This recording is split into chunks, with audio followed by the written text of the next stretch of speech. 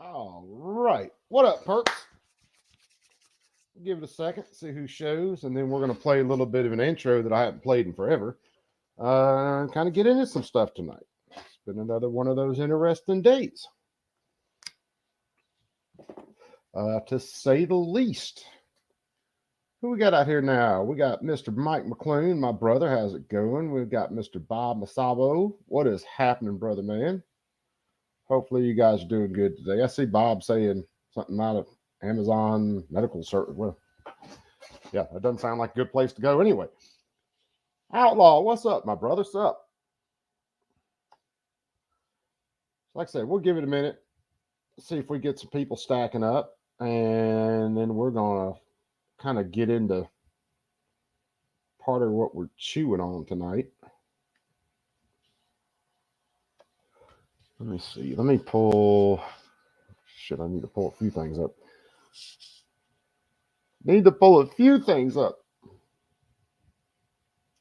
And my connection is already acting shitter than normal.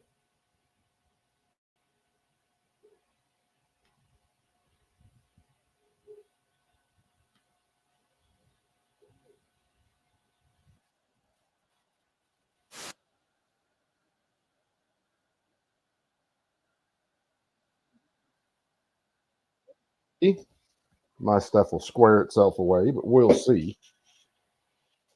I know there's some other guys that are going live, but that's kind of some stuff I wanted to get into. So,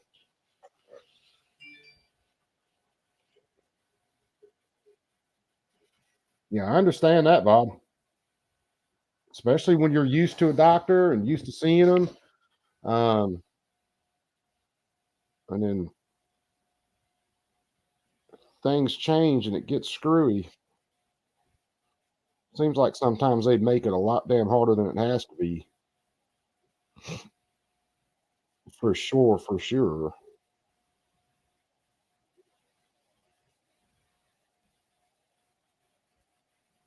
All right. Let's see. I got that up. TJ, what's up, brother man? How are you? Long time no see. Agorizer. How's it going, brother man? How you doing today?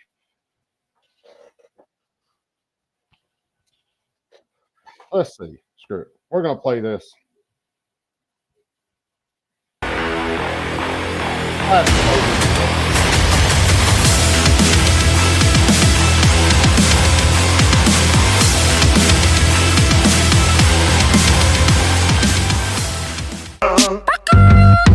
He was gonna get his laptop fixed, but Hunter got high. He wasn't gonna show all them dick pics, but Hunter got high. So,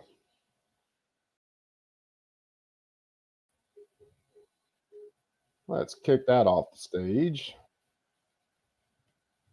Get that out of here. So anyway, that's the mood right now. All right, let's see. I was looking at the RNC because Vance is supposed to speak tonight. More than likely, he's not going to speak till kind of main event. But I was just trying to pay attention to that in the background because it'll be interesting to see what Vance has to say tonight. How he's going to handle some things. I still haven't had enough time to really sit down and look into them real hard. Fire Order, what's up, my brother? I heard you won an axe today.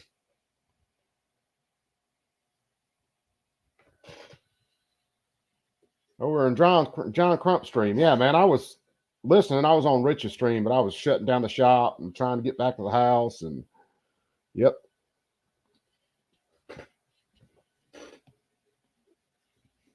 Definitely. That'll be pretty kick-ass. So let me see. All right, now let's go ahead and hit this, and we'll hit this kind of for the first story here. Crump was saying they thought that Crump was saying they moved the DNC convention back a week. I didn't see that. What they actually did was the virtual convention. It looks like they actually moved that forward a week. And then there was a vote that happened because either way, I think it would have still been a little late. Definitely the convention would have been late to be on the ballot in Ohio. Well, in Ohio, they voted to move that date back so that there wouldn't be any questions about Biden being on the ballot. So there were a couple of things that happened. But from what I see, the DNC, the national convention's going on just like normal, but they actually changed the date on the virtual vote. And just for let's see, because I had a couple articles up I was breezing through. Let's see if I can find my spots here.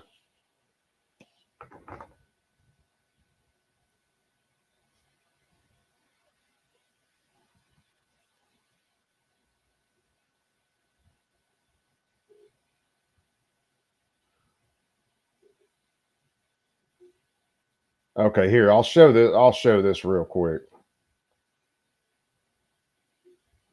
Because besides a whole lot of just bitching and crying in these articles, it's pretty much the same old same.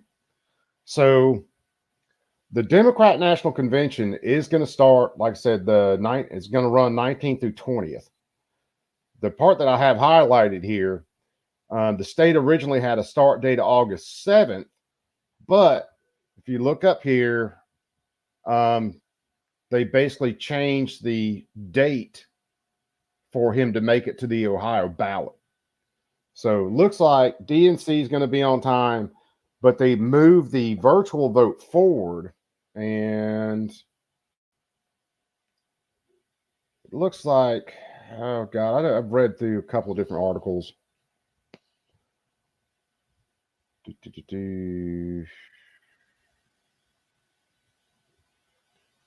Hold on, let's see. Was it that one or did I come and close it?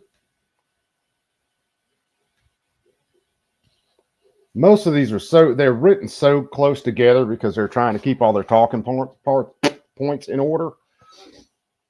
It was hard for me to keep up. So let's share this tab instead. So this was talking about the DNC convention, the online convention.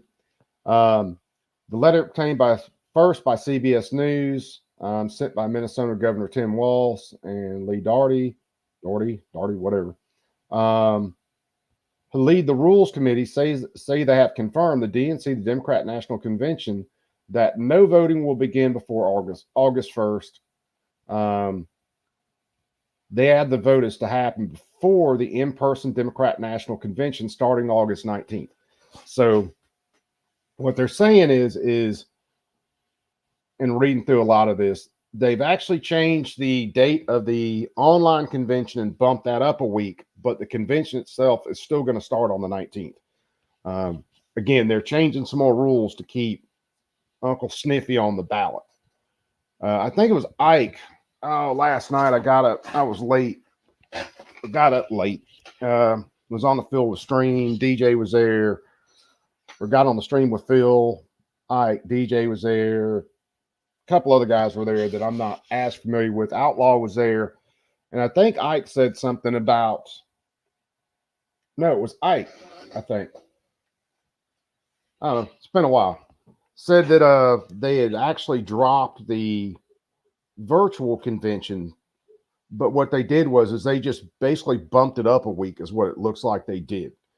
And then they did vote to actually change the rules so that no matter what, they're trying to make sure Biden's on the ballot, because the August 19th date was going to be too late to actually get Biden onto the ballot in Ohio.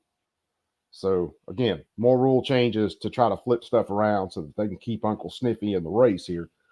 Although I still think Uncle Sniffy ain't going to be the one running. I think he drops out at the DNC. I still think he drops out. Basically, he's going to get forced out. I mean, he's not going to do it on his own, but I still think he gets forced out. And then let me see. There was something else. Ohio doesn't need him. Yeah. Well, neither does anybody else. But it's just my ramblings, guys. I don't think I'm just this foreseer of everything, but I think he drops, and we end up with someone like a Newsom or some shit like that.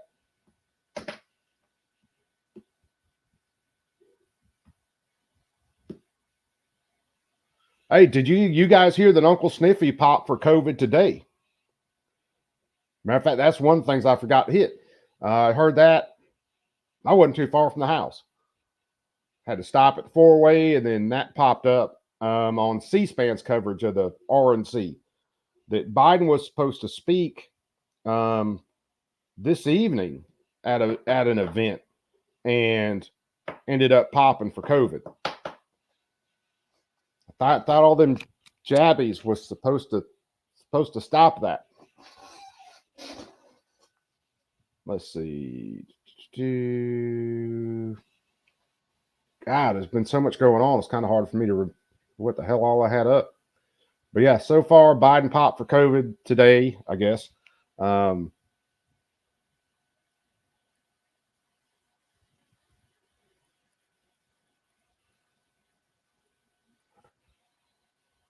I don't know, DJ. I think they're going to try to swap old Biden out this election. Democrats already know, man, that when their voters go to the poll, they're going to pull that lever for a Democrat no matter what. Their only issue, which this is where again where we get into Coop's thoughts, their only issue is keeping their voters really excited about going out and voting for a Democrat. That's why they're pushing Project 2025 so hard. That's why they're basically a lot of the other talking points, the abortion, they are just hammering the hell out of that.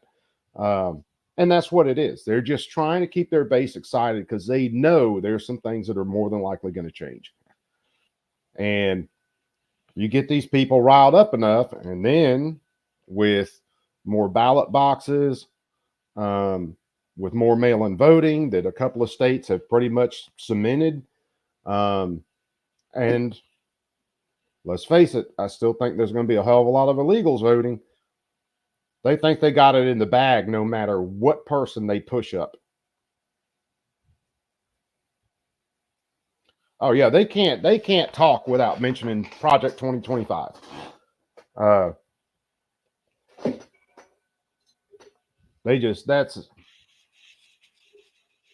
That's one of their biggest talking points besides abortion right now. The world's going to end 2025.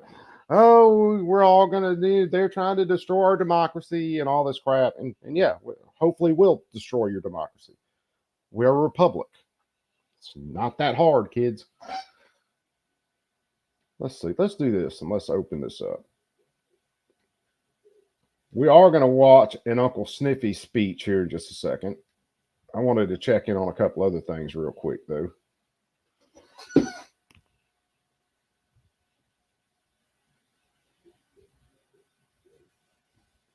So, okay, I can't pin that from there.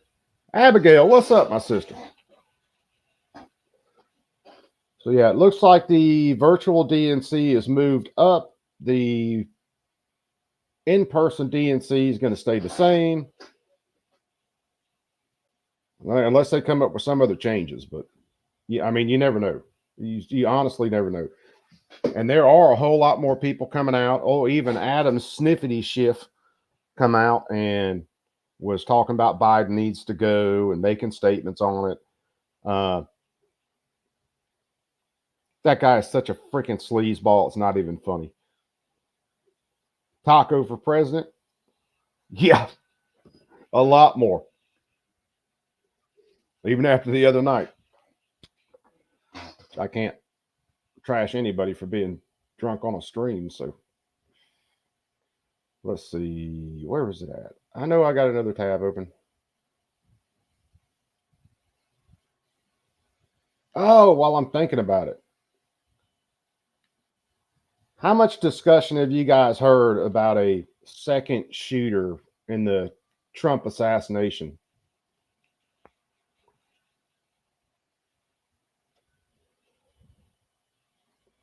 Because I'm hearing more and more pop up with it. And to be honest with you, I don't think so. I could be wrong, but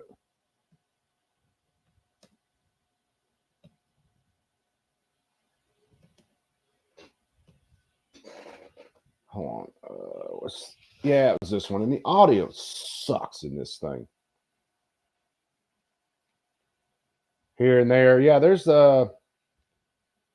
Red Dawn did a video on it. I haven't got to watch yet. So I don't know exactly what he's saying about it. I'm not trying to throw him one way or the other on it, but I know he covered it. There's a stream called Redacted, who covered it.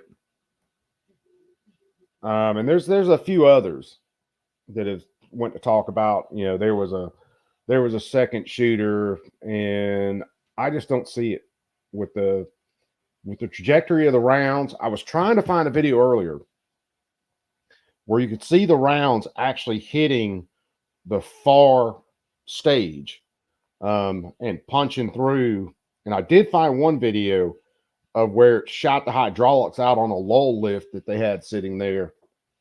Hell, let me show that while I'm thinking about it. There was a lull they had sitting. Hold on, I downloaded this one so I can do it this way. Is it in my? Yeah, it is.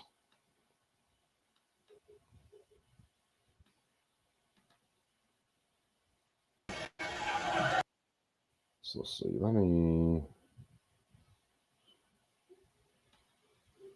do this so we can kind of see that a little better. These were the initial shots. Now the shooter again is off to the left-hand side over here.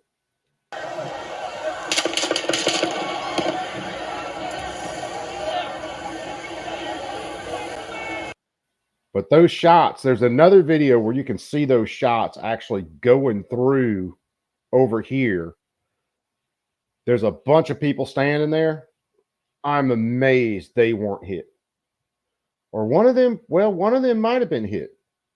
Come to think about it, because there were two other people injured besides the dude that died. But those rounds actually punched through here, and you can kind of tell they deflect and then run up and hit that lull.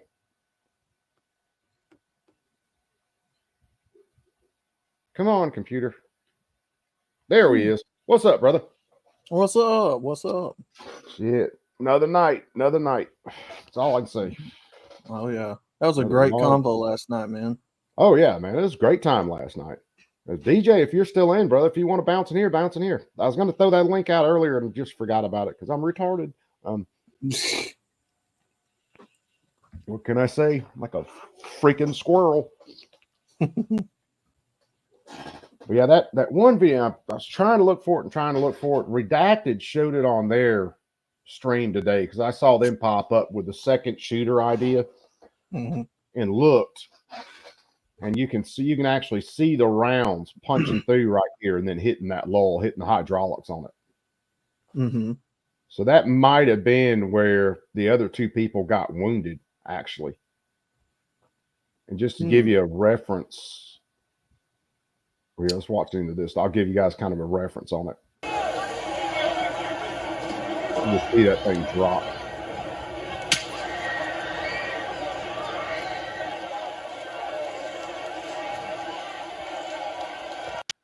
It's always cool kind of seeing another angle of some of this.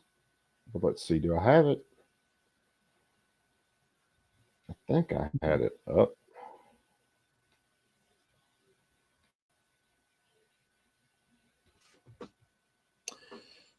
After looking around at the area on Google Maps, about the only other place I could say would be if there's a second shooter, and I forget exactly where that water tower was in conjunction with the stage. Maybe the second shooter was up there on the water tower. Or something like that. Let me go back and look, because right offhand, I don't remember where that water tower was. Okay, I'm not going to be able to share this thing the way I want. Yeah. But hold on, because I still got AGI up on the. Yeah, I still got it up on the tab. I'll show you guys. Mm-hmm. So let me remove that. Yeah, we got Bob checking in. What's up, brother Bob? Mm-hmm. I haven't read it yet, Chess. I haven't even got to it, man. It's been a day. And last night, shit, man. Just decompressing. What's up, brother? So this is Greetings. if you guys can see my screen now. Hold on, let's see whether it came up. Yeah, it came up. So this is where the water tower sits. Okay. All right. So Trump's stage was basically right here in the center. Mm-hmm. And then you had one set of bleachers off to the right of that, and then one set of bleachers off to the left at angles, like wings, right? Right. So there's no way that shot Would have comes come into from the Trump water tower. from that angle on the water tower. Okay. The shooter himself, you see it, look in between these two buildings, you see that little concourse. Mm-hmm. He was on the roof just above that concourse, almost up at the peak of the roof, because it's not a steep roof at all, no matter what the fucking Secret Service apparently tells us. Usually with those warehouse butler buildings, you have a 2-foot pitch. Yeah. Meaning that the walls may be like 14 and your roof pitch may be 16 foot at the top of the beam. So you've only got about a 2-foot slope. That's not really, and I remember hearing somebody the other night say that she didn't want their members to get up on that roof and get hurt. Well, a 2-foot pitched roof is not steep. It's not like slopey enough for somebody to get hurt on. No, and what's the run for the rise? I mean, the recommended steepest you can have a wheelchair ramp is 12-1, but if you're going 2 feet over, this 24 probably feet, wouldn't be anywhere as steep as your average fucking wheelchair ramp. Yeah, it looked not as steep as that. Mm-mm. Yeah, a 2-foot slope on top of the spine of that roof to the side of it is 2 foot spread out like what, maybe 40, 50 foot across. Yeah, that's way not less than 12-1. Goddamn, they put working ACs and everything else up on them roofs sometimes. So you're not going to get hurt. No, there's almost no slope to that roof. It's a very light slope. But where he shot from, his shots would have actually had to go over that wing of bleachers that sat right here, right about where the firefighter got shot, to actually hit Trump. Mm. And that's the only angle that shot comes from, especially with the way Trump's head was turned, where it goes through his ear and doesn't go into his skull. If that shot came from that water tower on that angle, if it hit his ear, it would have took it right in the temple. Where was that tractor in conjunction to the stage? Like right off here on the dirt road? Yeah, that tractor, that Lowell, should have been sitting about right over here. Yeah, okay. So when he shot, basically from right there, all his rounds come right through there and then hit that Lowell.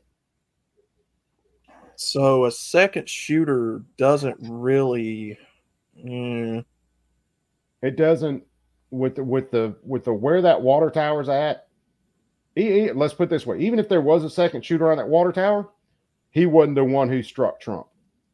Yeah, because at that angle, like I said, the way Trump's head was turned at that angle coming through, it wouldn't have just skipped basically on the side of his head, taking his ear out. It would have gone through his ear and into his skull. There's no way that bullet can come down at that angle and then make a sharp turn and then deflect like that. And all those rounds coming through and hitting that lull are definitely at the right angle for something like that. Unless the bullet's traveling inside Kennedy's limousine.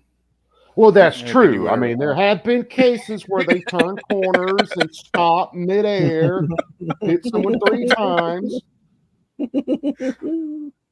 Yeah, this is definite. Oh, you man, someone took their physics class and threw it out the damn window.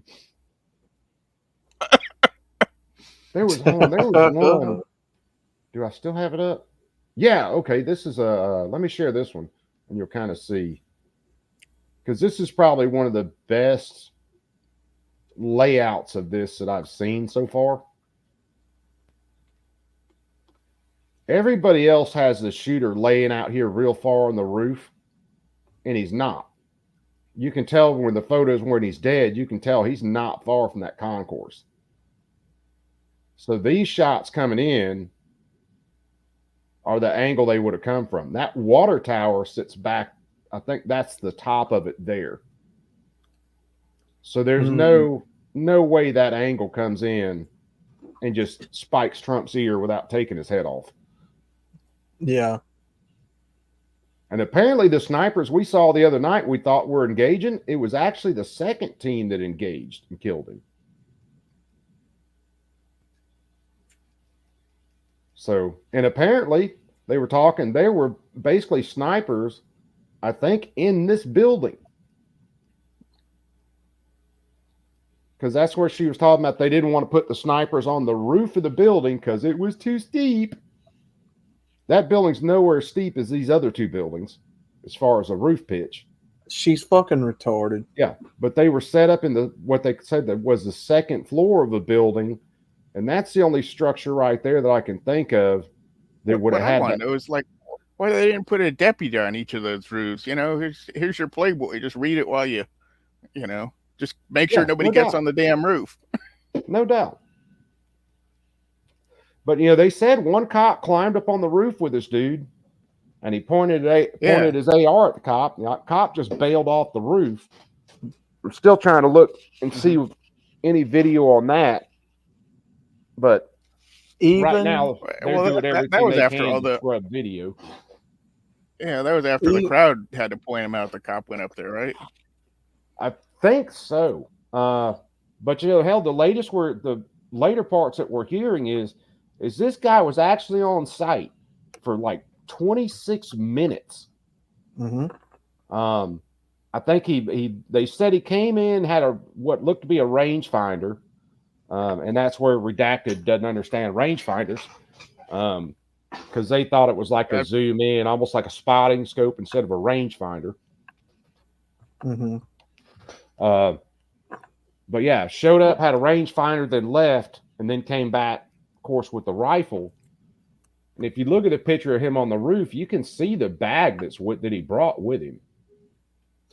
Even if you take this as a 100% organic, you know, everything that transpired organically, you know, there's no foul play, it still reflects bad on the Secret Service for not locking that building down. Oh, yeah, it absolutely does.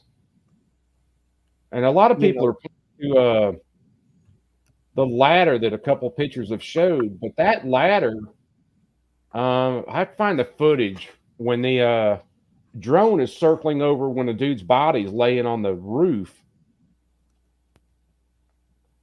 Or was it another one? It was maybe another one. That ladder wasn't there.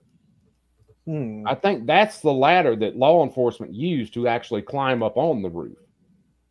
He didn't tote a ladder with him.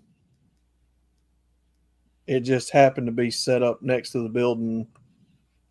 Because somebody had to get up there and measure the roof was too slopey. It was too steep. Hold on, I'll show you. And they just said, "Screw it, I'm just gonna leave the ladder here. I'm lazy." Here, let's do I mean, it could be the Ocean Sub 2.0 with bad diversity higher. You know, I think that's a lot of what we're looking at is just the absolute ineptitude of government. I mean, they can't even protect the freaking president. Yeah, a former president and a candidate. When I was at the 19 Clinton rally at the LBJ library, there was somebody on every sinking roof around there. And they were at the highest points around as well with several snipers. But every roof that had a a view towards the stage. There was a guy on there. There was somebody They're from trying to, police up there. yeah, they're trying to Whether it dump it was on law local or enforcement. whether it was Yeah, federal. yeah, they're trying to dump it on local law enforcement right now, and say that local law Yeah. enforcement were. It would make sense that local law enforcement was supposed to have this whole area covered, Yeah. but And that was at a time when Clinton was governor, right? He was just candidate for president, and there was that much Secret Service around for that rally. So it's a matter of the government choosing to enforce, how much protection that they want to allow to, even their, I guess, sworn enemy in the whole drama. pretty much, It man, I appears think that way, because I thought that the Trump team requested additional Secret Service and it was denied. Yep. they did. Basically, them being biased on So you look at this. who they want. Yeah, they've been dying for someone to take a shot. Yeah. This Can is you the find this the is the building? concourse in between here. Uh-huh. Yeah, this is the building that he was up on. That concourse going in between these two buildings is what he Mhm. climbed up on to get to the roof. And I mean, you can tell because the slope on Is that that the roof isn't building enough. When you looked at the videos, huh? Is that the building that he was on, the one in the center there, so we can kind of get an idea of the slope Yeah. Yeah. The one we're looking at, or lack dead center. thereof? That's the one he was up on. I So can the tell you Trump right now. rally was right around here. Uh-huh. I can tell you right now that building's got about 12 to 14 Yeah, there are foot high wheelchair ramps walls. deeper than that. Yeah, that building right there has got about 12 to 14 foot high walls on both sides, and that the spine at the very top, the slope where it comes to a point at the top, has got to be at least up to 16 foot. It's a 2 foot rise, and that's no Yeah, way. There's no way nothing. that that's too steep. See, right behind these two trees, like I said, that's the concourse he climbed up on to get up onto the main part of the building. Mm-hmm. And then someone was talking about like a 5-foot ladder that this kid bought from Home Depot. And one of the pictures showed what looked like at least a 12-foot A-frame ladder that was leaned up against the building. I think that 12-foot A-frame ladder belonged to the cops. Mm-hmm. Because I'll guarantee you the roof of that concourse isn't 12 foot. No. You're looking at about 12 to 14 foot walls on each side of that building. Yeah. And that concourse is quite a bit lower. So he would have had to have used at least a 10 foot or 12 foot ladder to get up on that building. Dude, your average squirrely I'm counting person like me 3.5 to day, 4. Yeah. It could have been smaller. Who knows? And That there 8 was foot. I still can't find it. There was another picture that basically put like an AC unit right here behind that tree. I saw it some other things the other night. But for a younger person to throw his bag up on that concourse, jump on top of an AC unit, and then make that pull up, I mean, even with that soy boy looking little fucker, that wouldn't be hard. Well, it's a matter of how could they not hear a duffel bag with a gun in it hitting the top of that metal roof, because that metal roof is pretty loud when stuff hits it. Oh yeah, it is. Which is probably what got their attention. Well, some of what got their attention was the crowd who was on the opposite side of this building that was out in the field. Yeah. Let's see if I can get this to act right. Because I'm pretty sure a gun and a duffel bag hitting the top of that metal roof, because the only thing that's under them metal sheeted roofs is really insulation. And you can hear raindrops and everything hit the tops of them roofs very easily.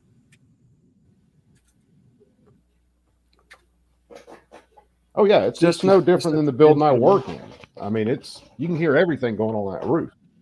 Yeah, it's just a thin sheet But of the metal. people who with, called this dude out, there was a party going on out here in these trees, and they called this dude out. Now, that one picture from the ground is a wintertime picture. But if you look at this one, all the trees have foliage on them. So he was having to come over here just on the other side of this concourse to try to make it past that tree to make his shot.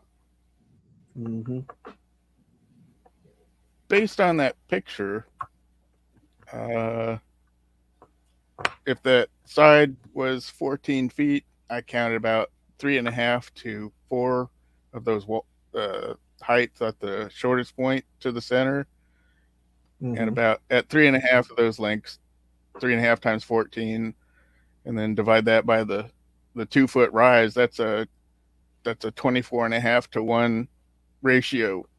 That's twice what ADA requires.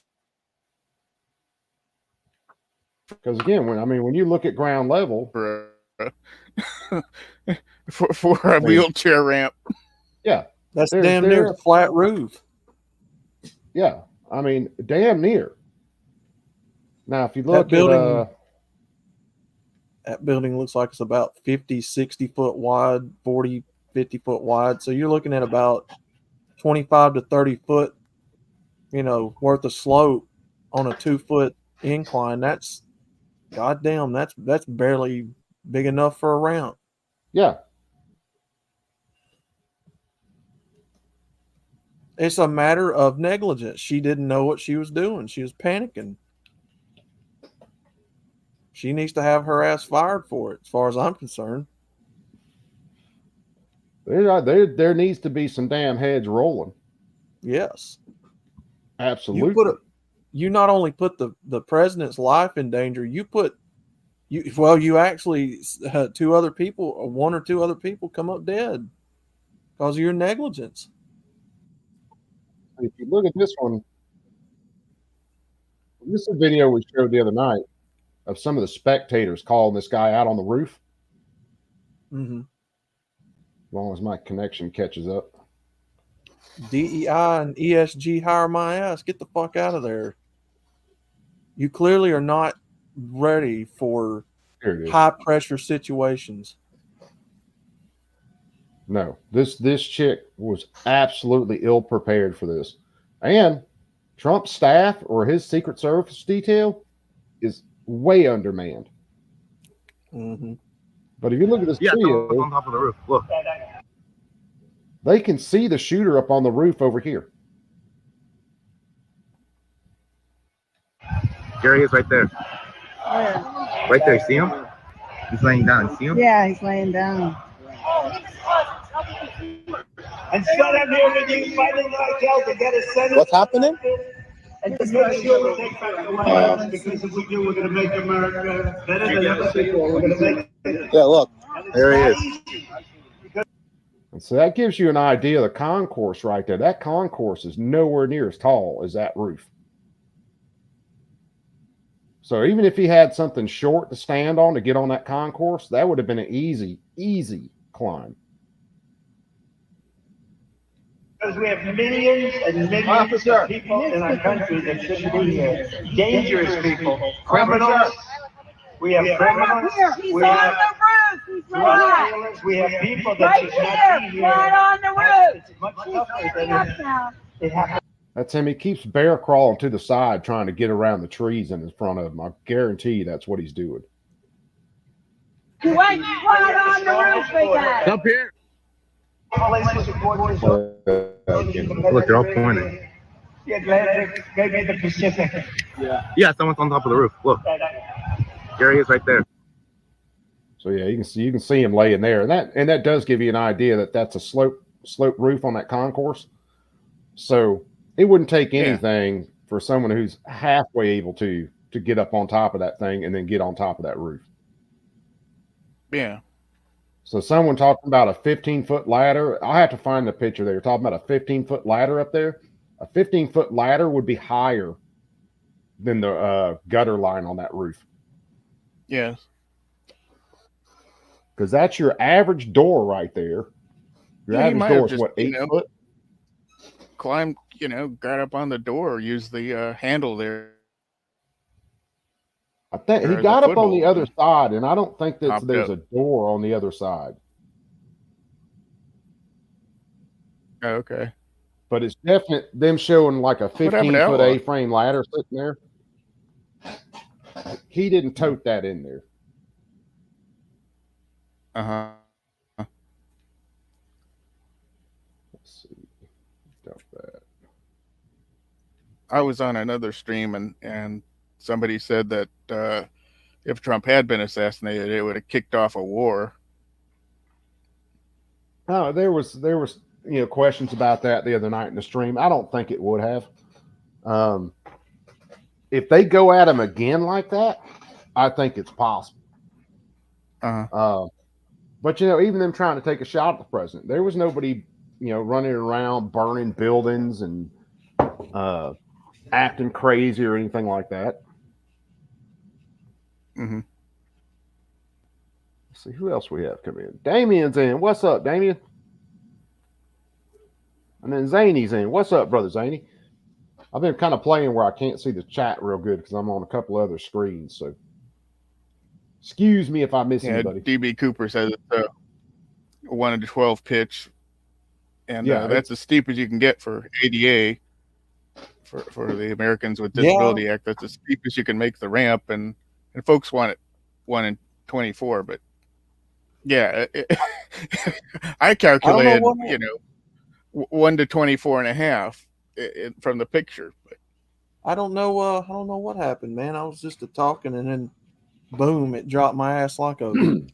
I like some of it could be my connection acting screwy sometimes, man. Yeah. Hell, when I just started to get on tonight, which I'm going to shut my camera off, see where I can help it out. But hell, when I just started to get on tonight, everything was acting slow. So we'll see. Yeah. But good old Uncle Sniffy, and we'll watch this while we're kind of waiting on Vance to speak tonight. Good old Uncle Sniffy gave a speech at the NAACP yesterday. Mm-hmm. I didn't see it until right before Phil's show started last night. Ended up watching this. Now the audio on this thing does suck, but it's pretty much the same old speech. But he does get into the guns bad and all that. So we're going to take a look at this. I hope you brought your Motrin, Tylenol, morphine, something. I took Tylenol and aspirin before I got on here, so I'm good to go. Yeah, I just tough it out. My big bottle of Motrin, I done killed it, so I gotta get me some more. You're still a young outlaw. You'll be slinging back the pain pills when you're older. I am 35 right now, and it won't be long. Hopefully, it takes longer than it does for some of us, because some of us got there awful early. I'm sure it's going to be the 40s when I start falling apart. Share the tab, dumbass. Yeah, StreamYards has been acting kind of wonky here the last few days. Trying to make videos, it wanted to play around like that with me sharing stuff. Let's see. Let me kill my camera. Yeah, let me kill mine too. See if that helps. All right, so that's shared. Let the pandering begin. Where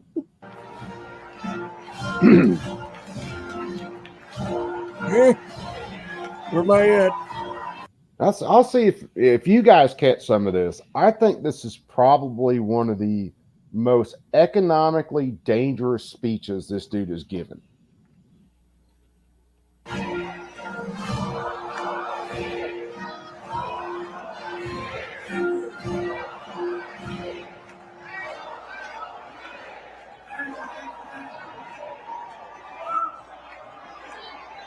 Let me know if the audio is good, guys.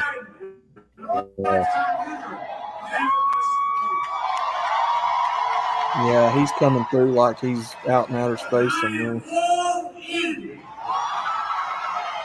Yeah, the sound of the audio is fucking,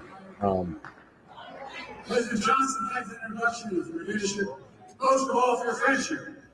Thanks to all the thousands of members across the there you country. go. It's not the screen Well, quality most on that. important Let me know organization whether in it's our coming country. through loud and clear. The special thanks, I mean this sincerely, the members of Congress who are here, including Nevada's own Stephen Horsford, chair of the Congressional Black Caucus. I know where he is, I know he's out there. And so many members of the CBC members, Fannie Theater, like Penny Thompson of Mississippi, chair of January 6th Committee. And the best friend anyone can have, Jim Clyburn of South Carolina.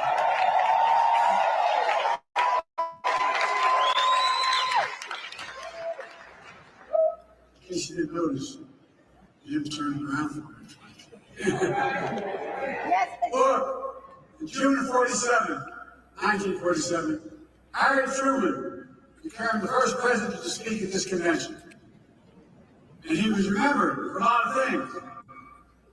With the help of the NAACP, he desegregated the military. He laid the groundwork for the civil rights agenda. He built upon President Kennedy by that. President Johnson signed the Civil Rights Act of 64, 60 years ago. Harry Truman was president, was often counted out. He was also known for something else. The story goes, Truman said, "You want a friend in Washington? Get a dog." Guess what? Last couple weeks, I know what he means. Last couple weeks. Well, that's why it's so good to have girlfriends. I'm not being solicitous. I have girlfriends. So many of you had my back. And I think I've had yours as well.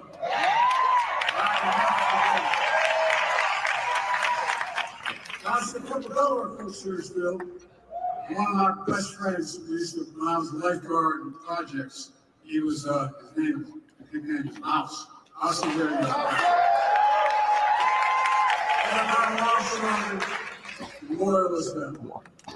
I'm truly honored to be here. Today is this tense moment in this country. It is a tense moment. Just a few days after the assassination attempt on Donald Trump, we're grateful he was not seriously injured. We continue to pray for him and his family. It's time for an important conversation in this country. Our politics has gotten too heated. The city of office on Sunday night, as it made clear throughout my presidency, we all have a responsibility to lower the temperature, and condemn violence in any form. I'm just going to call Trump a Nazi. Gotta remember, we're not enemies, we're friends, we're neighbors, we're fellow Americans. Most important, let's fully and firmly reject not only political violence, but violence of any kind. Period. No exception. I have to say with one voice, violence is not the answer. That's what we should rally around as a nation. That's the unity I'm talking about. Two organizations know that the NAACP. For the race riots in Springfield, Illinois in 1908, the NAACP was formed. That's what started it. You know the pain, the price of violence. You understand, if you're going to talk about standing against violence, you must stand against all violence. We're standing against violence perpetrated against presidential candidates in Pennsylvania. We're standing against all violence. Violence perpetrated against George Floyd in Minnesota. Against black veterans like police officers, Eugene Goodman, on January 6th. Black election workers like Kirby Freeman and Shane Moss in Atlanta. We're standing against the violence and intimidation, white supremacy, the murder. Innocent lives in the grocery store in Buffalo, New York when I went up there. Mother Emanuel Church in Charleston, South Carolina.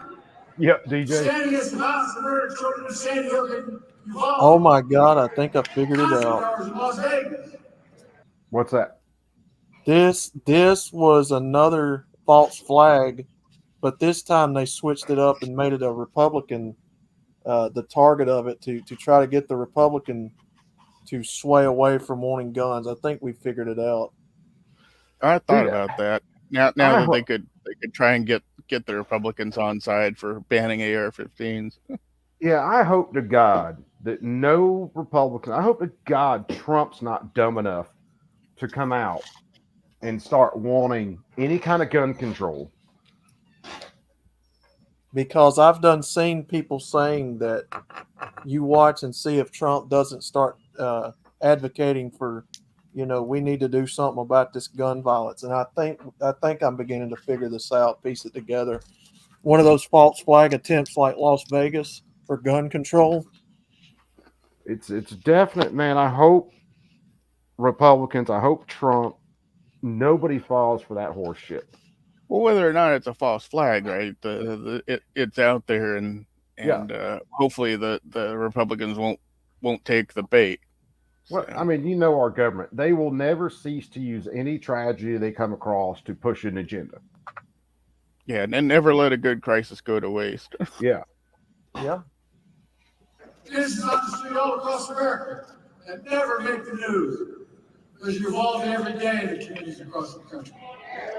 You're going to be out for one-on-one. Don't be silent on others. We're going to start going after gangbangers now? We're going to speak about violence. We're going to speak about guns. Here we go. More children in America die of a gunshot wound than any other reason. That's stunning, and that is sick. It's also an absolute horseshit lie. I knew there was more to all of this assassination attempt than just the Republicans winning the presidential election. So, you want to stand against violence in America and join me. Dude, I swear, I don't think Trump was going to win the election before that happened. That's the original stream I did on this. I told everybody, I think that kid just put Trump in the White House. I think so too. Yeah. Enough to overcome the cheating, the drop boxes, the mail-in ballots, the ballot harvesting. That is the one wild card that could overcome a lot of that to actually put Trump in the White House. Yeah. Getting these weapons of war off the streets of America.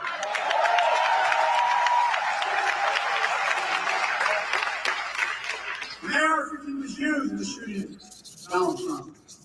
This was an assault weapon that killed so many others, including children. It's time to outlaw them. They get used to kill less people than hands and feet every year. Because you think about it.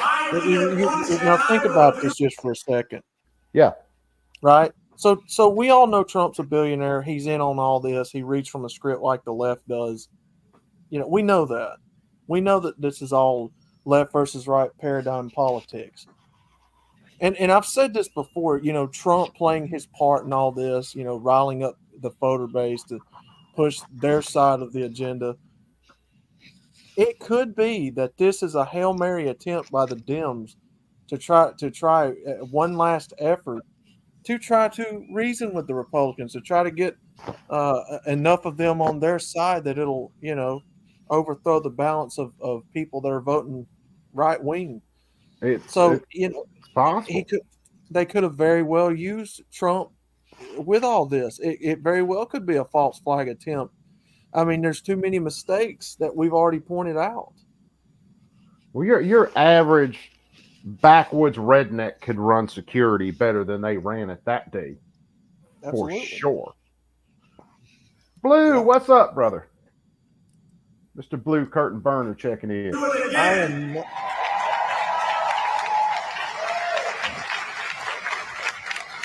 Now, just because we must lower the temperature, our politics and energy violence doesn't mean we should stop telling the truth. Who you are, what you've done, what you'll do, that's fair game. As Harry Truman said, I've never delivered to giving anyone hell. I just told the truth and they thought it was hell.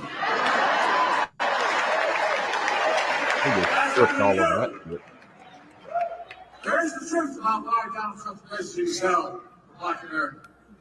He tried to repeal Obamacare. He kicked millions of black Americans off their health insurance. He had a $2 trillion tax cut. A true But kill. overwhelmingly benefited the super wealthy, the biggest corporation, and exploded the federal debt larger than any one president has in one term.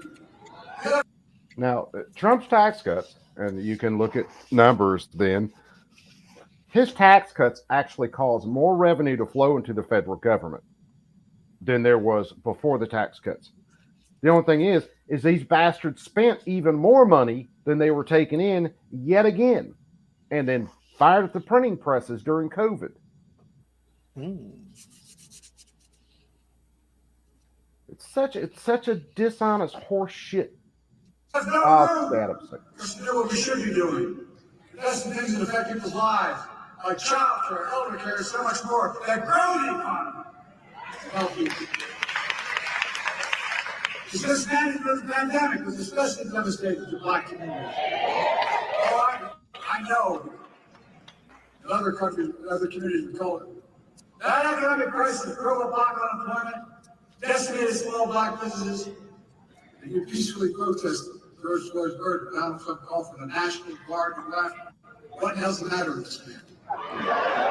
Are peaceful protests when you go in and burn down buildings and set courthouses on fire? Nope. Yeah, well, even during the Rittenhouse trial, one of the police officers that was in the car that Rittenhouse tried to surrender to said he heard gunshots all the time, and he said it was like a war zone. Yeah. That's a peaceful protest. Yeah. Don't jump up here and tell all of us that, you peacefully protested. That's one of the reasons that the murder rate spiked, because there are so many people getting murdered at the protests. A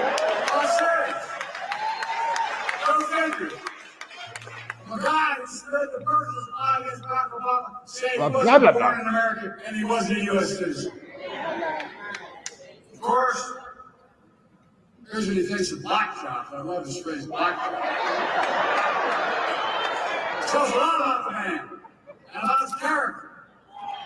Folks, I know what a black job is. It's the vice president of the United States. Hopefully to never be the president of the United States.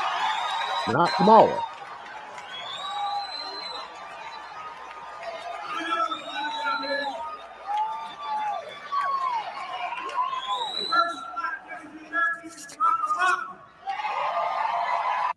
And that went so well. Give me a Larry Elder. Someone like that.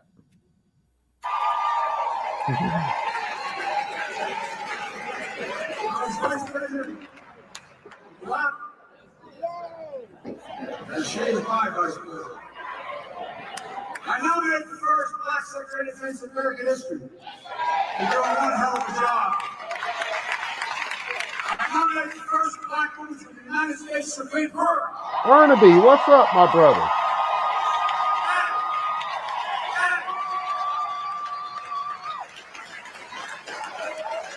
I promised myself, and I promised America, that my administration would look like America. I'm proud to be the most diverse administration in all of history, and tackling the full talents of the nation. That's who we are. These guys don't get it. That's why we're so successful. I'm serious. That's what makes us the greatest nation on earth. It's not hyperbole. Oh, it's because of you. I'm president. That's, man, how many people don't catch on to that? That's his catchphrase whenever he knows he's bullshitting the hell out of somebody. I'm serious. And that's not hyperbole. But here's something that I don't think we pointed out yet. Do you guys notice how well prepared he is for this type of speech versus in the debate? There's no pressure on him. Mm-hmm. He's not having to come up with an answer under pressure. He's sitting there reading a teleprompter. Yeah. And he's got a completely friendly room. If you put this guy under a little bit of pressure, he is going to snap out and be completely lost. Yep. Kamala Harris is vice president. Look, how's it going, my sister? She's not only a great vice president, she could be president of the United States.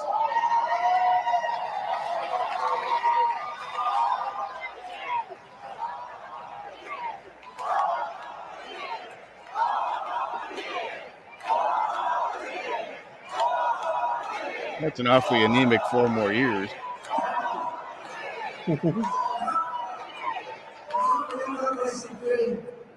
Black elected members in the Congress, we've got so much done. Seriously, President historian said we've got more done of consequence than any president since Franklin Roosevelt. Now notice he didn't say what kind of consequences it was. Because there are positive consequences and negative consequences, and we pretty on the negative end of that there, buddy. Just think about where the black community was a few years when I came to office. Think about how far the black community has come. Yeah, we saw that We today, still have a Danny. long way to go. COVID no longer controls our lives. Our economy is not literally the strongest economy in the world. Historic low black unemployment. Record growth of black small business. It ain't the strongest Let me say economy. this again, because Trump is lying like hell about it. It ain't the strongest economy, Biden. Unemployment hit No. record When this low. nation is trillions of dollars in debt, when this nation is supposed to be a first world country reliant on, the rest of the world for our energy and oil and all that, we're not the greatest nation in the world, bud. No, that's why so many countries right now are looking to get away from the American dollar for their reserve currencies right now. These assholes sit there and lie to people all over this country. No, you need to be honest about it, Biden. We are not the greatest nation and economy in the world, bud. Not anywhere close. No. And see, all they'll do is they'll fire up printing presses. They'll falsely control interest rates a little more, try to make people feel a little bit better. He just sold, 2-3 weeks ago, just sold more oil out of the strategic reserves to try to bring prices down. That might have been right around the debate or just before the debate. But that's a very short-term fix. Well, it's short-term and dangerous. Yeah, and it was extremely dangerous. $300 checks per child, per family, per month in the pockets of people of this country. To get them through the pandemic. Not Trump's administration. Kamala did that. The pandemic, you mean? Yeah. We cut black, and the consequence, we cut black child poverty in half. No, you didn't. You just quit counting the long-term unemployed. That's the way you do with all your job numbers. Oh, and wait a second. And you take part-time jobs and count them as 2 jobs. So people working 3 jobs, well, they count as 3 workers. And the jobs that came back after COVID, he's counting those as growth. Yeah. Man, I don't. For the life of me, I don't understand why my semi-intelligent self can see this, and a lot of people can't. Yeah. One of the things I do to measure how well our economy is doing or how well the dollar's doing is the price of gold. When Sniffy took office, it was about $1,800 an ounce. Today it's $24.57 an ounce. Yeah. That's gold is precious metals.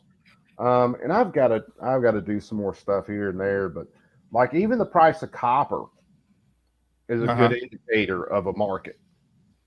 Price of silver sometimes. And gold shot up from like $2,000 an ounce or to $2,400 after they passed their budget.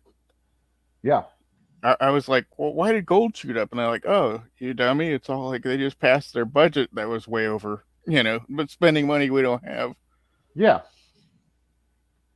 Economic policy grows the economy. We spend money. Grows. We grew the American economy to the strongest in the world. No, it ain't. I'm determined to make that tax cut permanent. No, it ain't, Biden. He's talking about making a tax cut permanent, and then he's talking about going after the people who are actually paying the vast majority of taxes, which are the producers, which is going to have way negative effects on the economy. It's going to drive up prices even more. And some of these corporations are going to do like they have for years. They're just going to bounce. They're going to go somewhere else, which is going to kill more jobs. PLA, what's up, brother, man? How are you? I mean, look, we talked about it last night on Phil's stream. You know, when the average American is in debt, and you look at the national debt over nearly $80,000-$90,000 per person, you know, man, woman, child, fetus, Yeah. you know, and you're paying more taxes than what you really should be. No, homie, we're not the greatest country in the world. Our economy sucks. Chris, good to see you, brother. How you doing tonight?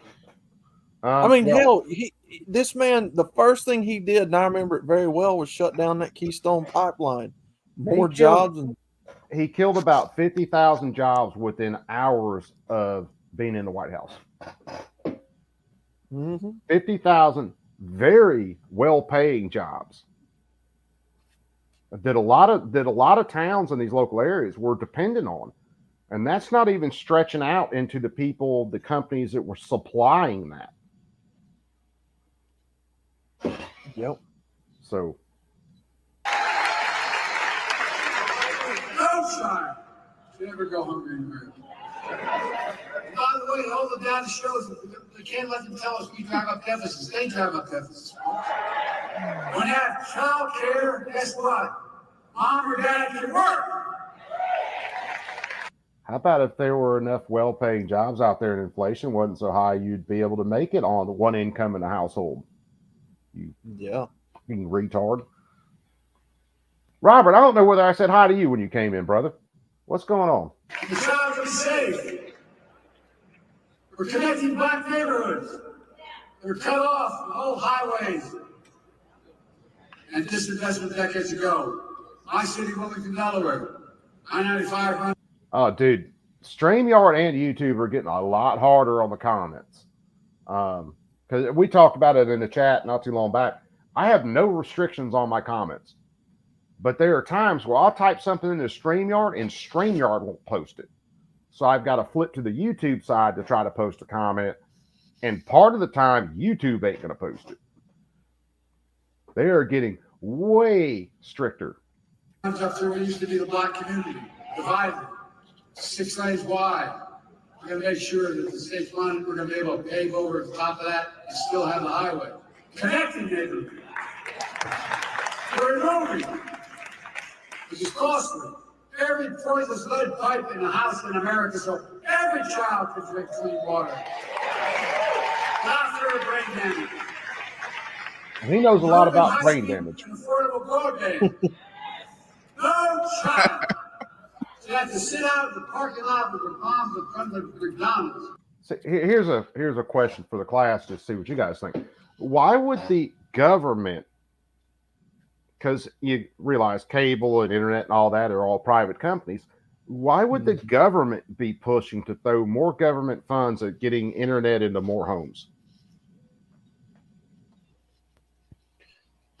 Well, so they can lock them down. Now you have no excuse to go anywhere. In my humble opinion, I think what it is they've got the agenda in play. They want as many Americans, if not all of us, with some sort of a monitorable smart device that they can keep track on us within reach of every American. And I think right now, not every American, like some of the older people, they don't watch TV anymore. Some of them don't have, smartphones anymore or whatever.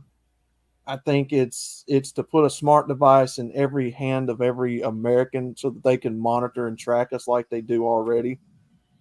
Oh, I've got no doubt about the monitoring and tracking, but probably one of the biggest parts of that is the propaganda. Mm-hmm. If they had a switch, which I think they do have a switch, where they could flick a switch and all the TVs, smartphones, computers would swap over to them every night, like we're watching the damn Hunger Games. Mm-hmm. they would do that in a hurry. And the more people that get the propaganda, the more people they control. Yep. So then get online, do your homework. And because of you, not only protecting Obamacare, you allow me to increase it, making health care more affordable. We're putting, and by the way, more than it's ever been, millions of African Americans now have health care because of it. We're putting home ownership within reach. So that whole Obamacare is one thing I was getting at, which is basically price controls on any of the drug companies, which I'm not a fan of drug companies, but if you put too many price controls on them, they cut back the research and the medication that they actually put out, which cuts back on cures for cancer. It cuts back on medications for cancer or arthritis.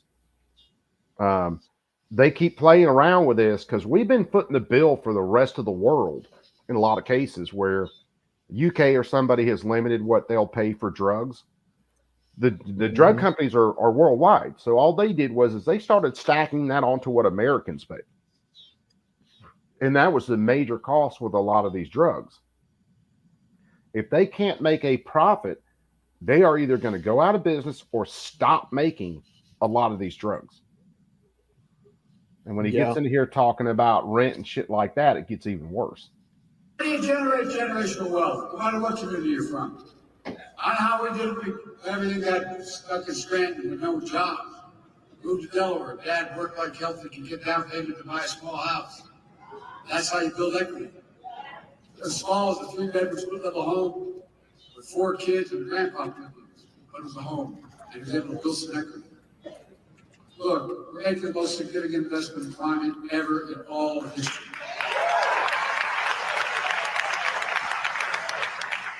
Including the most significant action in environmental justice ever. Look, think about this.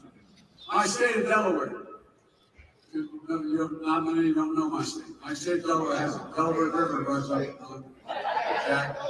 But at the top of the state, there's a half moon. And it goes up along more oil refineries on the other side of that half moon in market-looking areas than anywhere in the country, including Houston. Guess what? Wind blows southeast. We had the highest cancer rate for the longest time. But you know who's affected? Fence line communities. You know the fence line communities are black communities. I promise you, as we make this legislation work, we're going to take care of those communities first. First. I mean it. Same way in Louisiana, same way in other places. I'm sure you do there, Joe. Yeah. Debt for more than 4 billion borrowed. Significant amount of black borrowed. I don't know how many have called me. Say, Mr. President, I've got phone numbers, I've called them back. Mr. President, thank you. Couldn't get married. Debt was so large. Couldn't have children. Couldn't think of, I'm sure you know it. Couldn't buy a home. Okay, it costs next to nothing to get married. I'll tell you that right now. Did it about almost 11 years ago now. But what you did, you freed me of my debt, and you gave me $10,000 for a down payment on a home. Well, the problem with getting married is your taxes go up. This project. Yes, that is extremely true. Now, my 2 tax credits run around to kind of offset some of that. And that's But if we just had an honest and fair like tax me, system, yeah, you're getting boned. Yeah. Oh yeah. But if we just had an honest, go ahead. If you make above a certain amount, you can't claim those tax credits running around. My friend of mine, making above a certain amount as an attorney, he was, he's not a rich attorney, but he was saying, I make just above the amount where I can't claim my children as taxes as tax credits. And neither one of us could invest in a Roth IRA It's just like, Yeah. you get punished if you You do. start making money. If you are not on the government dole in this country, you get punished. They don't like you. No. Yeah. 2024, 2025, Trump deal. You know, he talks about education. HBCUs are as good as any other university.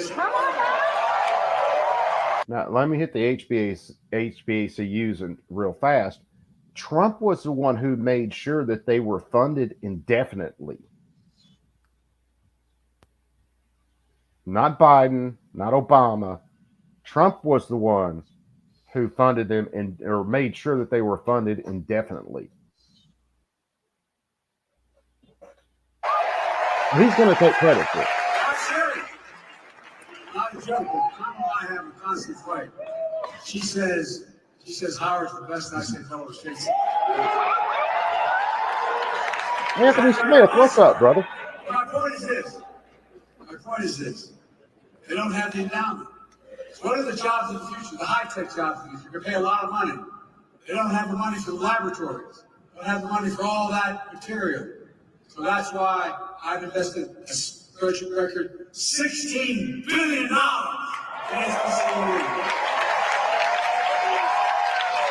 No HBCU student is getting less qualified than anywhere else. There are a whole lot of college students, Joe, that ain't qualified for shit. Boy, ain't that the truth. I've had them that can't read on a third grade level.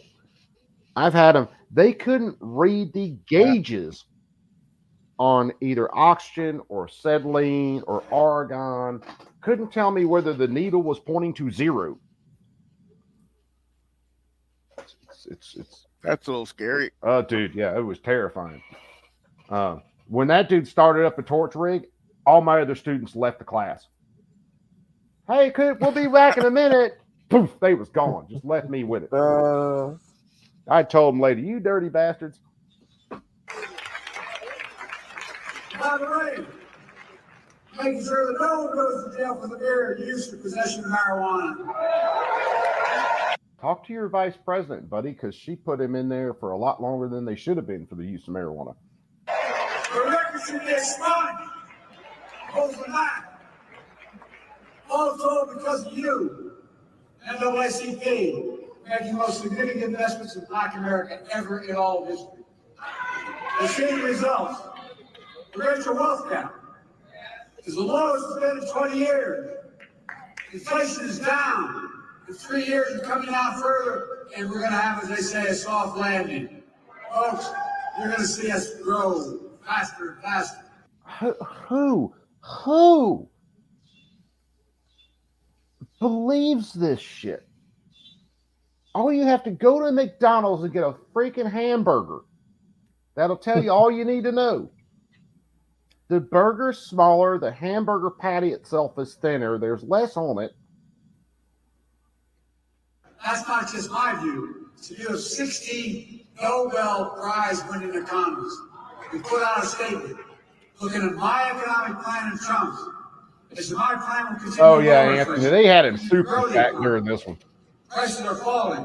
Cars, appliances, groceries. We're going to keep corporate greed at bay. But here's the thing what said about Trump. They said his policies will cause a recession. Oh, these are not Democratic outfit. 16 Nobel laureates. Look, I come from the corporate state of the world, Delaware. I know how they work. There are more corporations incorporated in my state than any state in America, all combined. Guess what? We have to deal with corporate greed now. That's how it is. Corporate profits are double since the pandemic. They keep bringing prices. Now we have to bring prices down further. Look, folks, the idea that corporate-owned housing is able to raise your rent $300-400 a month or something. He's about to get something here, but you get a lot of money, Joe, from these corporations like BlackRock and others. So you talking about this is absolutely hysterical. ounce, you can't raise it more than $55.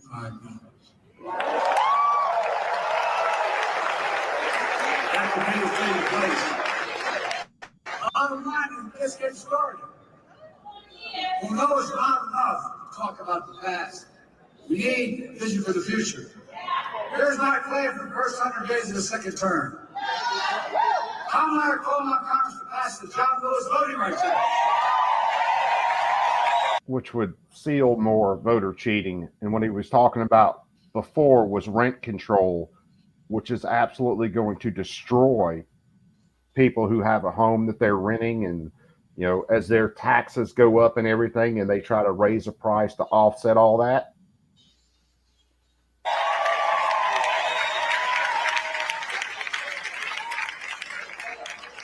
and all I was constantly able to do is take the party, and we need the act. And we need to pass the Freedom to Vote Act. I'll sign the book for the law immediately. And guess what? Come hell or high water, we're going to restore Roe v. Wade as the law of the land.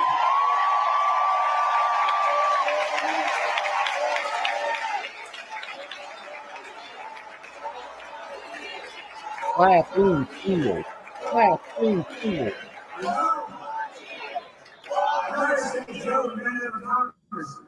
Guess what? Y'all told me I couldn't pass the Inflation Reduction Act.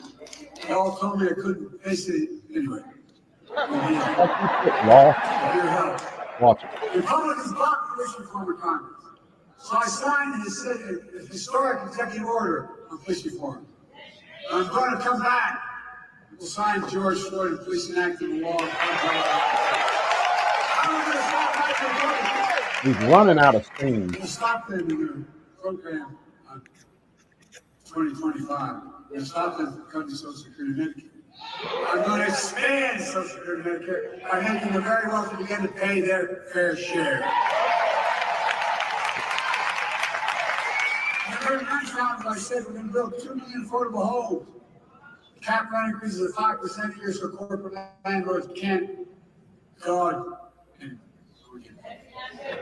So again, losing his place. He's running out of steam. The drugs are wearing off. And we're going to keep relieving student debt. And medical debt. Florida sure medical debt can no longer be put on a credit report. Our normal state to wipe out medical debt for pennies on the dollar, so it's not hanging over you the rest of your life. Yeah, he's definitely crashed. Our first term, we capped the cost of insulin procedures at $35. Total drug cost procedure, beginning in 2024-5. At $2,000, and some of those cancer drugs are $10,000, $12,000, $14,000 a year. But the second term, we're going to do that for not just seniors, for everyone in America. By the way, not only saves lives, but saves taxpayers. Guess what I did on the first round on Medicare? It saves the taxpayer $160 billion. We don't have to pay the exorbitant prices for these anyway. This year, Medicare is negotiating lower prices for some of the costliest drugs in the market. That threats everything. That treats everything from heart disease to arthritis. In the next term, I'm going to go further. Give Medicare the power to negotiate lower prices for 50 drugs a year, not 10. That will save lives. This is saving taxpayer another $200 billion. This is saving taxpayers. By the way, if you notice, all the stuff they said big spend in Biden, we have lowered the deficit, not raised it. We increased economic growth. Folks, here's what else I'm determined to do. Determined to end Trump's tax cuts to the very wealthy big corporations. Make the tax code fair. Ease the burden on working people. I kept my commitment. No one making less than $400,000 I never saw in my life till I got elected president. Yeah, and if you believe that, elephants really fly. Um, oh, God, there's so much horseshit involved in that. But here's the thing, and maybe some people don't understand it about taxing corporations. Corporations generally produce products or services. When you tax them, they write that tax into the cost of their product. They collect the money from you and they pass that tax to the government. They're not sitting there writing out their taxes at the end of the year and paying the government. You are paying it, buying their services or buying their goods. So when you raise the corporate tax rate, you raise prices. Mm-hmm. I pay a penny more in federal taxes. Here's the deal. We have in America, since the pandemic, 1,000 millionaires. 1,000. How much in federal tax they pay? 8.2%. That's the federal tax, 8.2%. That's because the billionaires are actually paying that off of their investments and things like that. It's not that they're making so much money a day like the average worker and then having to pay their tax. We're going to make billionaires pay now 25%, which is low. No billionaires should pay a lower tax rate than a teacher, a firefighter, a nurse, a janitor. That's simply ridiculous. Hey, Joe, why don't you stop all the fucking government spending and drop all of our taxes down to 8%? When we do that, that alone will generate $500 billion in revenue over the next 10 years. No, it won't. Honest, lower costs for families. It saves the government money. We can do more on elder care, child care, bringing down the federal deficit, so much more. It's not rocket science, folks. But they've convinced us any spending of money is costly. It's saving money. Like God's truth is saving money. That's vitally important. Now, the next president of the United States could appoint 2 or more justices to the Supreme Court. Just imagine. I know these things. Folks, Very much so. my vision of the future will continue to be all about working people in this nation.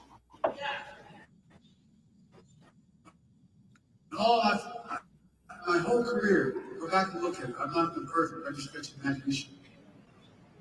Neighborhood. Everybody deserves a shot. Just a shot. No guarantee. Give hate no safe harbor. They know behind. As a stark contrast to my predecessor, Megan Fisher. They'll do everything. Undo everything the NAACP stands for. But now they're trying to deny it. They're lying about their Project 2025. They want to deny your freedom, the freedom to vote, have your own county, and impose a nationwide ban on abortion. New Vice President, if you ever any doubt, man, just take a look at what he's been saying. They want to prosecute political enemies. They want to cut Social Security and Medicare. No, Fire, they don't want a flat tax. Conditions for 400 million people. Stop Medicare from negotiating lower prescription drug prices. Risking people's lives, costing the government more money. They eliminate the Department of Education. Well, I would be too, Bob. How to read it. Fair tax or flat Saying tax? it's a state issue. Give me a break, the state. You know how well we do with the states. We would cut school lunches. Eliminate the Head Start program for lower income children. Allow employees to stop paying overtime. Employers, stop paying, catch this one, stop paying overtime to hourly workers. Just such people. But give the very wealthy and big corporations little taxes. They've already eviscerated affirmative action. It also decimated diversity, equity, and inclusion all across American life. Already trying to do it by banning books. They're trying to erase Black history. Black history is American history.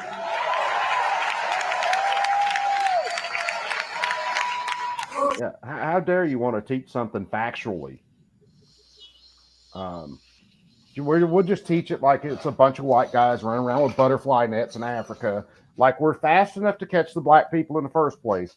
And that the tribes in Africa didn't have anything to do with selling their own people, or that the Middle Eastern slave trade never existed.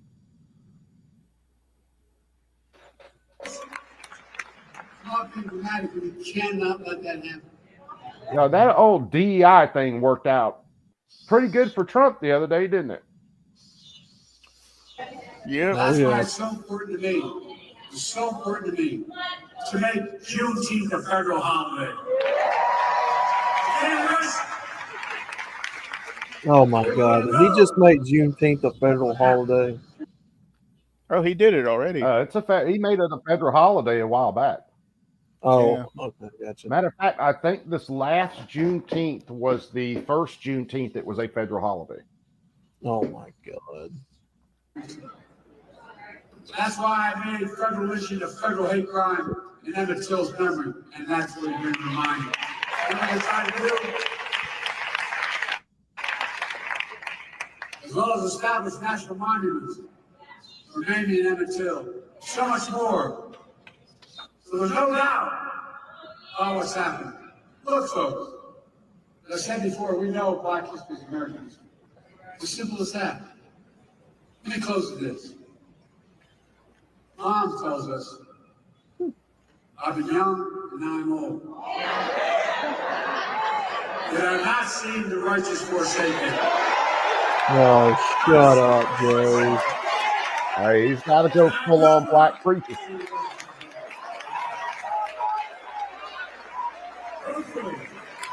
Today, I'm demonstrating a little bit of wisdom. There's like you know. I know how to tell the truth. You just don't do it. I know what's wrong. You're still going wrong. I know how to do this job. You're putting it up. I know that you were ahead of brought us this far to lead us now.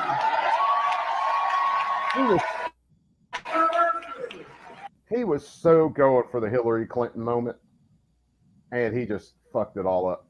Although I think he kind of did better than her, because she definitely fucked it all up. This is going to be game. The work we've been doing is through hundreds of thousands of volunteers, for millions of people to make their voices heard. They will determine America's future for decades to come. Folks, that's important.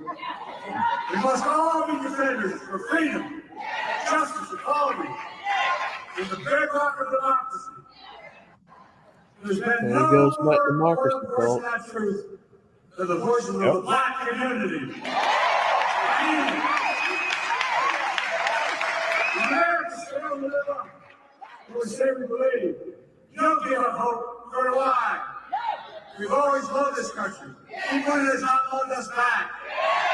We work hard as hell, to think about it. Our children, your children, grandchildren. Ask yourself, what America you want to leave them? My answer is America of hope, fairness, opportunity, possibilities. Look. And you're pushing democracy, which pretty much ensures none of that can happen. Okay. I spent more time with Xi Jinping of China than any other world leader. I was with him in China on the steps of the mountain. He looked at me and he said, "Can you define America?" I said, "It's important." I said, "Yes, in one word, America. Possibilities. Nothing is beyond our capacity.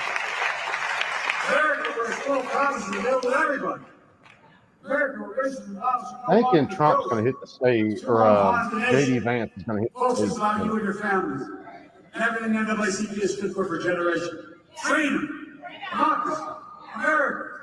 Always marching, always believing. Freedom, always keeping the democracy, faith. America. We're going to do this. So they ask you, are you all in? I'm all in. Yes, I remember who we are. We're the United States of America. There's nothing about our capacity to work together. And let's stay together. God bless you all. Thank God.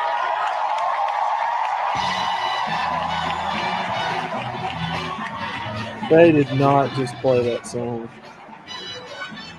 Yeah, they did. Oh my fucking god.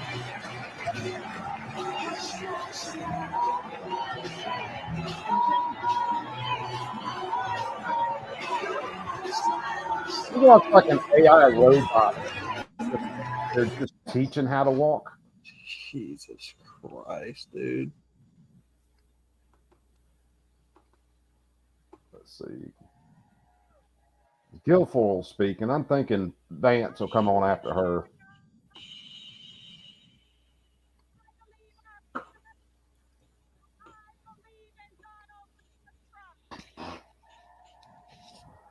Man, it's just, I don't know. Expect things to get even damn crazier than they already have been. So,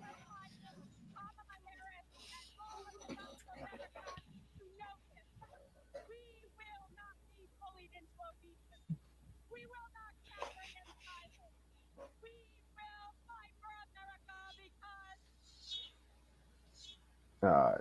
We'll just mute her. J.D comes on, we'll turn it back up. But yeah, what were your opinions of Uncle Sniffy? Bob, you want to go first? Go ahead. I didn't hear much of it, so to me, what I heard the same old crap we've been hearing. So yeah, it's the same old pander. It really is.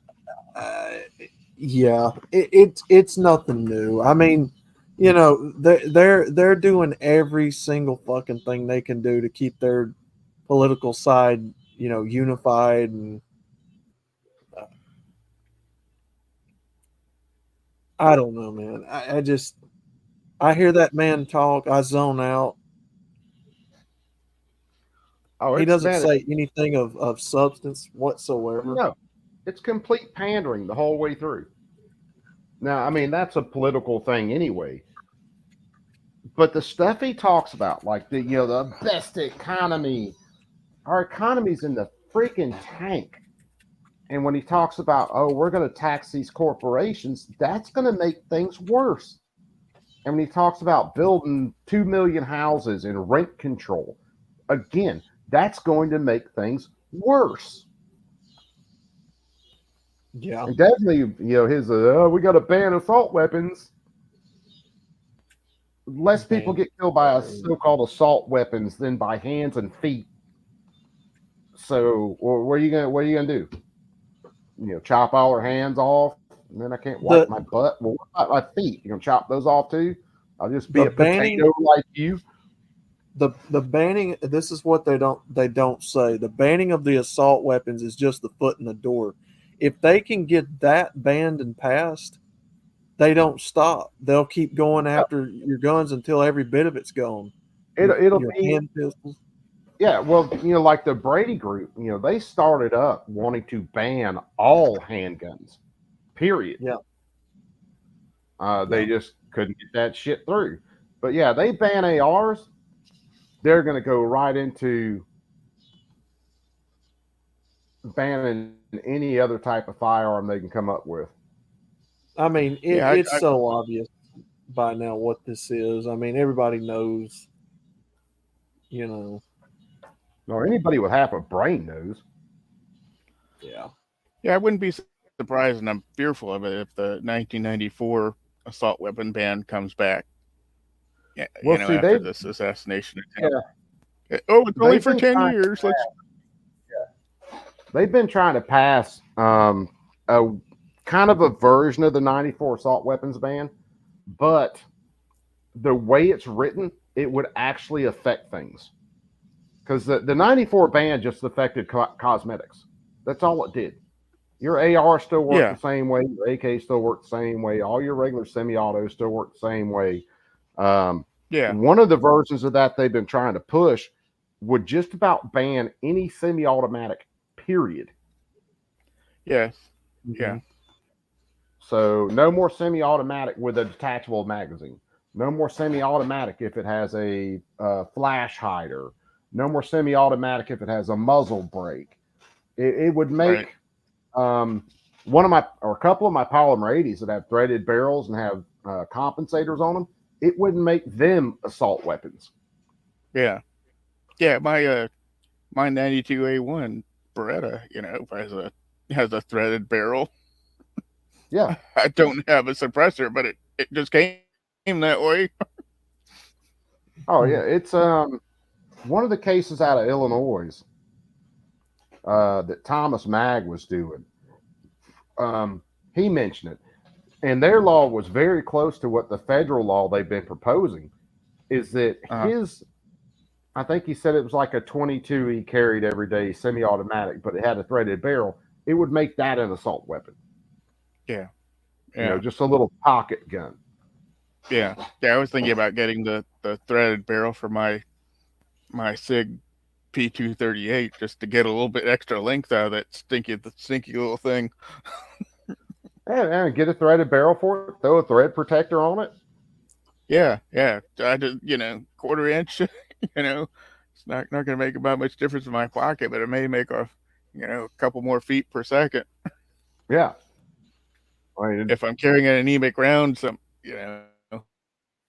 I carry that when I don't feel have physical problems, and so I carry that when I was like, I don't think I can handle a 9 today if I have to. Yeah, and it's a situation where people change guns a lot depending on circumstances and depending on how they are feeling a certain day or what their health's like. So, like I don't think I can handle a 9 today. Let me drop back to this. With some people, it's say clothing or the situation they're in. Well, damn, even a subcompact is going to kind of show. So I'm going to go with a little pocket gun today or something like that. Yeah, and I have a little pocket gun when I have to dress in slacks and a button down and tucked in shirt. Yeah. So, but it's better than nothing. I need to get me one. The 43 that I built, the polymer 80. It's the size of a 43. I think that would work just about for a pocket gun. And it still gives me, I think with a mag extension, I think it gives me 8 or 10 rounds of 9mm. But I'd hate to try to shoot someone from distance on that little dinky ass thing. No, this little, I have an LWC Camp 380, and there are no sights on it. Yeah. It's like, you don't need sights to use this. It's a straight up belly gun. Yeah. MC, what's up, brother? You over on the Rumble side. How's it going? Yeah, I mean, some guns, like years ago, one of the fucking retarded ass guns I bought for an ex of mine was a little Raven 25 automatic. And I explained to her, this is an arm's reach gun. You're not a little ways away from someone trying to shoot you with it. It is someone is on top of you. You put that joker in their chest and you pull the trigger till it runs dry. Yep. That's what that gun did. Now, I will say this, for a little Raven 25 automatic, it actually shot okay, and it never hung up. And I ran a lot of rounds through that thing. Bobster, how you doing today? Uncle Bernie goes to Washington. I don't think, I don't know. Unless you're talking about Biden. We'll see. We're just kind of hanging out. We're going to shoot the shit, see what J.D Vance has to say.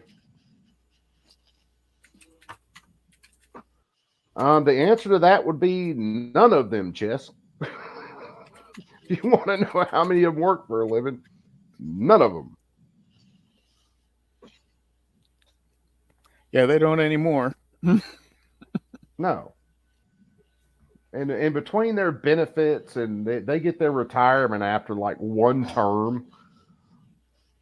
Yeah, they voted down to one term now. It's something like, it's a crazy short amount of time that they get a federal retirement and federal health care. But hell, almost none of them have to worry about that because they're doing so much shit while they're up there that they can come up there like Joe Biden and damn near be broke and then be a millionaire. Yeah. in a couple before of they years. get out of the House or the Senate. Yeah. It's funny how that works. And if they do, leave Congress, well, a lot of them are attorneys. They can go, there are lots of firms that will hire them just to put their name on the door. Oh, we have, former representative, blah, blah. I don't know. Among our ranks. Hank Johnson is a lawyer. I don't see anybody rushing to put his ass on the letterhead. Yeah. As a matter of fact, if I was in criminal trouble and Hank Johnson walked in there and was gonna be my lawyer, I would plead the death penalty to the judge right away. Because but sir, it was a simple whatever. I'm gonna get it anyway. Let's just cut to the chase because this dude is so freaking stupid. At that point, you say, "No, I'm going pro se, thank you." Yeah, that'd be about the best way to go. Yeah, Judge, I will be defending myself in this instance. Give me a couple law books in about 5 minutes, and I'll do way better than that dude. Yeah. I haven't said in a congressional hearing that an island's going to tip over. Good God. Every time I watch that, I think Right. that damn that admiral handled that like a fucking champ. And I'm here to speak for him. My name's Alicia Lopez. I'm Herman Lopez, and we're the parents of our son, Hunter Lopez, a U.S. Marine stationed Yes, it in does. Camp Pendleton, San Diego, California, who passed away on August 26, 2021 in Kabul, Afghanistan. Man, they tell us My name is Abby Sanchez, and I am the voice for my brother, Corporal Humberto Sanchez. You give me this. Look at Bob Menendez. Apparently, he got voted off the Democrat island. He did something bad enough where the rest of the Democrats got pissed and actually let him go to court. And he just got convicted today or yesterday.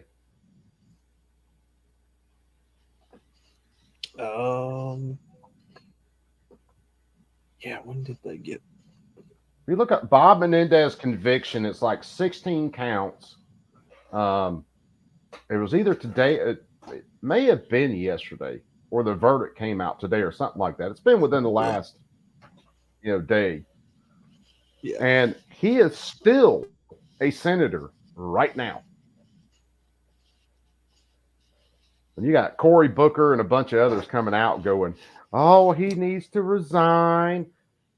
When the original case ended up in a hung jury, and they defended the shit out of this dude for like the last 5 years.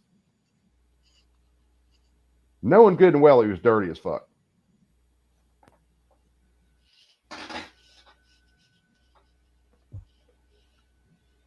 And that was probably some of it. MC, he just wasn't sharing that kickback enough. Because I promise you, none of these politicians get in trouble for anything unless they piss too many people off. And then they're like, screw it. We're going to slide them over here, let that be known, and whatever happens, happens.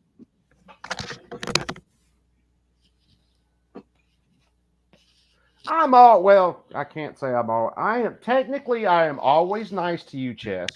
I just go over really, serious content that seems to inflate your blood pressure, my blood pressure, and everybody else's. You could use this as a version of a stress test at the doctor's office half the time. Oh my God. You need to run on the treadmill? Nope, we're watching Coop Stream. You're getting plugged in too. Let's see who's blood pressure better. Oh yeah. But Doc, why'd you throw that?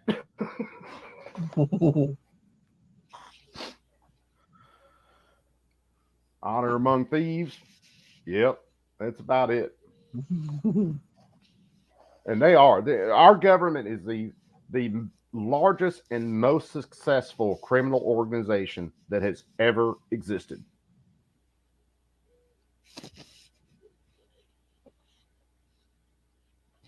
And that ain't even a joke. Nope.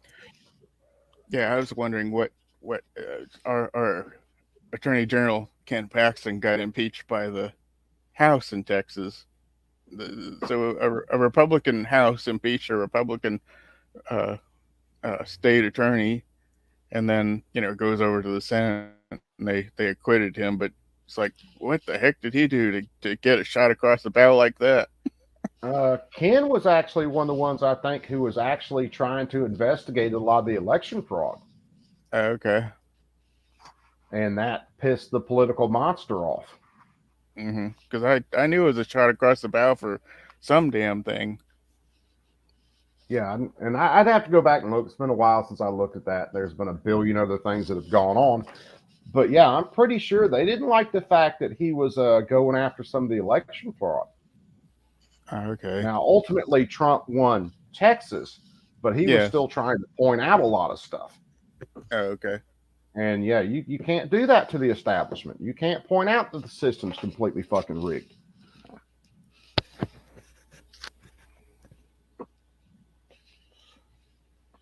Too old for give a shit. Yeah, I feel that a lot of times, Chess.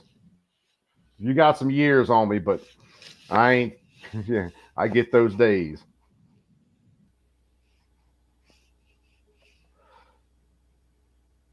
Oh shit! Should we play it?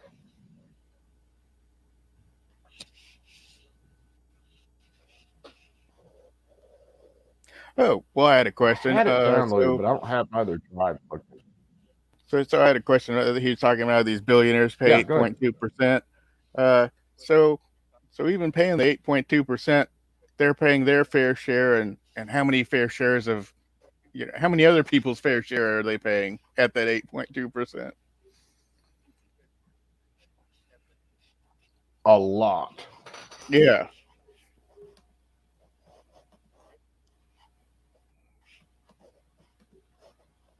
I can't remember which. Oh, maybe that'll come up.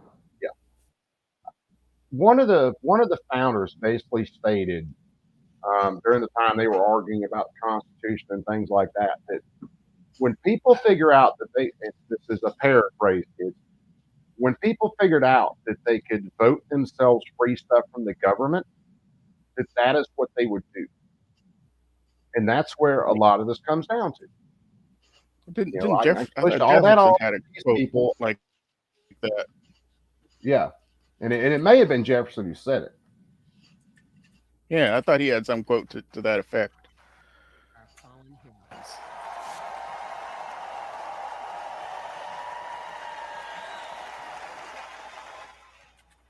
Yeah, it was something to that effect, and I couldn't remember which one actually wrote that, but that's what it came down to.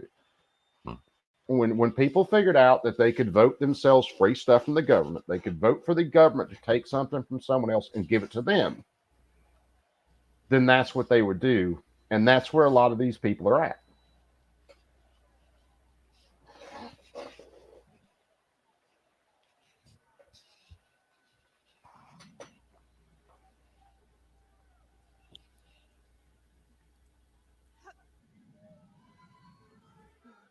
Hello, America. I'm Christy Shamblin. My daughter-in-law. Hold on, let me turn this up. Nicole Leanne G.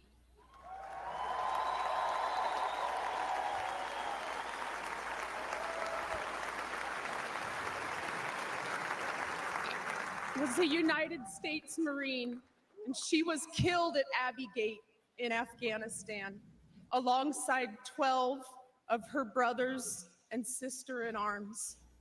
While Joe Biden has refused to recognize their sacrifice, Donald Trump spent 6 hours in Bedminster with us.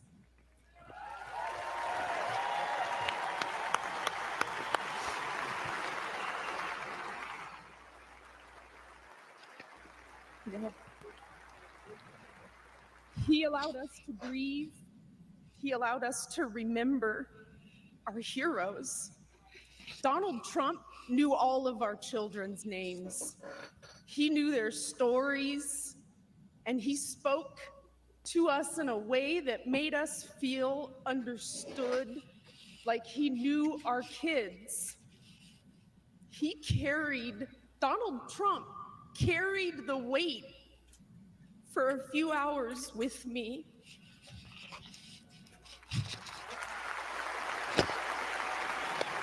Yeah.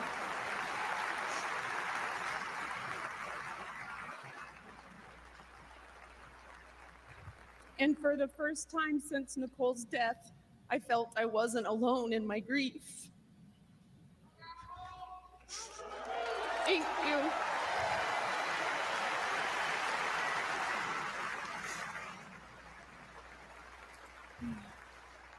I had expected to meet an arrogant politician. Instead, I met a man who had empathy for us. He was compassionate and he spent time with us because he knew it would make us feel better. Thank you, President Trump.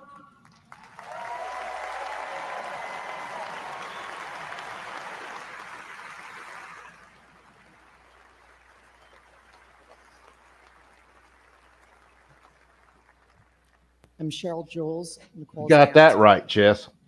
Joe Biden said the withdrawal from Afghanistan was an extraordinary success.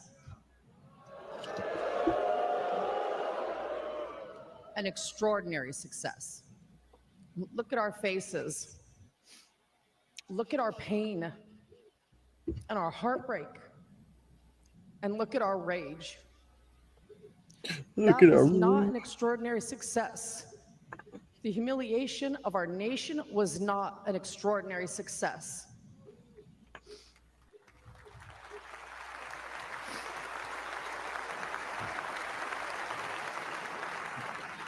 Joe Biden may have forgotten that our children died, but we have not forgotten. Donald Trump has not forgotten.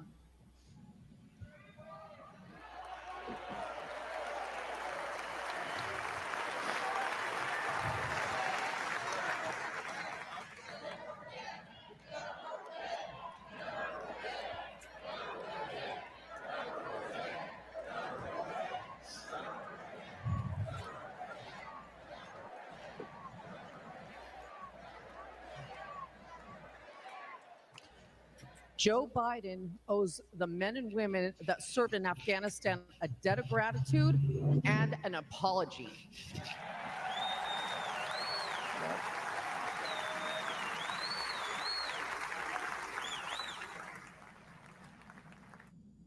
Donald Trump loves this country and will never forget the sacrifice and bravery of our service members.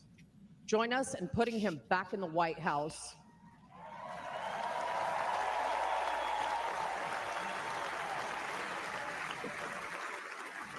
I like that hat.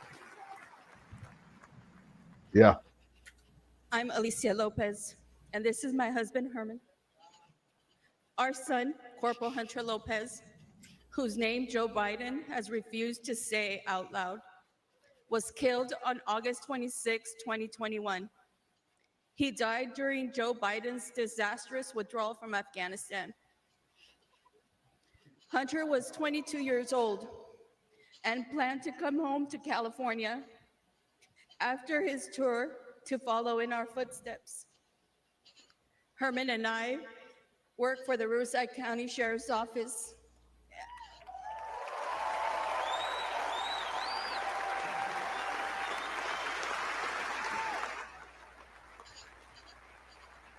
And our family has a tradition of service in law enforcement.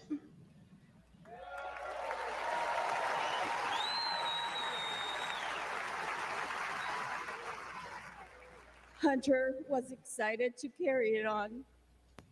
Instead, in the nearly 3 years since Hunter's been gone, there has been silence. Silence from that empty space at the dinner table where Hunter would have joined his brothers and sister and us for family gatherings. And there has been a deafening silence from the Biden and Harris administration.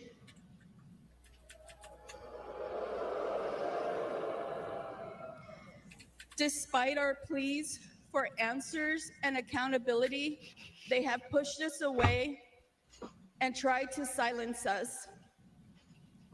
The Biden administration has not owned up to the bad decisions. They have not been transparent about their failures. And their so-called leaders work to protect themselves rather than our sons and daughters who took the oath to defend our country.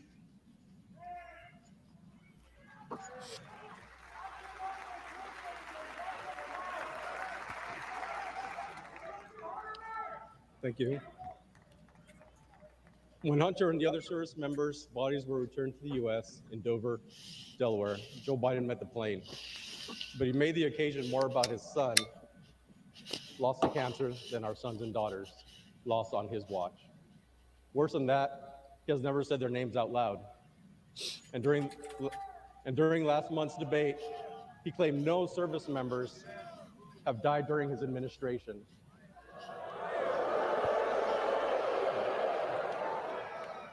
None. That hurt us all deeply. So Alicia and I are here to say the names of all 13 service members who lost their lives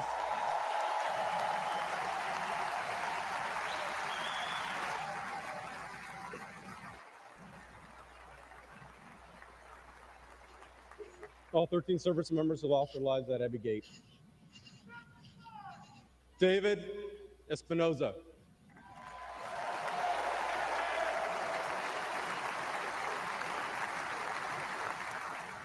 Nicole G. There ain't a dry eye in that place. Taylor Hoover.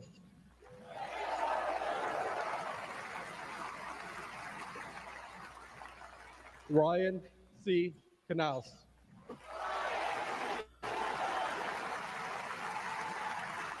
Riley McCollum.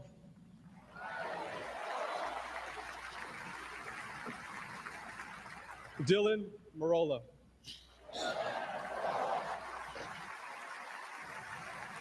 Kareem Nakui. Dagan Page.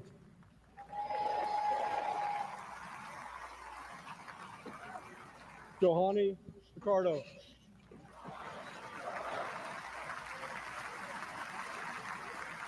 Humberto Sanchez.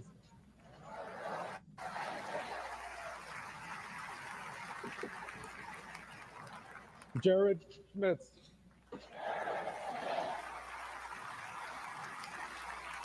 Maxon Sobiak. And my son, Hunter Lopez.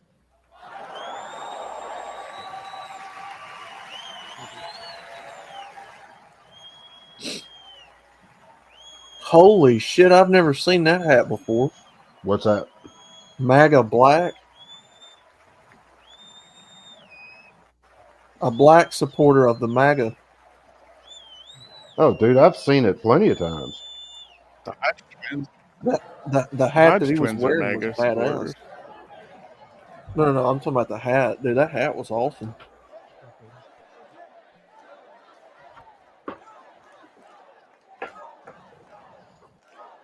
Joe Biden has to go. He failed the American people. He failed the Afghan people and our military service members. He failed our family, and he failed Hunter. Donald Trump has a proven record of keeping the peace and honoring those in uniform. He just said Joe Biden.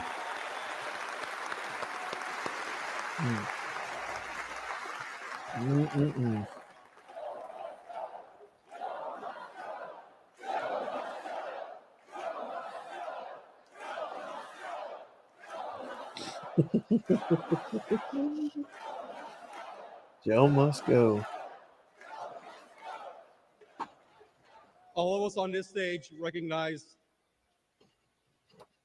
the efforts of Mr. Trump. We know this firsthand. We've experienced it. Whenever we've met with him, he has demonstrated compassion. He has joined us on our mission for answers, and he has given hope to our extended Gold Star family.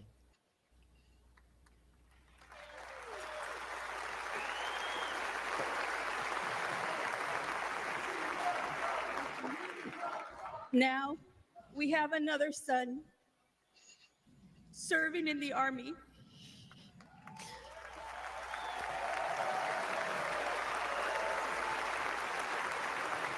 And we do not trust Joe Biden with his life. Wow. We have faith that Donald Trump to lead our military. Please join us in supporting Donald Trump for president and commander-in-chief. I got news for you. The damage Joe Biden's done to our military leadership is going to be with us for decades. Sad but true. Dude, one of the reasons, you guys remember Tommy Tuberville was holding up all these promotions? Uh-huh. The reason Democrats were so pissed at that is all of them were political appointees, basically. They weren't your door kickers, go get it done people, which, hell, look at it. It's like the Air Force, the Marines, and so Air Force, Marines, and someone else. They've got their transgender generals. Yeah, who's that trans blonde? What's that person in charge of? Oh, I forget. And of course, you got our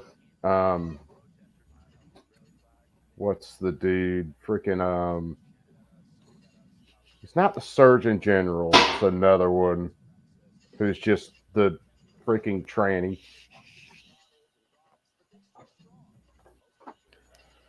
Yeah, the blonde tranny is who I'm talking about. Yeah.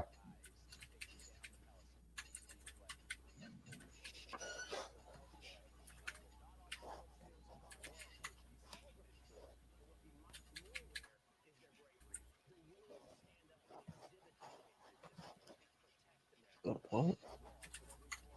Let me look at something.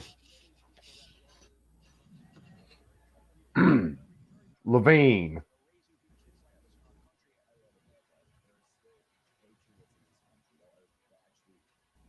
Rachel Levine, is that what I'm thinking of? Yeah. Dr. Rachel. Yeah, that's it.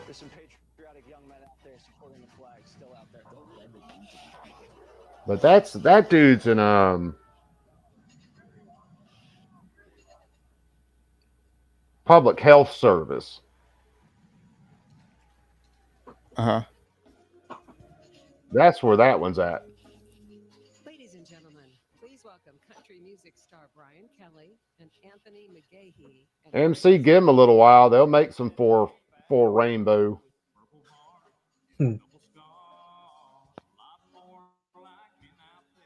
Here, we got something better to listen to.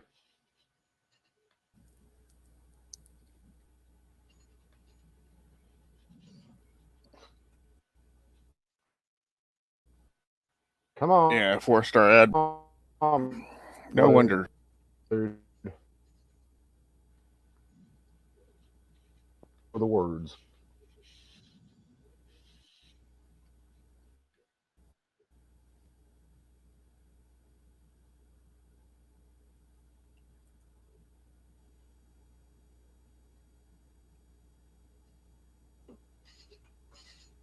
Is that Penny?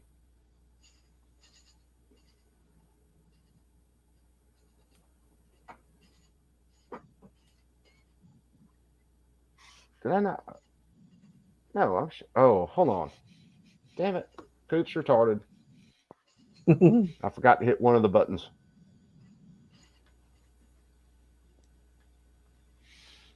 All right, here we go.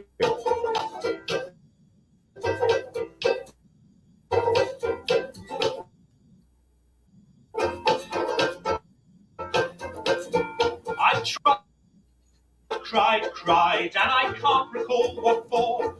I pressed, I pushed, I yelled, and then hopes of some success. The inevitable fact is that it never will impress. I've no more fucks to give. My Fox have run a drive. I tried to go. Tell me who hadn't been there in a while. I have more fucks to give. The more fucks I tried to get. I'm over my fuck budget and I'm now in fucking debt. Oh my god. Shit, we all in debt these babies.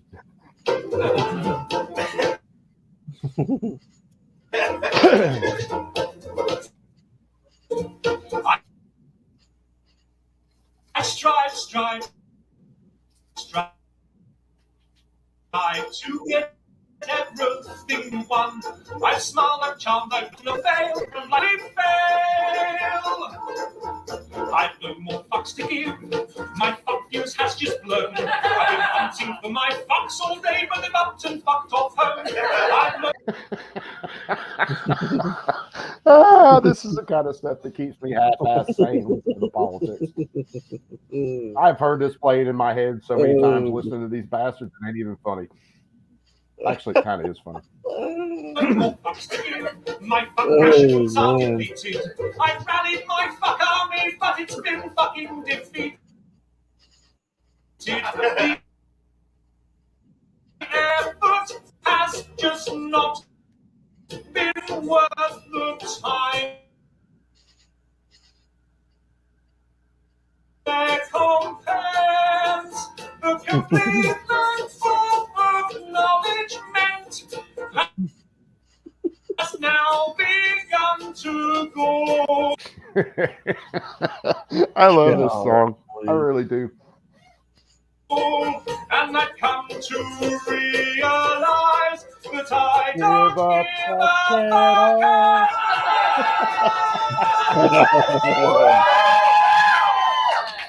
I've no more fucks to give. My fucks are blown away. My fucks are now so fucked up. Now, tell me you haven't been there listening to some of the shit we've even listened to tonight. Oh, man. You fucked off, just refused to stay. Great phone ringtone? Yes, it would be. Yeah, you ain't lying. My fucks have gone insane. They've come back round and passed me while they're fucking off again. I've no more fucks to give. My fucks have all dissolved. I planned many projects, but my fucks won't be involved. I've no more fucks to give. My fucks have all been spent. They've fucked up. All right, everybody's got to hit the last line in here. Everybody sing along. No more fucks to give. This will be stuck in your head tomorrow. No more fucks to give. I no more fucks. I no more fucks. I no more fucks. You got to admit, it's a catchy ass tune. It really is. It'll definitely be stuck in your head tomorrow. Oh, hold on. Damn it. Wrong freaking button again. Always the button.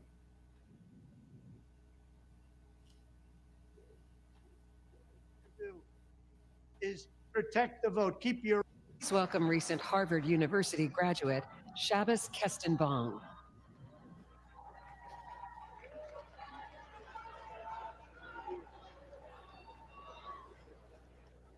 My name is Shabbos Kestenbaum. I am a proud first-generation American. Right back. I am a proud Orthodox Jew.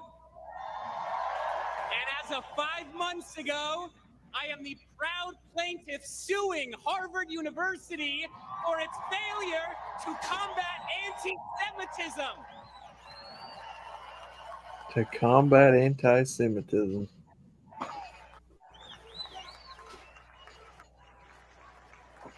I came to Harvard to study religion, the foundation of Western civilization. What I found was not theology, but a contempt for it. My problem with Harvard is not its liberalism, but its illiberalism. Too often students at Harvard are taught not how to think, but what to think. What to think, yeah. I found myself immersed in a culture that is anti-Western, that is anti-American, and that is anti-Semitic.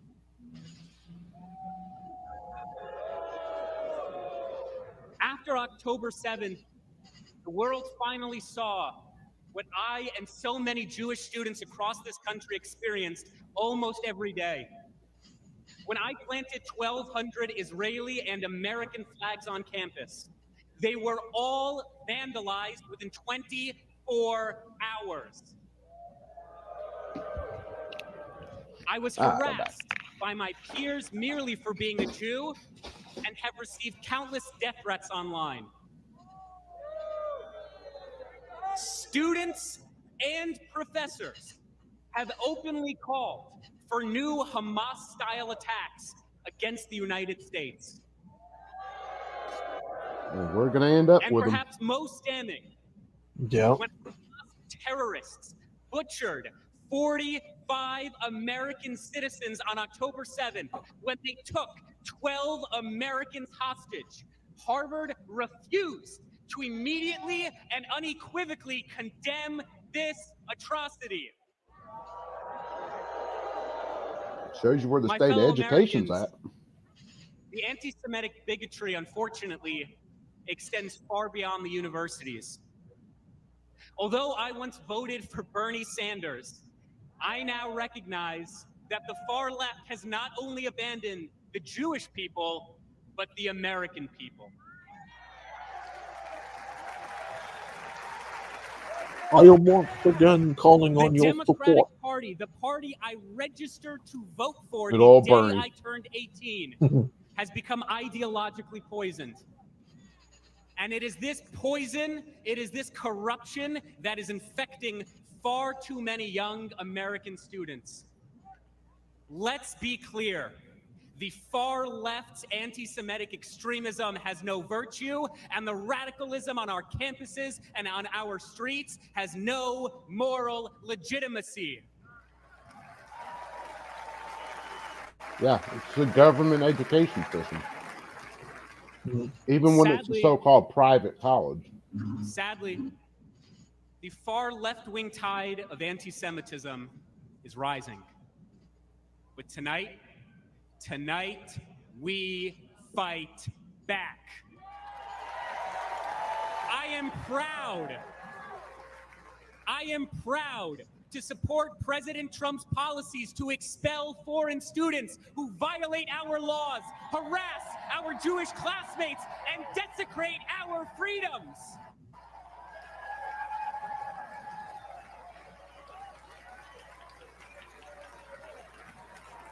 Let's elect a president who will instill patriotism in our school once again. Let's elect a president who will confront terrorism and its supporters once again. Let's elect a president who recognizes that although Harvard and the Ivy Leagues have long abandoned the United States of America, the Jewish people never will, because Jewish values are American values, and American values are Jewish values. You got that right, Chess. I mean, they're just basically indoctrination centers and have been for a long time. And return the American hostages. America in is not Gaza Jewish now. values, though. What's this guy talking about? Ladies and gentlemen, please welcome the parents of an American hostage held in Gaza. Orna America and has Ronan American Lutra. values.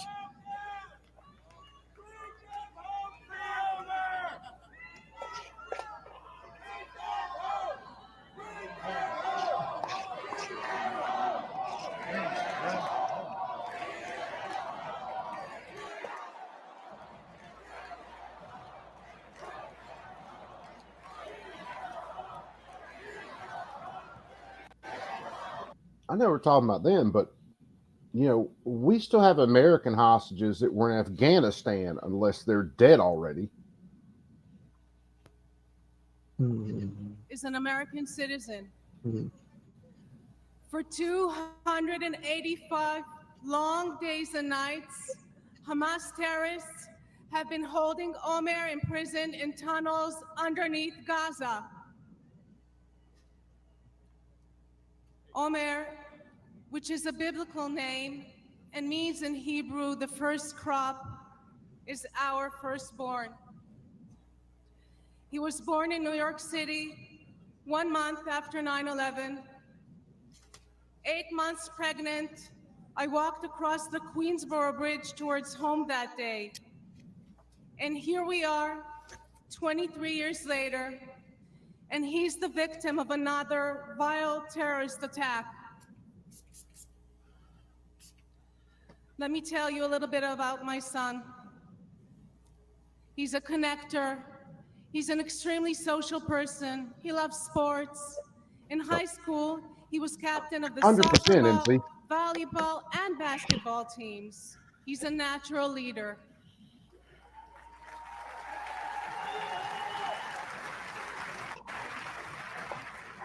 And he cares deeply about others and about helping them grow. He turned 22 on October 14th, 2023. And instead of celebrating with us and with his friends, he spent his birthday as a hostage of Hamas terrorists. Imagine, over 9 months, not knowing whether your son is alive, waking up every morning, praying that he too is still waking up every morning, that he is strong and is surviving. I recite Psalm 23 in his merit every single day. גם כי אלך בגיא צל מוות, לא ארערה כי אתה עמדי. I walk through the shadow of the valley of the shadow of the death, I will fear no evil. For thou art with me, thy rod and thy staff, they comfort me. Bring them home. Bring them home. Bring them home. Bring them home. Bring them home. You can have a weak ass leader in Joe Biden. He wouldn't be stuck over there in the first place. The brutal Yep. October 7 attack on Israel, over 1,200 people were slaughtered. Of them, 45 were American citizens. Where is the outrage? Where is it? This was not merely an attack on Israel. This was and remains an attack on Americans. Omer is one of 8 American hostages and one of 120 hostages still left in Gaza. Citizens of 24 countries and 5 different religions, still held by Hamas, denied basic human needs, their lives threatened every day. President Trump called us personally right after the attack when Omer was taken captive. We know he stands with the American hostages. We need our beautiful son back. Yeah. Strength through appeasement ain't the best plan. Your support. We need your support to end this crisis and bring all the hostages back home.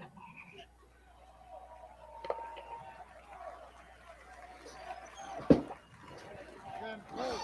Bring them home. Bring them home. Bring them home. Bring them home. Omer, we love you. We won't stop fighting for you. Say it with us. Bring them home. Bring them home. Bring them home. Thank you, everybody. God bless Israel and God bless America.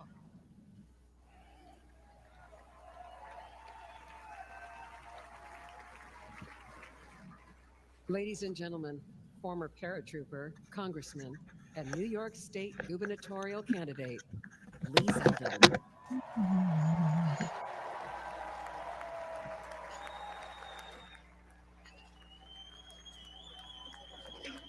Hello, Wisconsin. I'm Lee Zeldin from New York.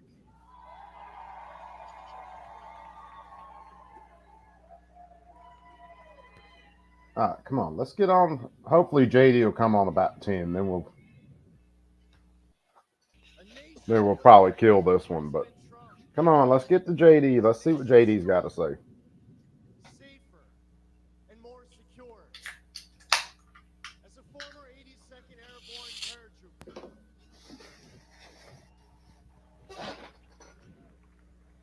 I want a military focused on being the world's greatest fighting force, not its biggest social experiment.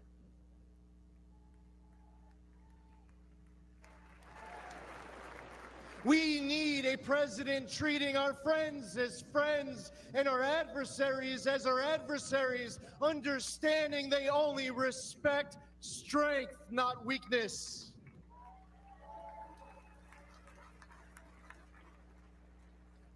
I was on the House Foreign Affairs Committee under 3 presidents, but only one ended wars without starting new ones. President Donald Trump.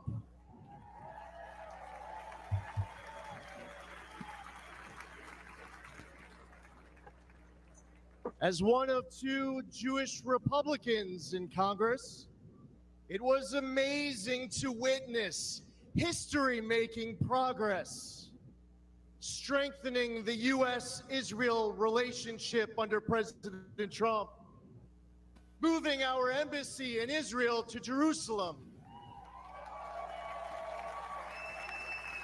recognizing Israel's sovereignty over the Golan Heights, and launching the Abraham Accords, which no one said was possible.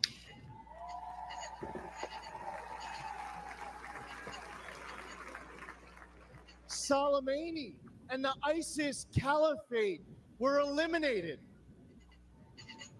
President Trump withdrew from the Iran deal, stopped those insane ransom payments, and crippled Iran with maximum pressure.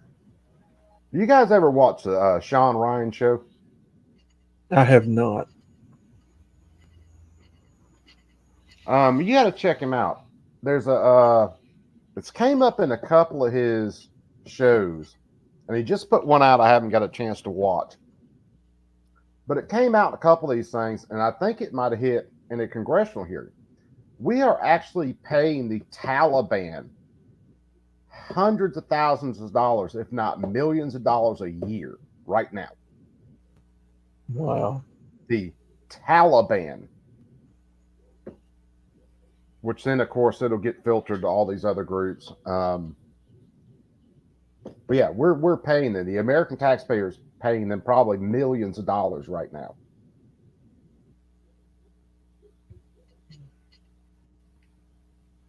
It is absolutely insane.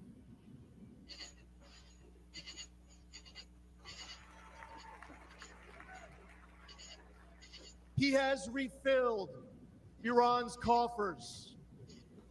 Since October 7th, Biden has pandered to anti-Semites who cheer Hamas's attack. There have been a couple of hotties out there, Chess. All while Americans are still being held hostage in Gaza. I'm telling you, if they're not dead yet, we have hostages still in Afghanistan. Gold Star families with his fatal withdrawal from Afghanistan, and then he lied about it during last month's debate. Yeah, Matt, I saw that too. No service members had died under his watch.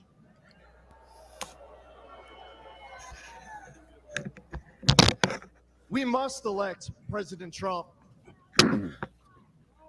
Whether building an Iron Dome defense shield at home, countering China and other bad actors abroad, or securing our borders, he will make America strong and respected again. President Trump risks everything for us. Is he giving a speech or taking a shit? That's We what I'm need saying. him back in the White House now more than ever before.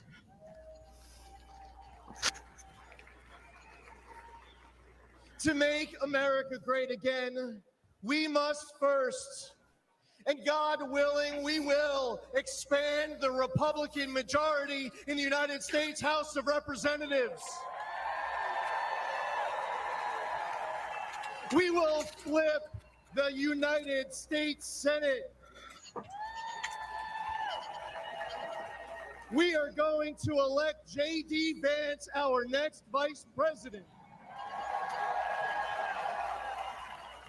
And we will make Donald J. Trump the 47th president of these United States.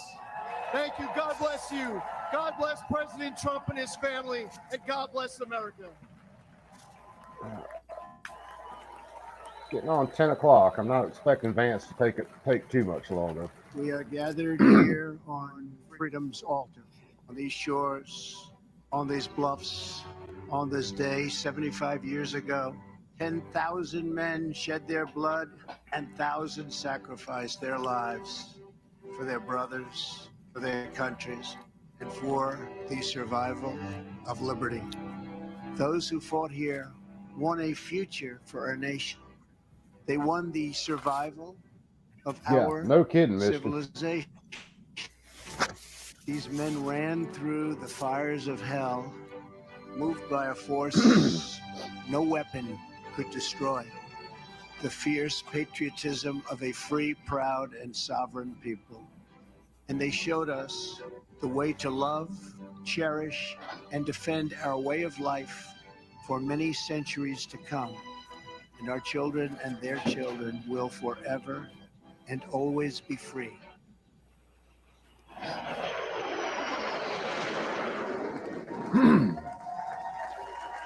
Ladies and gentlemen, please welcome World War II hero, William Peckrell. So this is where they try to go after the whole Trump said that horse shit at Normandy. Because that's one of the big narratives that the fucking left keeps pushing.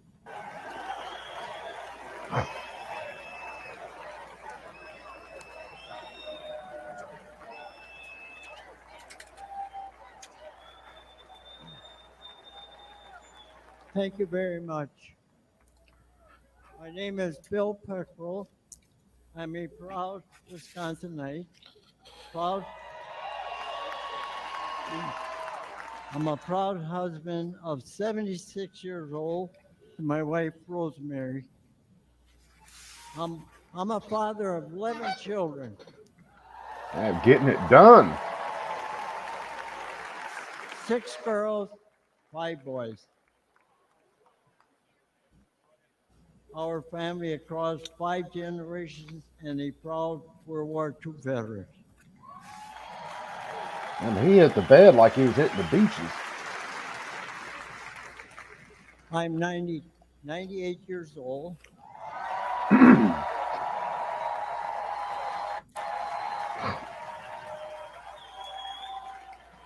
Now, when he said 77, he was bragging about having a younger woman. Some call us the greatest generation.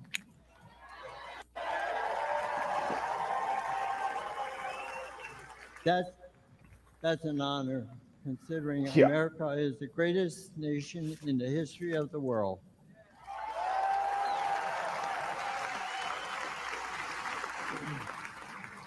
I will never forget and witness the horror of the Nazis' war camps. In the Battle of the Bulge, my friends and I fought to stop the Nazis' last major push in the Western Front. I heard that, Chess.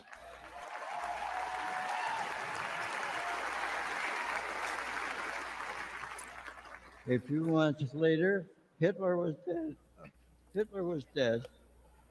The Nazis were defeated.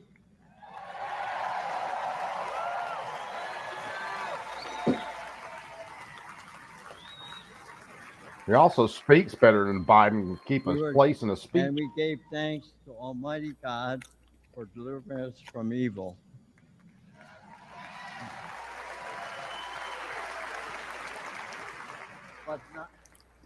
But not many of us came home. I still miss a lot of my friends on that beach. And there were many of us left. There aren't many of us left today. But for us, those of us who are here, that America is still worth fighting for.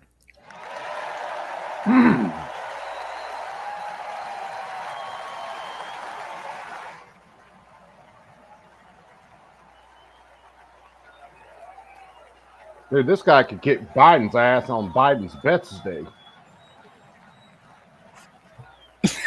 Yeah.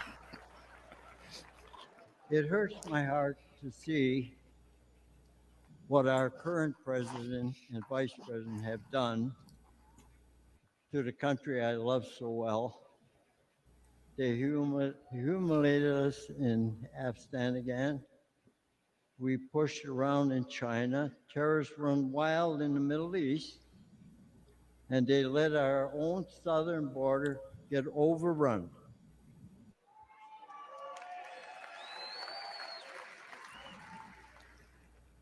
America, people say,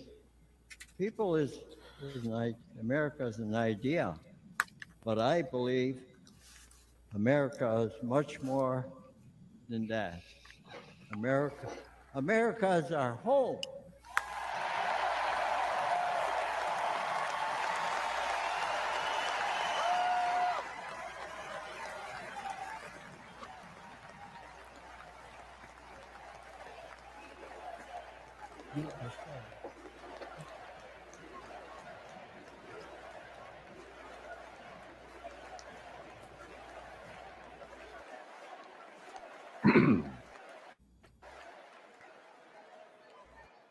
You know, when I was fighting in Europe, Got that when right, I Damien. came back home, I kissed the ground, thanking God that I'm back home in my country.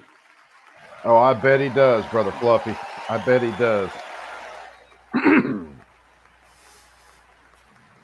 And where I come from, when somebody comes for me or my home, you dig in your boots in the ground and never look back.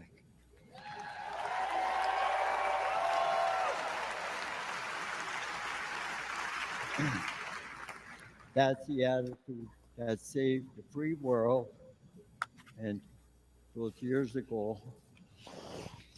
And President Trump, back in Commander-in-Chief, I would go back to re-enlist today.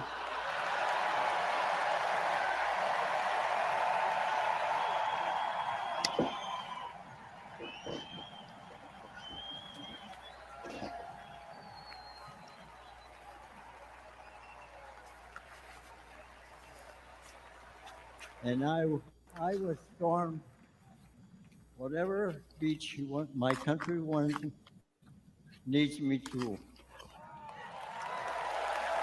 fight again. Amen to that. God bless you.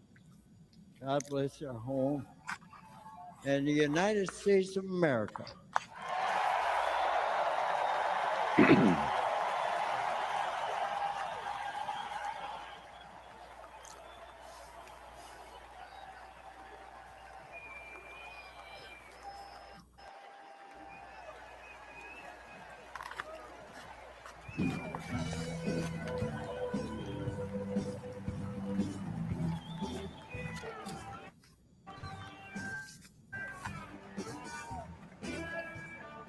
That was worth watching right there.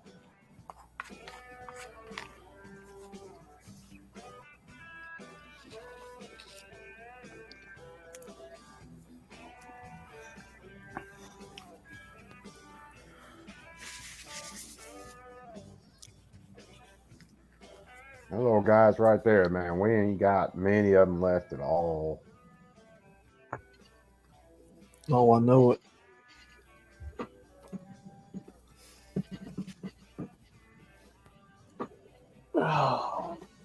I've been fortunate enough, man. I've known people who were in World War II, couple, known people who were in the Korean War. Of course, my dad was in the Vietnam War. Known guys who served in Afghanistan, served in Iraq.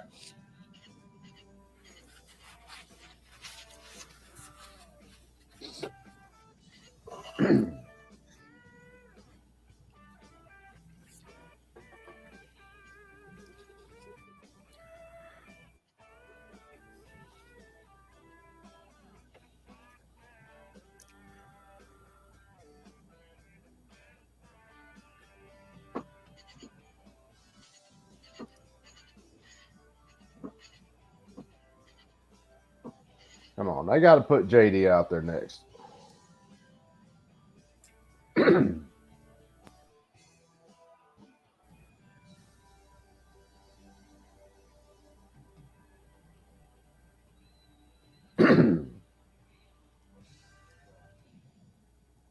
Nope, Donald Trump Jr. is next. Then JD.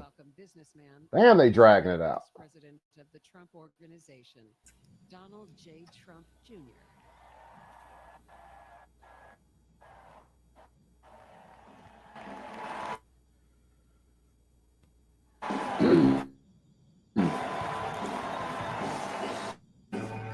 Oh.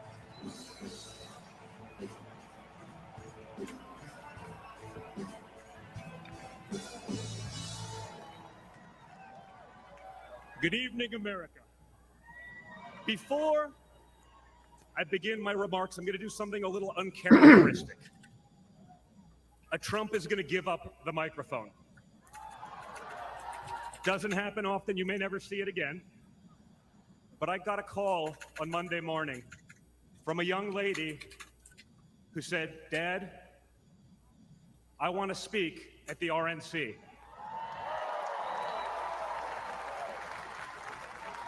I want to speak at the RNC because I want America to know what my grandpa is actually like.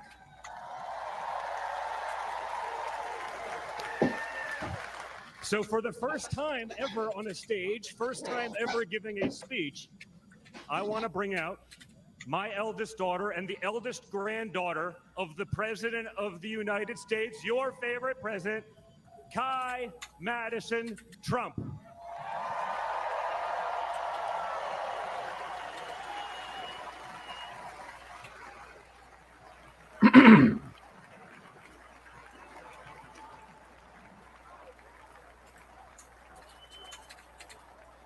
Damn.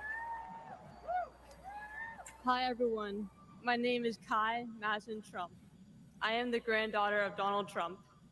I'm speaking today to share the side of my grandpa that people don't often see. To me, he's just a normal grandpa. He gives us candy and soda when our parents aren't looking. I wish I had a grandpa. He always wants to know how we're doing in school. When I made the high honor roll, he printed it out to show his friends how proud he was of me. And he calls me during the middle of the school day to ask how my golf game is going and tells me all about his. But then I have to remind him that I'm in school and I'll have to call him back later. When we play golf together, if I'm not on his team, he'll try to get inside of my head. I know. And he's always surprised that I don't let him get to me. But I have to remind him I'm a Trump too.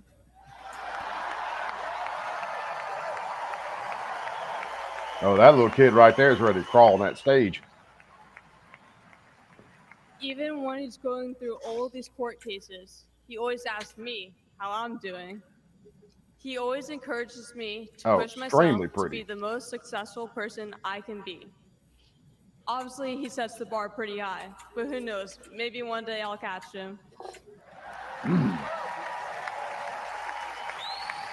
On Saturday, I was shocked when I heard that he has been shot. And I just want to know if he was okay. It was heartbreaking that someone would do that to another person.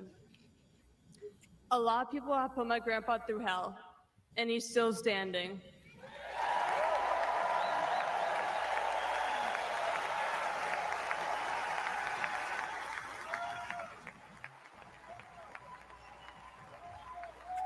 Grandpa, you are such an inspiration, and I love you.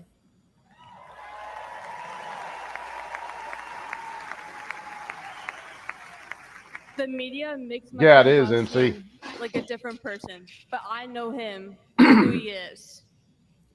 He's very caring and loving. He truly wants the best for this country. I guarantee and he will this fight girl gets every single trashed day on social to make media, though. America great again. Thank you very much.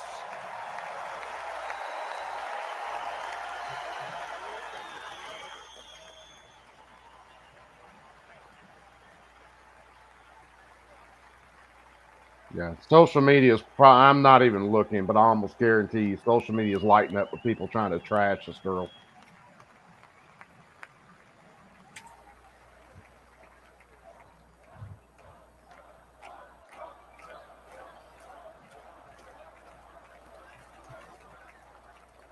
A lot of proud moments this week for my family.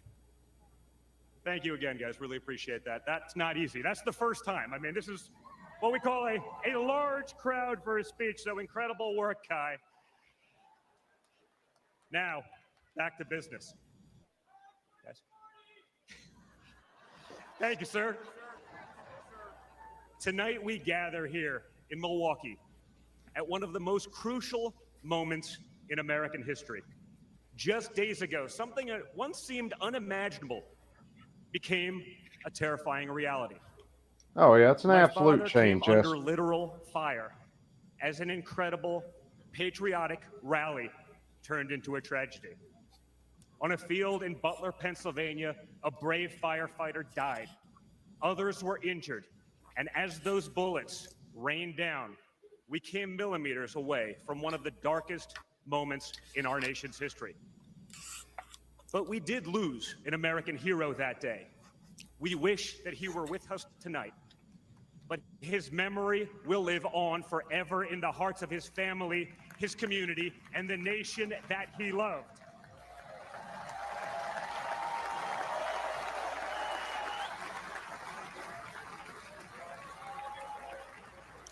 So I would like to take just a moment tonight to express our gratitude for the life and service of American hero Corey Comparator.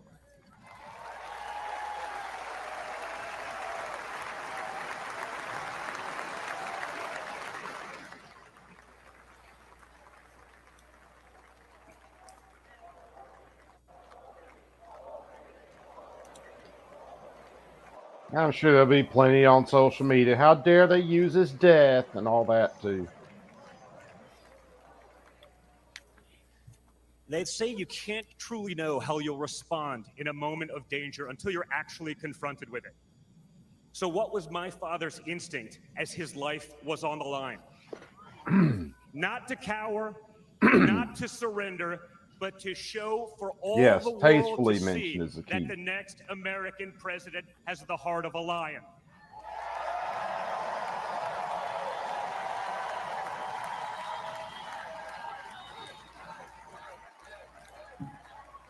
That the next American president has the courage to put the American people first once again. And in that moment, my father didn't just show his character, he showed America's character. When he stood up with blood on his face and the flag at his back, the world saw a spirit that could never be broken.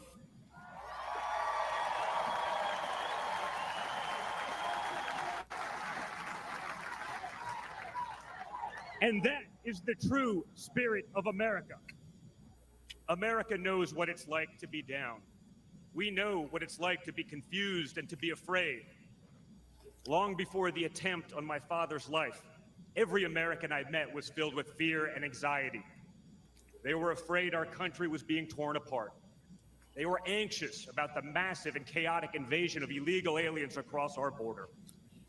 They were deeply concerned about partisan lawfare, education indoctrination, and attacks on freedom of speech. Most terrifying of all, they saw that our leaders didn't care, or worse, that they joyfully aided and abetted the erosion of our rights. And the lies. Oh yeah, the lies. We won't ever forget the lies. From left-wing politicians, from their allies in the media, when you hear them in a row, you fully understand the extent they have gone to divide this great nation. You ain't wrong about that. They lied about Russia collusion. They lied about Hunter's laptop. They lied about Joe Biden's fitness for office. They lied about the border being secure. They lied about inflation being transitory. They lied about how they would safely withdraw from Afghanistan. Oh, I hear that, Chess. They lied about Biden being a, quote, moderate. And they told one nonstop lie after another about my father. But they could only run away from reality for so long. All hell has broken loose in America, and it's impossible to hide anymore.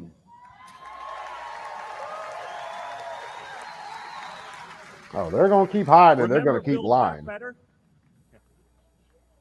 Instead, we got broke, bumbling Biden.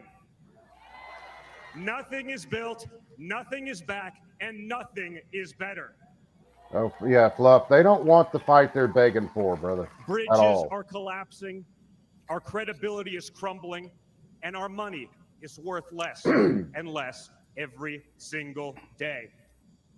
It was just one giant bait and switch, and normal Americans are the ones left holding the bag.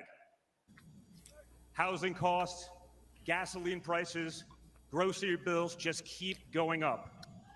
Wave after wave of illegal aliens, deadly drugs keep pouring across our border. Meanwhile, pro-crime district attorneys have turned our cities into giant crime zones. They've turned criminals into victims, prosecutors into criminal defense attorneys, and police into public enemies. Left-wing activists are pretending to be educators, teaching our kids that there are 57 genders, but they can't even define what a woman is. Oh, one good deal, hand, Mike. I'm glad. They think free speech Upgraded meaning they protects their got right better. to expose your children Glad they're to doing better. explicit drag shows. On the other hand, they want to put you in jail for making a meme. It's like the entire world has been turned upside down. Does any of this sound like a country that's going in the right direction? And honestly, who is actually running the country anyway? It's obviously not Joe Biden. So who are they asking us to elect? Seriously, who's running things? Does anyone really know? Is it Jill? Is it Hunter? Barack Obama? Maybe it's the ghost of Corn Pop. That's a good joke.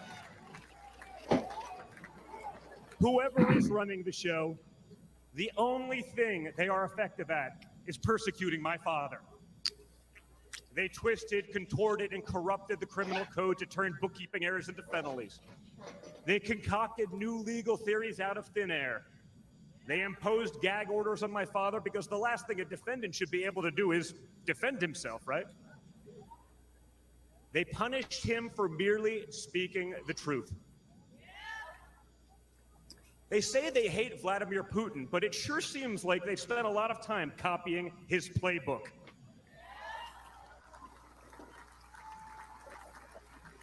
In this country, we don't criminalize political differences.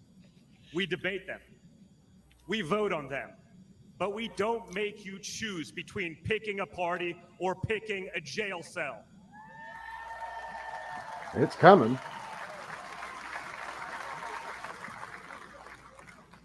There was a time when the Democrats really wanted what was best for America, even if they had a different way of getting there.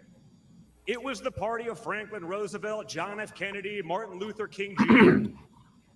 You may have disagreed with that party, but at least you could respect it. But this new extreme Democrat Party, they want us to somehow believe that the only way forward is going backwards, where hiring decisions are based solely on race, where justice is only for those with the right opinions, where streets are a luxury only for the elite, where economic opportunity exists only when you know the right people. Right now, the America we all grew up with, the America that we love, feels like an old photograph where you sit down with your children and tell them what life used to be like. You look back at that America and remember a country that was confident and proud, an America that knew who it was and what it stood for. And it could all feel like a distant memory. Somewhere along the way we stumbled. Somewhere along the way we lost ourselves. Civil War. But we can't live on nostalgia. Yes, America was great, but our greatest days are yet to come.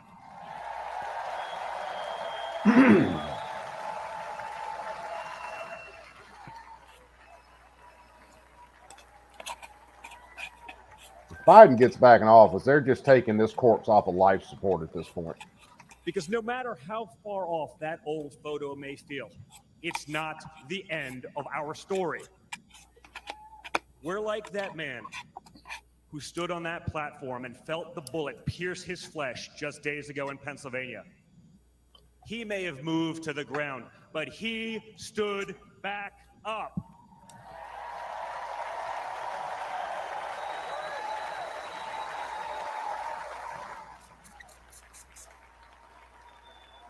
And when he did, my father raised his fist into the air. He looked out at the crowd. And what did he say? I thought he said fuck him, but apparently he said fight.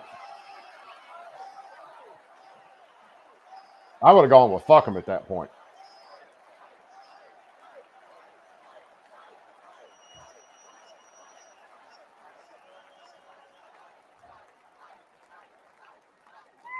And we will fight. We will fight. We will fight with our voices. We will fight with our ideas. And on November 5th, we will fight with our vote.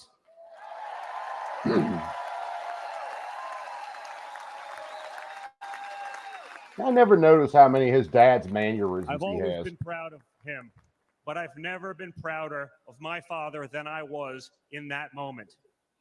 That's when the world found out that there is tough, and then there's Trump tough.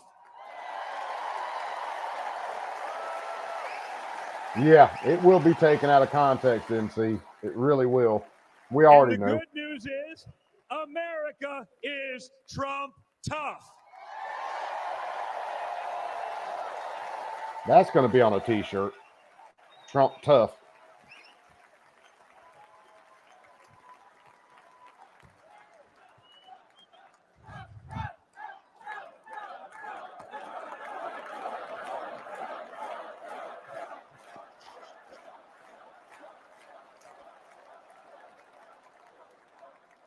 In 1912, more than a century ago, another legendary Republican president came right here to Milwaukee. At a political rally less than 1 mile from where we stand tonight, Teddy Roosevelt was struck by a would-be assassin's bullet. But he didn't quit either. He finished his speech and he kept fighting.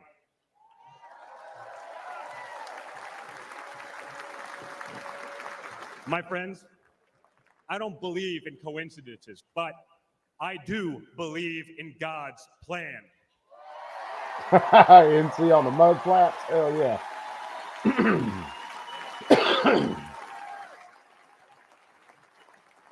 Today, Teddy Roosevelt's man in the arena has a name, and it's Donald J. Trump.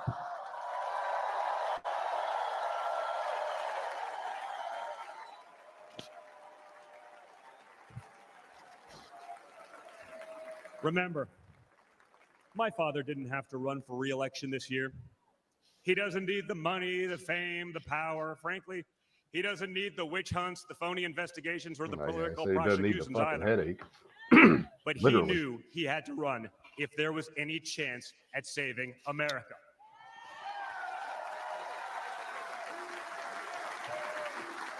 He's not doing it for himself. He's doing it for everyone here tonight, for everyone watching at home.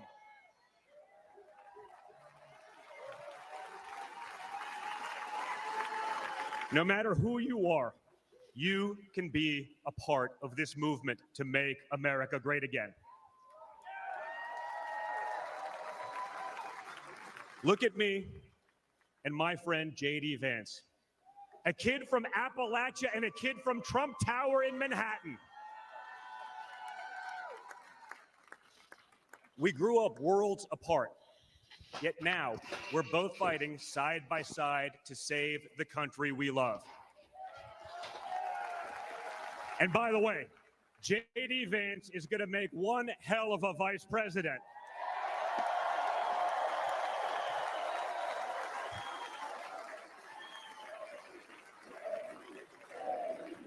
Yeah, I don't think he gets banned on Twitter again, MC. I don't think Elon's in any danger of banning Trump. For those of you who have tuned out politics or have never even voted, I want you to know, if you're looking for a better life, There's Bob. a more prosperous future, a safer, more wholesome and patriotic place to call home, There's Bob. There's room for you in this party and in this movement.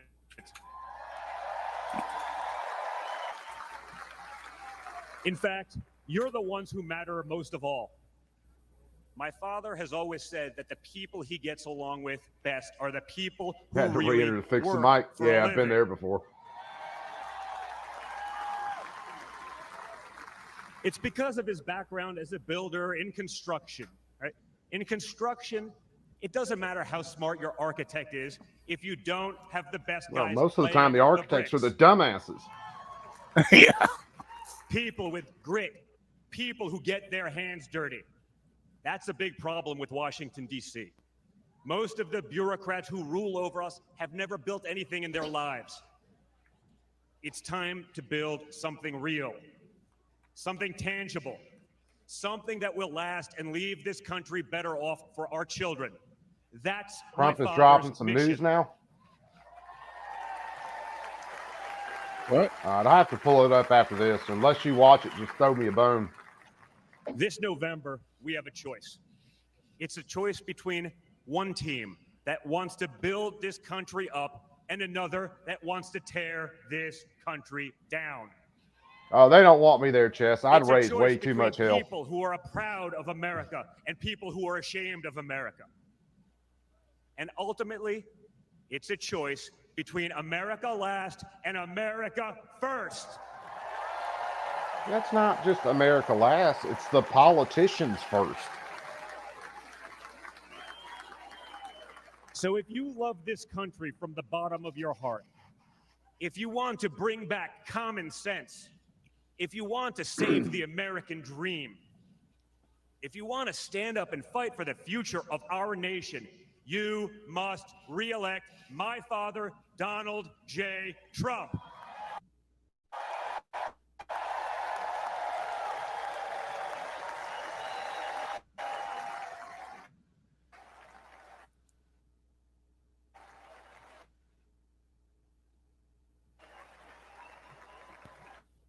We will make America About- great once again. Biden tested positive for COVID and having mild Thank you, symptoms. Wisconsin.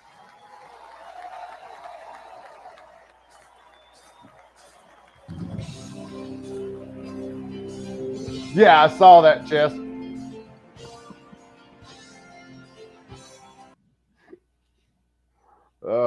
shit.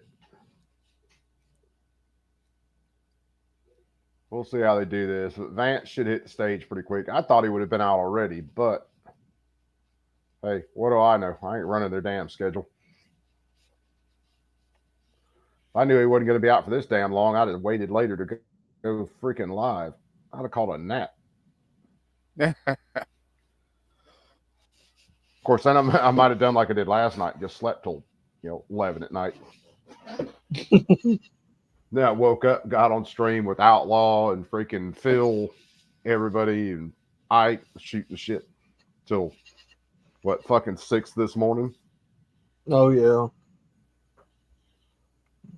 I had to go to bed like around, I don't know, I went to bed around 4 o'clock this morning.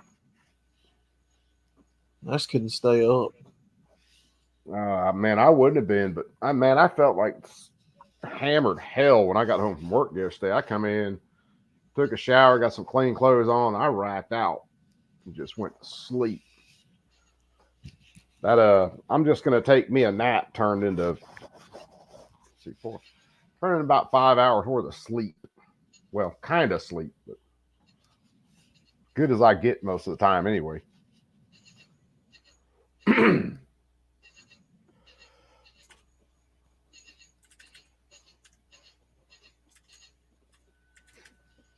We always good about trying to get you out of the blahs, Chess. We may not always hit the mark. we watch way too much political horse shit. And judging by what they're doing to the state of accounts as far as guns these days, maybe I need to stay in the more political bullshit. I keep all my gun stuff over on Rumble when I do it.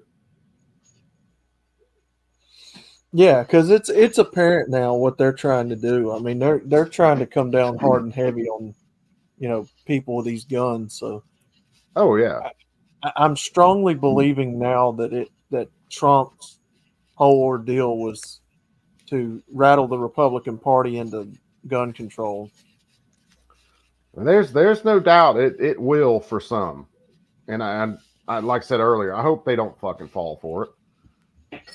Well, they did after Uvalde. Yeah, Chess, I've seen a few that just got on my nerves today. I don't. Yeah, we can hear you, Bob. Oh, okay, good. The one that really pissed me off the other day was Destiny when we looked at his stuff, and he was like, "If you're going to a Trump rally, I don't care whether you die or not." Yeah, he'll buy you a front row ticket. Yeah, he said he'd buy you tickets to the Trump rally. He knew you'd get shot. That's okay. I nailed his ass to the wall 2 nights ago. I haven't done anything just on him yet, but it's coming. Morally he debauched. got kicked off. He got deplatformed on at least one platform, didn't he? I think YouTube got him on some shit. He's still on X. It wasn't YouTube or X. I thought it was another. I thought X shut him down, but it was like some platform I hadn't really heard of. But he had a large following there. Yeah, no, he's on X. From what and I don't know much about the dude, but apparently he had a massive following on YouTube for a long time. Which I posted something the other day that the fact that this dude had any followers is kind of a sad state of affairs.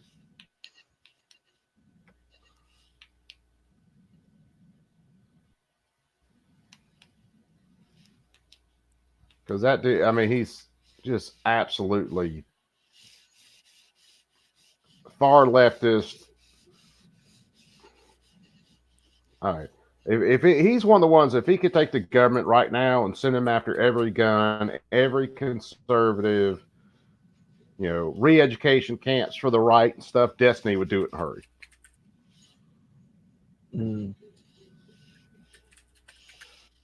Which, I mean, hell, some in the mainstream Democrat Party have talked like that, like they need re-education camps for any kind of conservatives.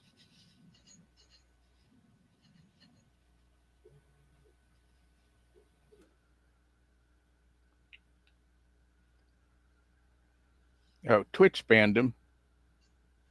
Yeah, Oh, maybe that was 2022. Yeah. Yeah, I think Twitch got him, then YouTube got him. I know he's still on X because I can look at his account now. This story said his X account is locked. Is it so locked you can still now? see his crap. You just can't. Well, so you can still see his crap, but it's not. He can't add any more to it, according to. I wonder when because the other night he was adding new stuff on X. They might have freaking got him. Could have. Okay. Well, this news story is 2 days old, so maybe he got it unlocked.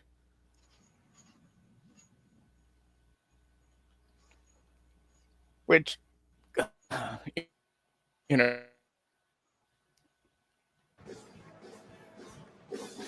boo for X. They're supposed to be more free speech. You know. Yeah. Good evening. Oh, I've got no problems with him Good proving evening. he's a moron. When I was asked to introduce my husband, J.D. Vance, to all of you, I was at a loss. What could I say that hasn't already been said before? After all, the man was already the subject of a Ron Howard movie. In fact, I want him saying. J.D. has shared Oh, much yeah. of his life through his own eloquent words. In his book, Hillbilly Elegy, during his Senate campaign, and now as a sitting United States Senator. It occurred to me that there was only one thing to do: to explain from the heart why I love and admire J.D.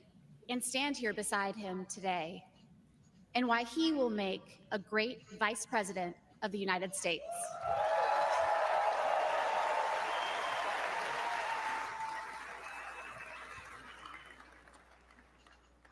I met J.D. in law school when he was fresh out of Ohio State, which he attended with the support of the GI Bill. We were friends first because, who wouldn't want to be friends with now the most interesting person I knew? A working class guy who had overcome childhood traumas that I could barely fathom to end up at Yale Law School.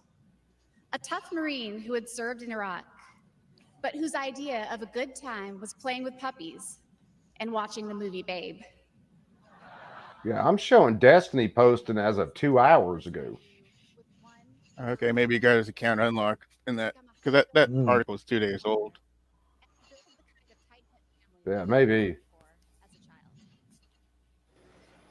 My background good, is very different from JD's. I grew up in San Diego, in a middle-class community.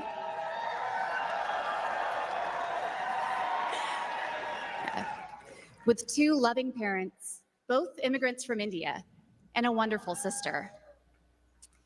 That JD and I could meet at all, let alone fall in love and marry, is a testament to this great country.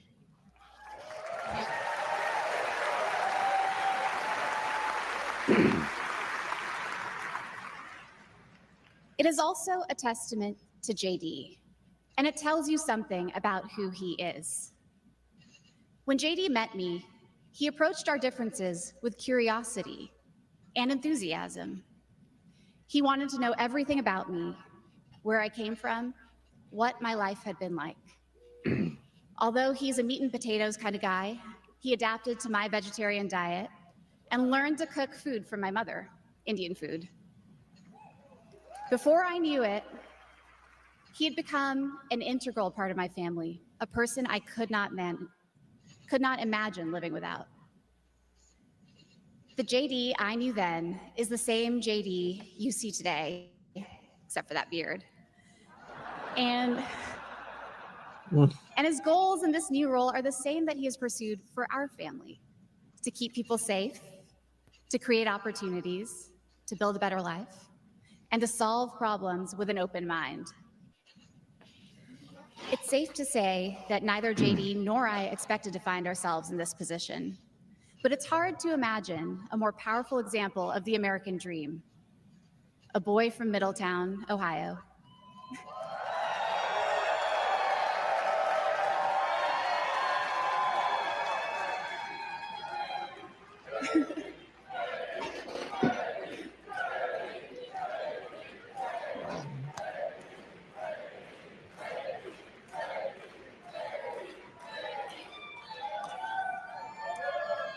Raised by his grandmother through tough times, chosen to help lead our country through some of its greatest challenges.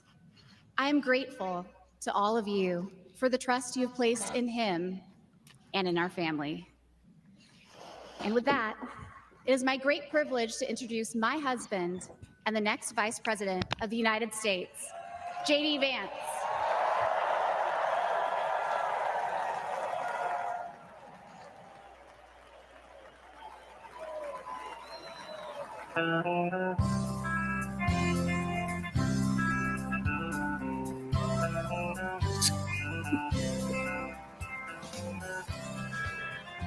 What kind of music is that? Hillbilly music, probably. Why don't we liberate these United States? We're the ones who need it worst. Let the rest Are they going to address his anti-Trump remarks from a few months or years ago, however long ago that's been? I think he's got to. Yeah. There's no way they let that slide. No, I think he's got to. That's one of the reasons I wanted to watch this tonight.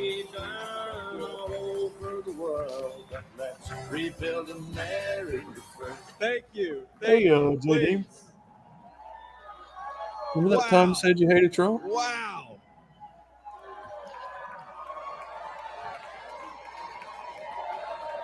This dude looks like a mega church pastor. Almost. And God wants you to praise and worship and send me $1 million because my private jet is on the fritz. Yeah. I have prayed about it. First of all, aren't I a lucky guy? Isn't she lovely and amazing? Greetings, Milwaukee, my fellow Americans and my fellow Republicans. My name is J.D. Vance from the great state of Ohio.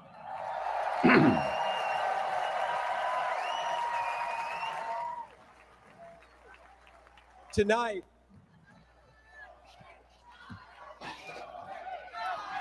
O-H-I-O, O-H-I-O.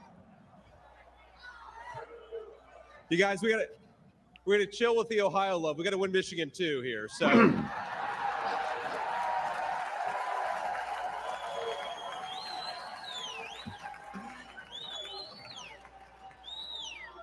My friends, tonight is a night of hope. A celebration of what America once was, and with God's grace, what it will soon be again.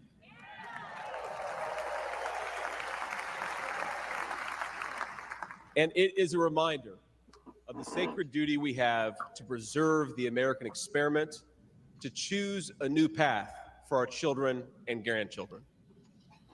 But as we meet tonight, we cannot forget that this evening could have been so much different. Instead of a day of celebration, this could have been a day of heartache and mourning.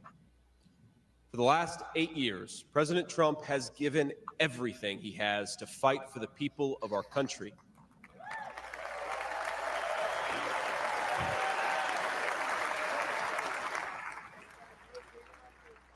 He didn't need politics, but the country needed him.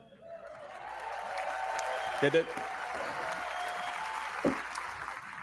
Now, prior to running for president, he was one of the most successful businessmen in the world. He had everything anyone could ever want in a life. And yet, instead of choosing the easy path, he chose to endure abuse, slander, and persecution. And he did it because he loves this country. I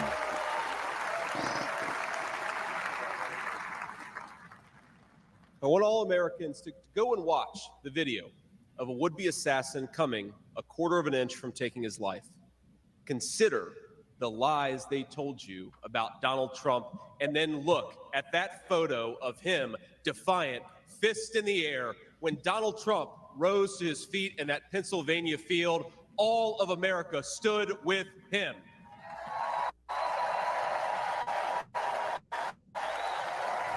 I think that's one of the reasons that Trump chosen Z.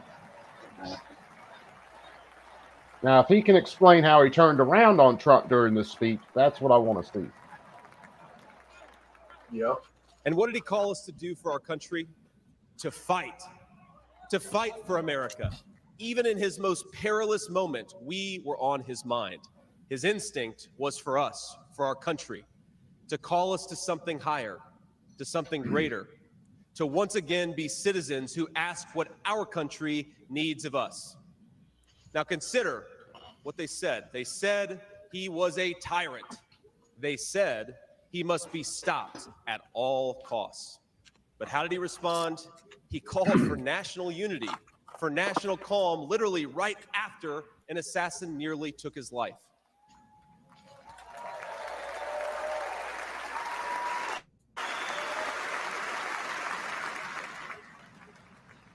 He remembered the victims of the terrible attack, especially the brave Corey Compertori, who gave his life to protect his family. God bless him. And then President Trump flew to Milwaukee and got back to work.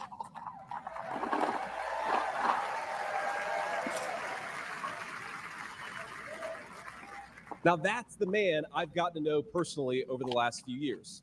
He is tough, and he is, but he cares about people. He can stand defiant against an assassin one moment and call for national healing the next. He is a beloved father and grandfather, and of course, a once-in-a-generation business leader.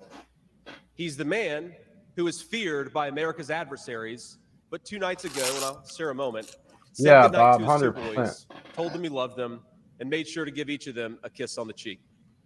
And I will say, Don and Eric squirmed the same way my 4-year-old does when his daddy tries to give him a kiss on the cheek. Sorry, guys. He is all those things, but tonight we celebrate he is our once and future President of the United States of America. Come on, dude. You got to address it. You've got to. Before I got to know Trump, I didn't like the guy. I was very opinionated about him. I called him a lot of names. Once I got to know him, I have completely changed my mind on him. Now, I want to respond to his call for unity myself. We have a big tent in this party on everything from national security to economic policy. But my message to you, my fellow Republicans, is we love this country and we are united to win. He may not hit it, which is sad. Right. Yeah, I don't think he's going to, honestly. Now, I think our disagreements actually make us stronger. That's what I've learned in my time in the United States Senate, where sometimes I persuade my colleagues and sometimes they persuade me.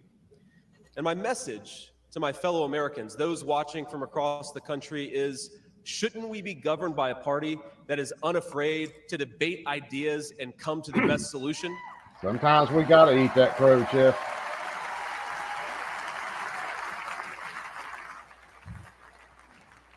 That's the Republican Party of the next 4 years, united in our love for this country and committed to free speech and the open exchange of ideas.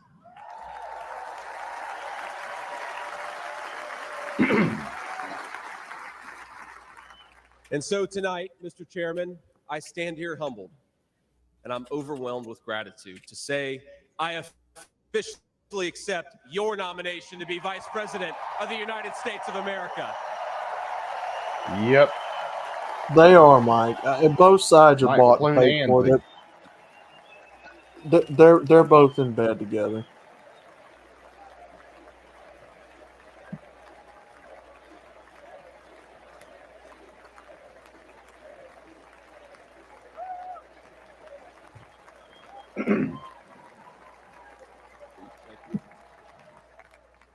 Now, never in my wildest imagination could I have believed that I'd be standing here tonight.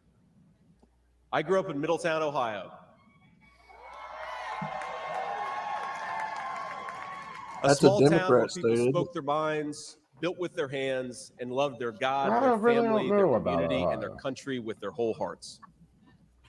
but it was also a place that had been cast aside and forgotten by America's ruling I class in think Washington. they're like a lot of places. They When I got was in the way fourth more grade, Republican a kind career of conservative politician by the values. name of Joe Biden supported NAFTA, a bad trade deal that sent countless good jobs to Mexico. When I was a sophomore in high school, that same career politician named Joe Biden gave China a sweetheart trade deal that destroyed even more good American middle-class manufacturing jobs. When I was a senior in high school, that same Joe Biden supported the disastrous invasion of Iraq, and at each step of the way, in small towns like mine in Ohio, or next door in Pennsylvania or Michigan, in states all across our country, jobs were sent overseas and our children were sent to war. And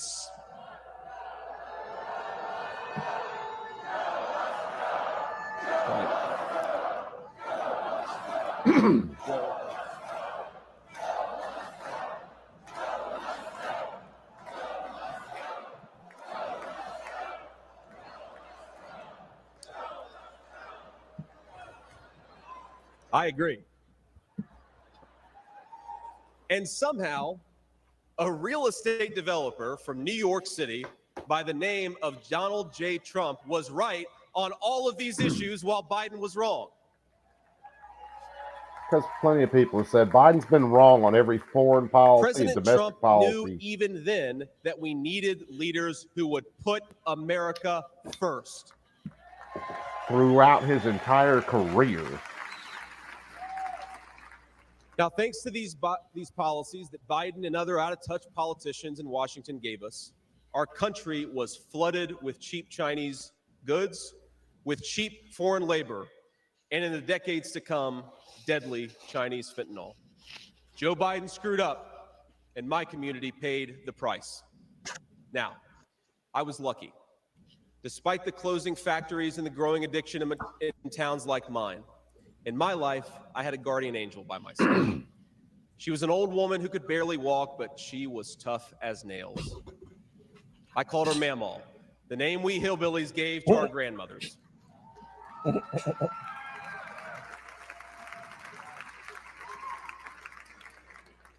Mamaw raised me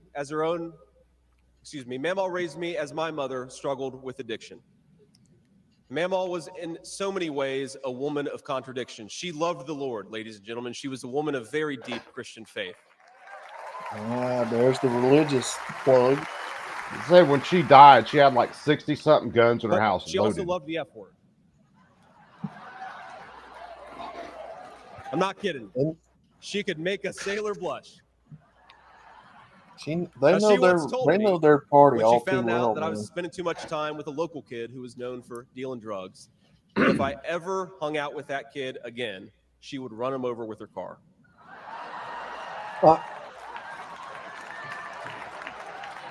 That's true. And she said, J.D, no one will ever find out about it. Yeah, Mike. I mean, she did everything but flat out call Biden a racist. And then she's his vice president. Now, thanks to that Mamaw, things worked out for me. After 9/11, I did what thousands of other young men my age did in that time of soaring patriotism and love of country. I enlisted in the United States Marines. There's the military plug. Certified to my fellow Marines. Now, I left the Marines after 4 years and went to the Ohio State University.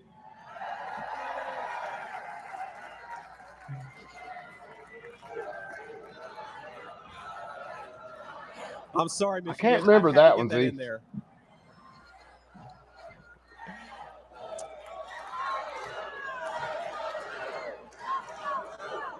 Not really breaking Trump news. Come on. We've had enough political Well, violence. hold on. Speaking of Trump. Now, after Ohio State, I went to Yale Law School, where I met my beautiful wife. And then I started business to create jobs in the kind of places I grew up in. Now my work taught me we need a leader who fights for the people who built this country. All right, who's got the echo? Trump bring it with him.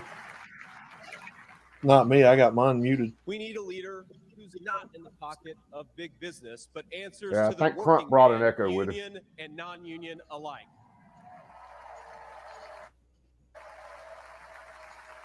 He's got his bearded axe over there. A leader who won't sell out to multinational corporations, but will stand up for American companies and American industry. I don't know. Ohio might be a Republican state. I don't know. A leader who I think they typically go a bit more Republican. news scam and fights to bring back our great American factories. We need President Donald J. Trump. Is it better now? Yes. Yeah. I don't know what happened. I didn't have it open. I just killed all my other tabs. So maybe it was stuck in the background. The American dream. Of course, they're right, and I'm Yeah, sometimes stuff will get hung up. But the American dream that always counted most was not starting a business or becoming a senator or even being here with you fine people, though it's pretty awesome. My most important American dream was becoming a good husband. God, fire. That looks like my axe. Being able to give. Well, he won one today. Yeah, I know. I was in the chat. I know. I wanted to give my kids the things that I didn't have when I was growing up. And that's It's actually pretty that short. I'm proudest of. That tonight, I'm joined by my beautiful wife, Usha, an incredible lawyer and a better mom, and our three beautiful kids, Ewan, who's 7, Vivek, who's 4, and Mirabelle, who's 2. Now, they're back at the hotel, and kids, if you're watching, Daddy loves you very much, but get your butts in bed. It's 10 o'clock. But my friends, things did not work out well for a lot of kids I grew up with. Every now and then, I will get a call from a relative back home who asks, "Did you know so-and-so?" And I'll remember a face from years ago, and then I'll hear they died of an overdose. I had a grandmother that came from America's Ohio, ruling class wrote the checks. moved here. Communities like mine paid the price. Well, For decades, his grandma, that divide his between mama, as you he calls and her, their because power that's and the way comfort in you say it in Washington, and the Appalachia. rest of us only widened. I'm not from Appalachia, From but Iraq to Afghanistan, Uh, from the financial crisis to the my Great mom, Recession, my from mom open borders to moved stagnating to wages, DC when the she was a kid, people but who govern grew this up in country Appalachia. have failed and failed again. So my grandmother was mammal.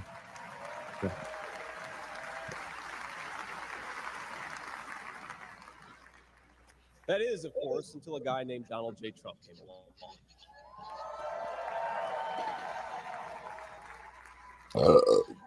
President Trump represents America's last best hope to restore what, if lost, may never be found again. A country where a working class boy born far from the halls of power can stand on this stage as the next vice president of the United States of America.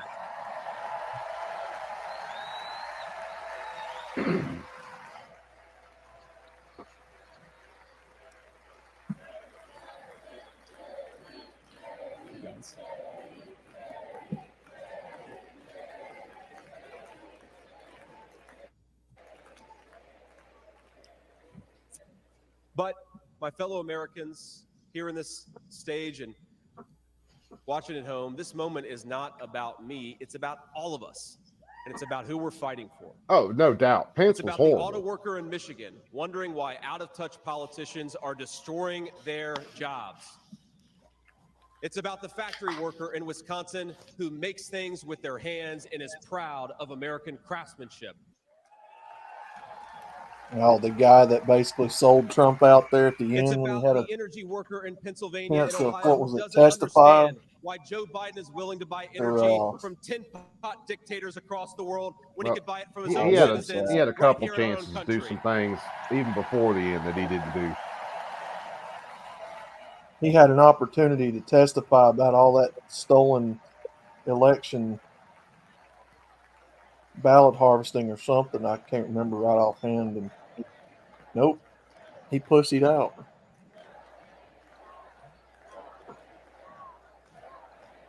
Oh, after the stuff happened with January 6th, there were supposed to be quite a few states that were going to contest their votes, and only like You guys are 2 great, hung Brad. with it. Wow. And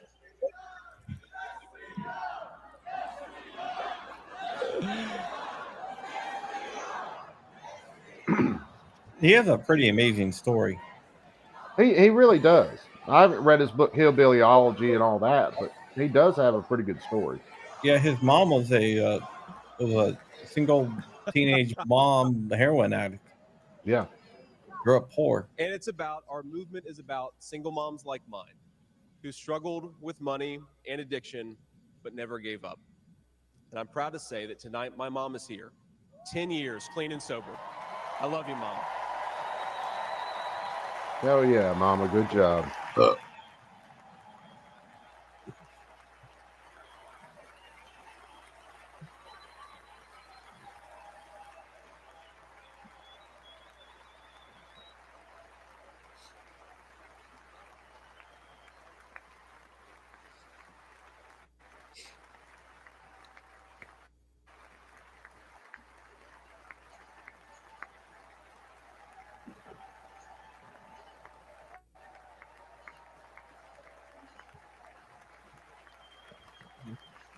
That her?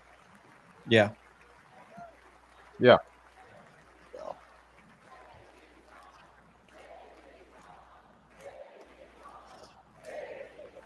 Hopefully she keeps it clean and sober, man. 10 years. Keep on trucking. I think she has a better chance than Hunter Biden. No kidding. And you know, Mom, I was thinking. She has a 10-year head start. It'll be 10 years officially in January of 2025. And if President Trump's okay with it, let's have the celebration in the White House.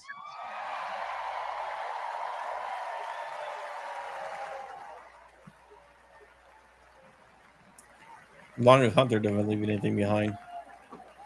Yeah. They're going to run some drug dogs through there first. So, you guys hear the latest on Biden? Yeah. It's about grandparents all across this country. But he's got COVID? Living on Social No, that Security, he's open to dropping raising out. grandchildren they didn't expect to raise. Yeah, he's been hinting at that for a little bit. No, but now it's like most likely. Now, my mamaw died shortly before I left for Iraq. Oh, I've been saying he's going to drop out And of the when we went through DNC. things, we found 19 loaded DNC's been handguns. pushed back by a They week. were No, Come out the loud. Did I they read threaten him that COVID could kill him? I read a few things earlier. The virtual vote has actually been pushed forward about a week.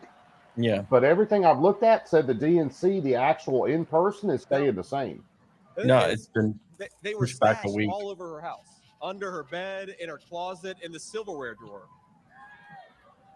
And 'Cause I heard you say that earlier tonight and started and digging. it occurred to us that towards the end of her life, Mamaw couldn't You get got the around scoop so much. before any kind of And so major this outlet, frail man. old woman made sure that no matter where she was, she See, was y'all within think arm's he's going length to just of like whatever she quietly needed to protect bow her out family. and That's not who try we to make fight a big for. deal That's about it? American spirit. Oh yeah, Biden's definitely bowing out. Yeah. He would have bowed out years ago if it wasn't for the fact that Kamala Harris is so unlikable.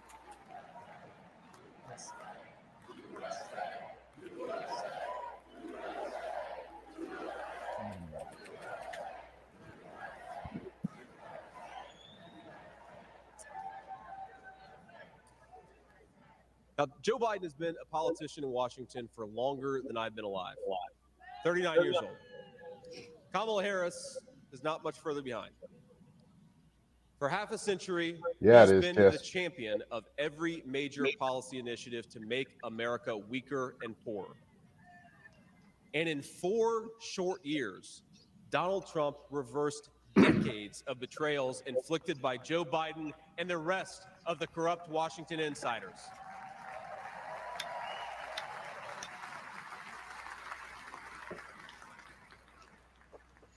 He created the greatest economy in history. Be cool, MC. We'll catch you after a while, It my was brother. amazing. There's this chart that shows worker wages. Oh, look like Outlaw and they drop. stagnated for pretty much my entire life until President Donald J. Trump came along.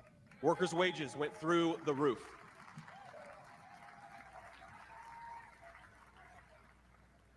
And just imagine what he's going to do when we give him 4 more years.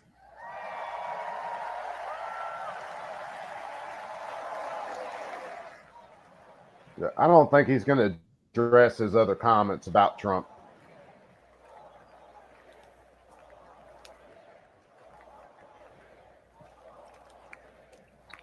Oh, this sounds like a lead up to it. You think? Months ago, I Yeah. heard some young family member observe that could their be. parents' generation, the baby boomers, could afford to buy a home when they first entered the workforce. I would have done it at the start. But I don't That's know this just me. person observed if I'll ever be able to afford a home. The absurd cost of housing is the result of so many failures, and it reveals so much about what's broken in Washington. I can tell you exactly how it happened. Wall Street barons crashed the economy, and American builders went out of business. As tradesmen scrambled for jobs, houses stopped being built. The lack of good jobs, of course, led to stagnant wages. And then the Democrats flooded this country with millions of illegal aliens. So citizens had to compete with people who shouldn't even be here for precious housing. Give me a wrench. Joe Biden's inflation crisis, my friends, Shit, is I didn't really realize you an didn't have one yet. affordability crisis. And many of the people that I grew up with can't afford to pay more for groceries. Thought I gave you one a long more time for ago. gas, more. Maybe my other one. All right. My connection might go stupid for a sec. Oh, don't worry about it then. Hold on. Can I do it? Let me switch over to my other account. Maybe it's on. Maybe you wrench my other account. Just put a comment in the chat real fast. So prices soared. No, neither one of mine. Yeah, just throw a comment in the chat real And fast. China and the cartels sent fentanyl across the border, adding addiction to the heartache. But ladies and gentlemen, that is not the end of our story. We've heard about villains and their victims. I've talked There you a go, lot you got about that, but let me tell you about the future. President Trump's vision is so simple and yet so powerful. We're done, ladies and gentlemen, catering to Wall Street. We'll commit to the working man.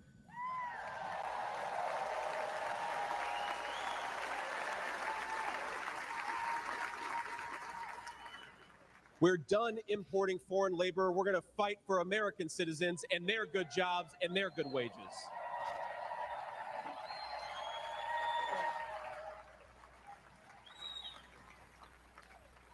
We're done buying energy from countries that hate us. We're going to get it right here from American workers in Pennsylvania and Ohio and across the country.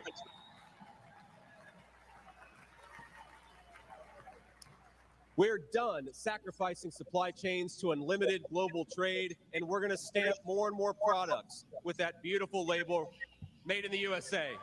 Yeah, the virtual roll call. They delayed. Yeah. They also took a vote to actually was it make the date earlier or extend the date where Biden can still make it on the ballot? Put people to work. Making Yeah, real he got an products exception. For American Yeah, families yeah. made with the hands. Somebody's got a wild echo. Together. We will protect the wages of American workers and stop the Chinese Communist There we Party go. from building their middle class on the backs of American Johnny citizens. Propane, what's up, brother man?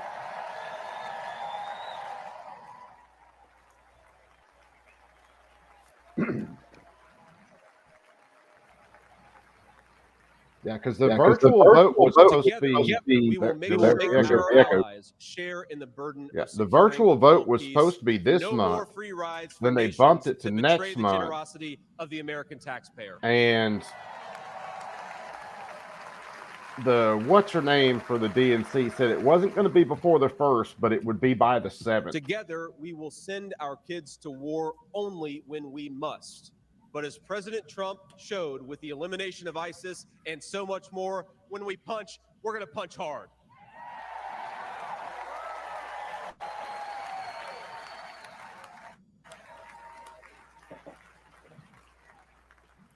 Together, we will put the citizens of America first, whatever the color of their skin. We will, in short, make America great again.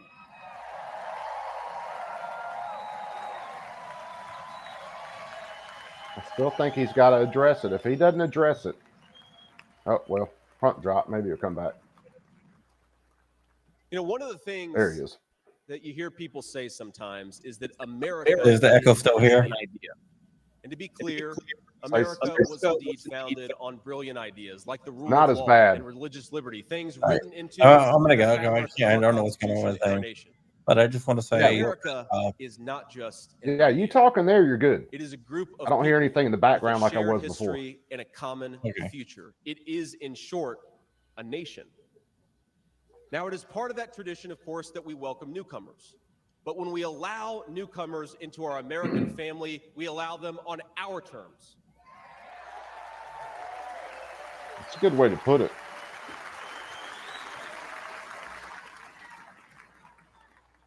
That's the way we preserve the continuity of this project from 250 years past to hopefully 250 years in the future.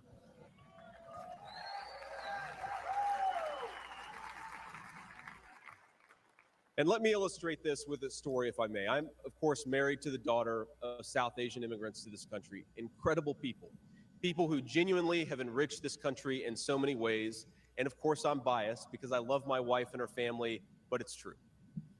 Now, when I proposed to my wife, we were in law school, and I said, honey, I come with $120,000 worth of law school debt and a cemetery plot on a mountainside in eastern Kentucky.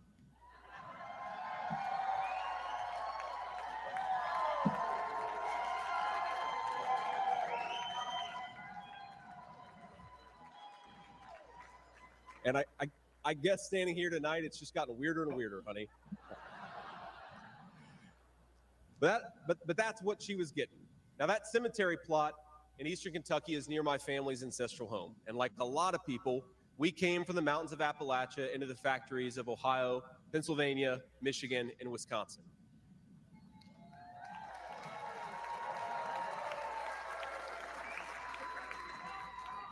Now, that's Kentucky coal country, one of the 10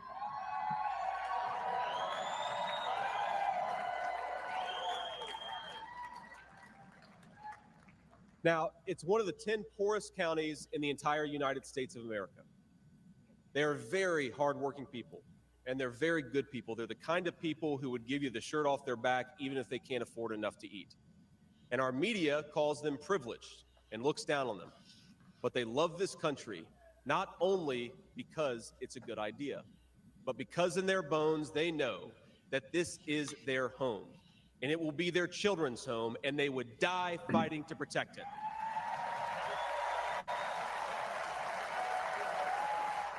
I tell you what, if he doesn't address his earlier comments about Trump, the news is going to blow up with that. That is the source of America's Yeah, I agree. greatness.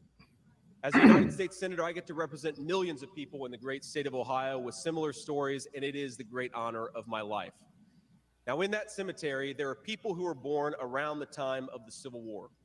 And if, as I hope, my wife and I are eventually laid to rest there, and our kids follow us, there will be 7 generations just in that small mountain cemetery plot in eastern Kentucky. 7 generations of people who have fought for this country, who have built this country, who have made things in this country, and who would fight and die to protect this country if they were asked to.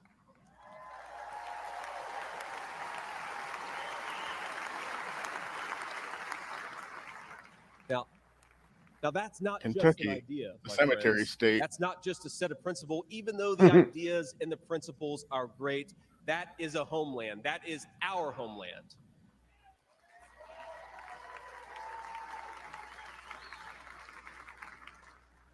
People will not fight for abstractions, but they will fight for their home. And if this movement of ours is going to succeed, and if this country is going to thrive, our leaders have to remember that America is a nation and its citizens deserve leaders who put its interests first.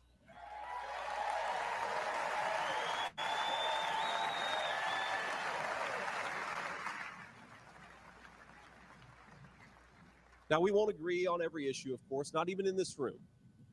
We may disagree from time to time about how best to reinvigorate American industry and renew American family. That's fine. In fact, it's more than fine. It's good.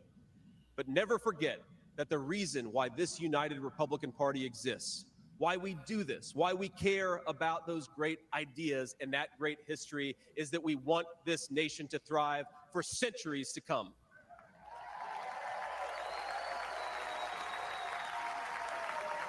Yeah, overall, he's given a really good speech. Now, eventually in that mountain cemetery, my children will lay me to rest. And when they do, I would like them to know that thanks to the work of this Republican Party, the United States of America is as strong and as proud and as great as ever.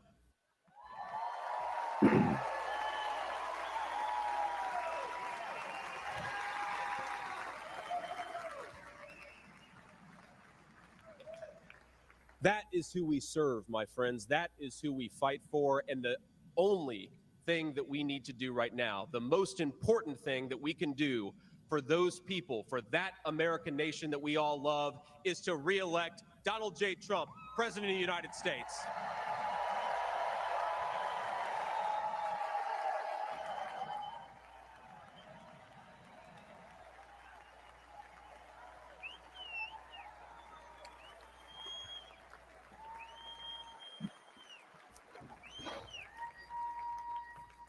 Mr. President, I will never take for granted the trust you have put in me. And what an honor it is to help achieve the extraordinary vision that you have for this country. Now, I pledge to every American, no matter your party, I will give you everything I have to serve you and to make this country a place where every dream you have for yourself, your family, and your country will be possible once again.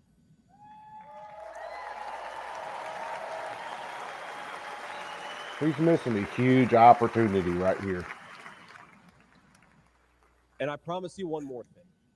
To the people of Middletown, Ohio, and all the forgotten communities in Michigan, Wisconsin, Pennsylvania, and Ohio, and every corner of our nation, I promise you this: I will be a vice president who never forgets where he came from.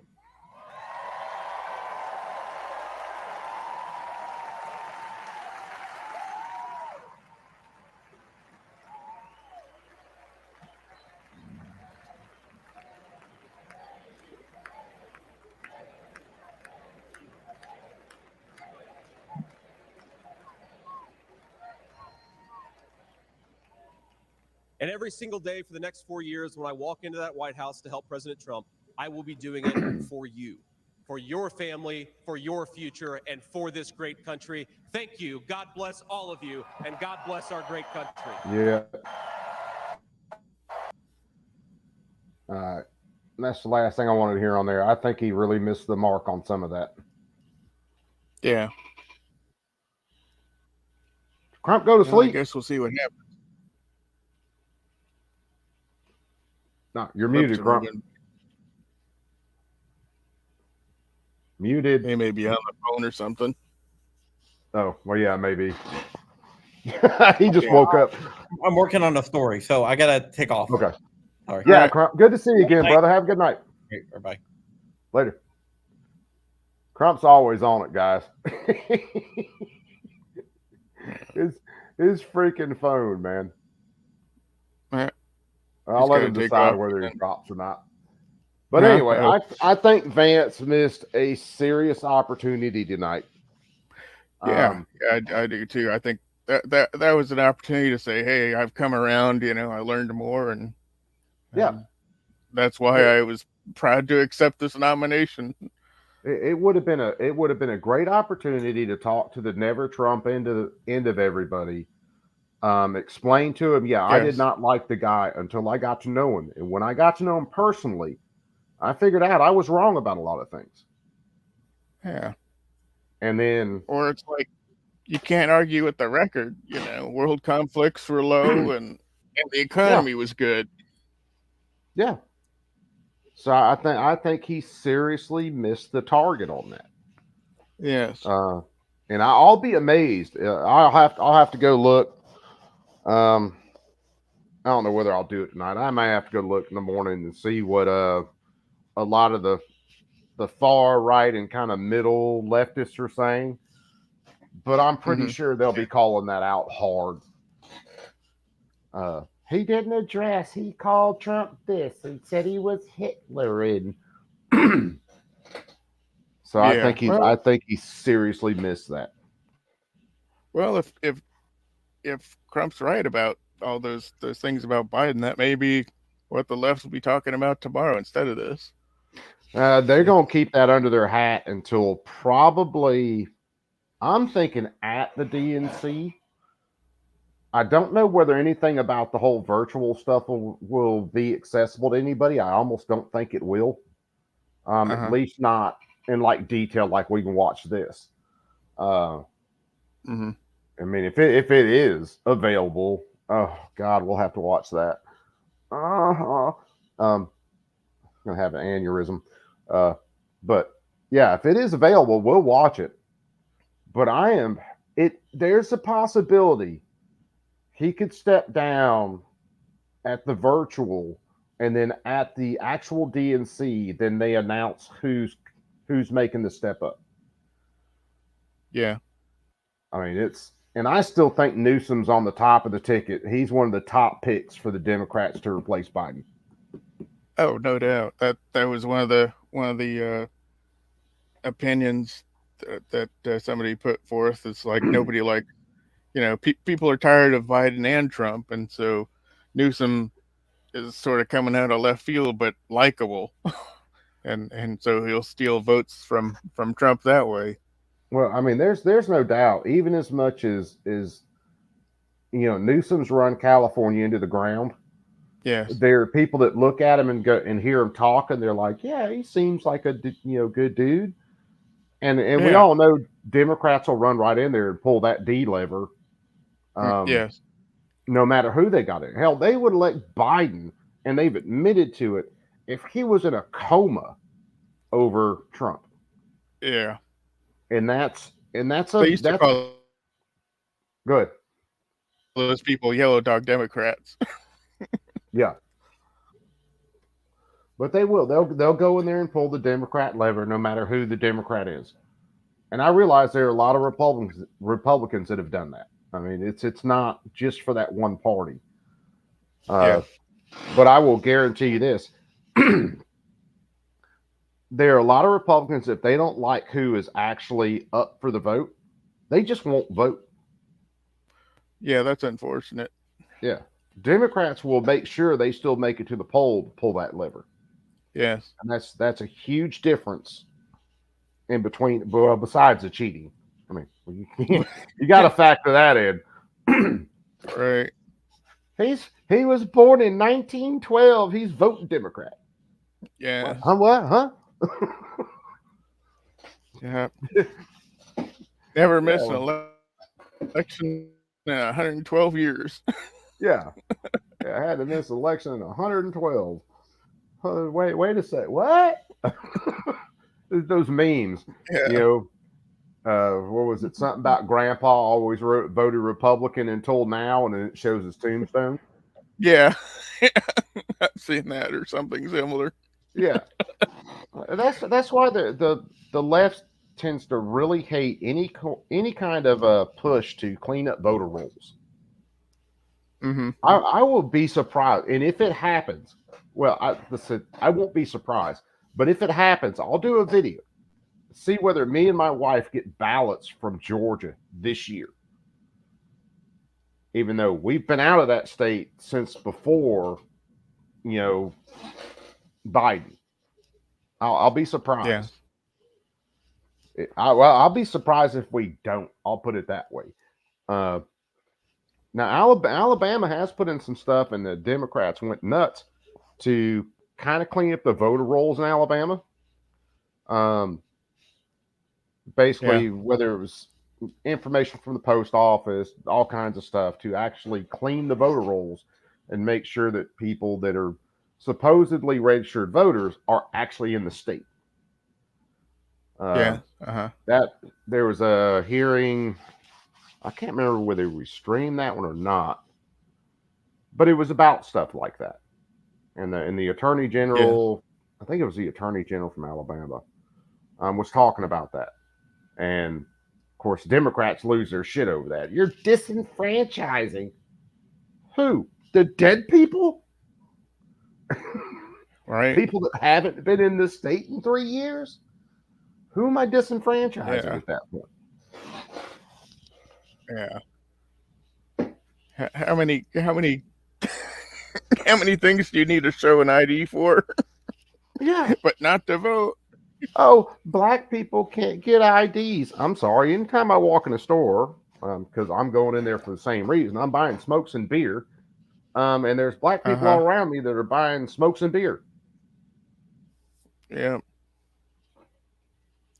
I have to show ID for some of the medication I have. Some of my prescriptions I have to show my ID. There's so many different things we do in our life, just everyday things.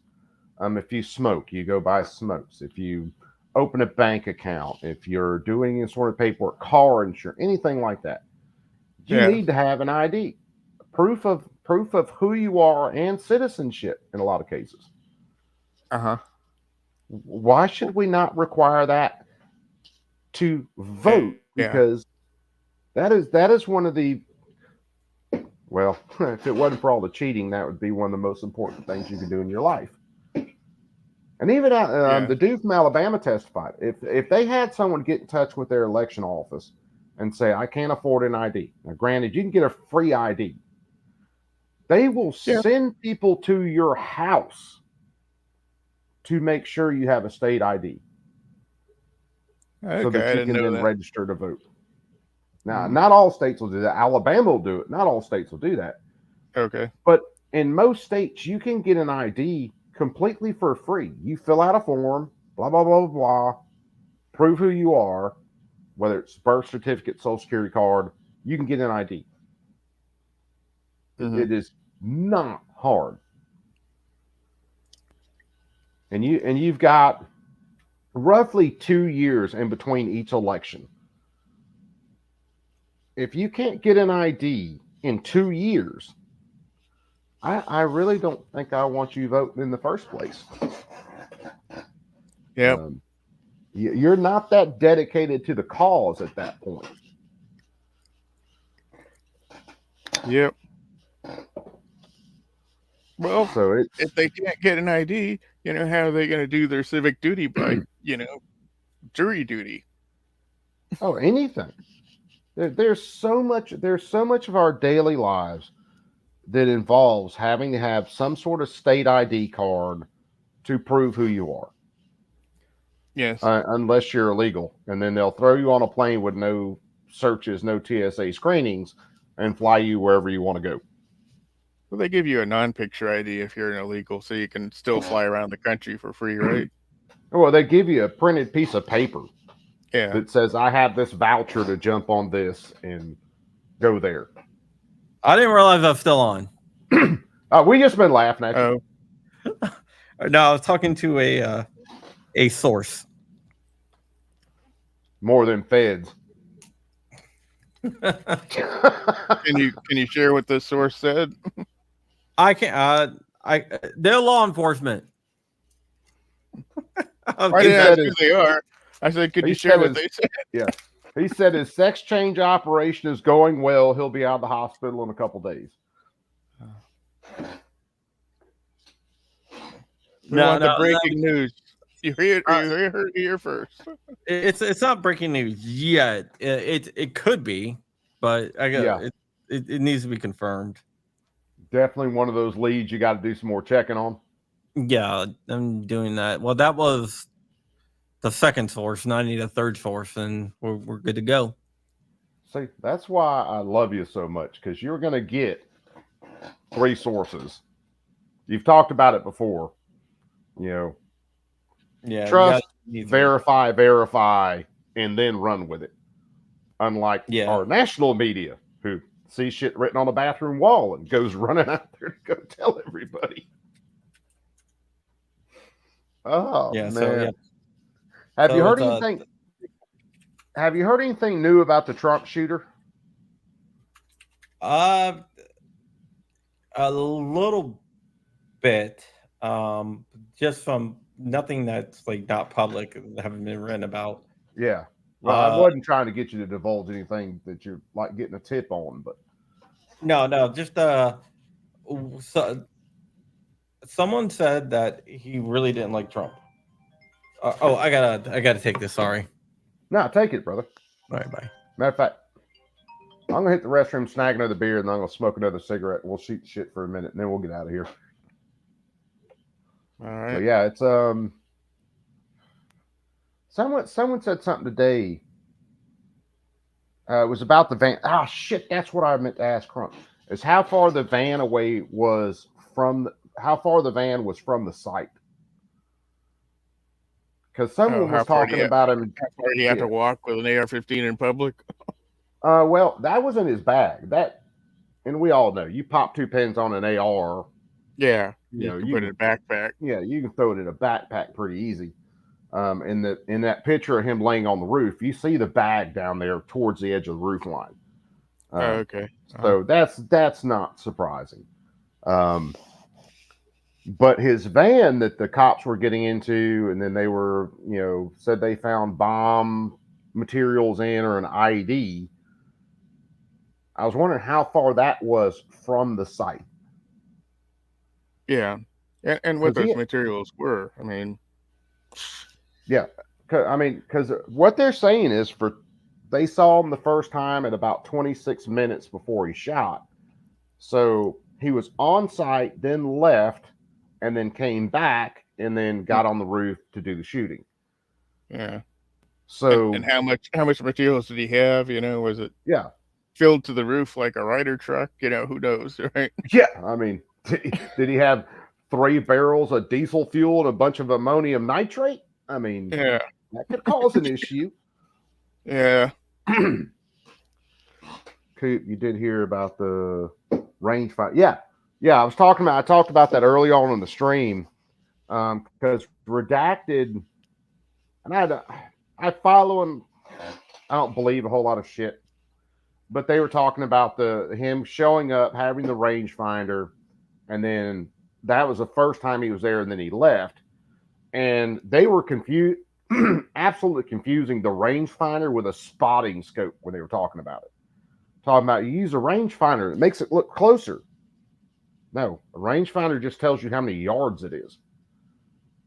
Most rangefinders I've used are not like serious magnification. No. So they're like 3 or 4 at most. Yeah, the ones I've used, you're probably talking 3 to 4 max. Unlike an actual spotting scope where I can see a gnat's butt at 1,000 yards. Right. And they were kind of conflating the two. Also reported a remote device. Yeah, there was I'd have to try to find the picture. Fox did a good thing about that. They said, "Oh yeah, golfers use rangefinders," So yeah, a rangefinder. It's not like it's the high tech sniper tool. And let's face it, he was shooting 130 yards. He could have done that without the fucking rangefinder. Yeah, that was 130 yard shot. I mean, I suck at guessing distances. Even hunting. I mean, I've popped some deer. I thought maybe it was 75 yards, and I'm walking for a long goddamn time. It's like shit. That's way further away. Yeah. Now, me and my wife and my dad went to the range over on Benning. Oh God, it had to have been about 4 years ago, and we were just sighting the rifles for deer season. There's a range right there on Benning. We had some other stuff we had to check out, so we were like, screw it. With the range on Benning. Me and my wife walked out, set up targets, started, making sure zeros were good.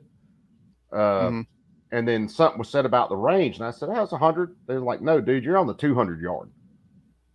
It's like, well, apparently my gun's got a 200 yard zero. Fuck me, I can't guess a damn distance. Yeah. You're not gonna have that much bullet drop in 130 yards. No, with an AR. So you do a simple. Whether you did a 50 yard zero, whether you did, what's the other one? So 37 yard zero. which at 37 yard zeros, I actually have a couple of my ARs and stuff sighted.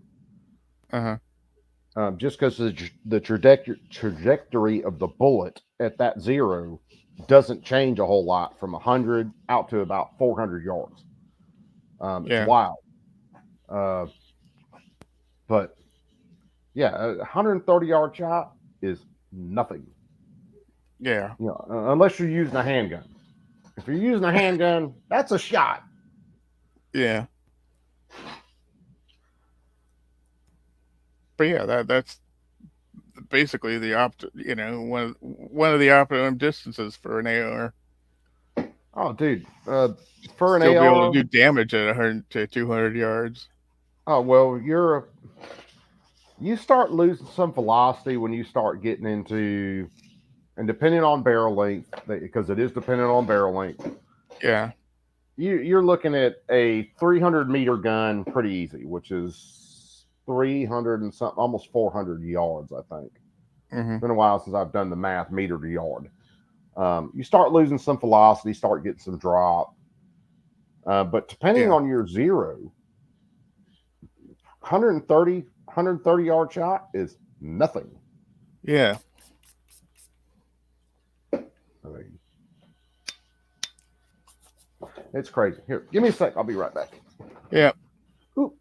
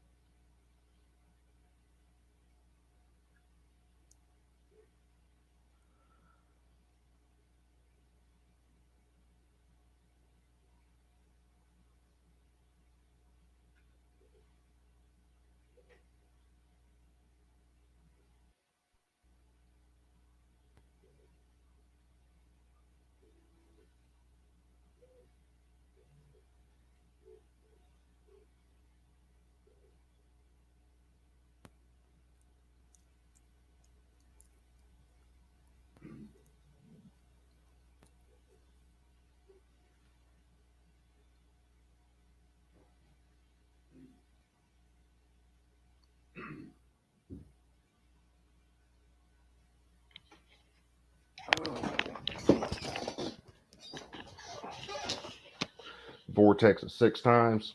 Is that a Vortex rangefinder, Matt? Just getting back in and looking at the chat.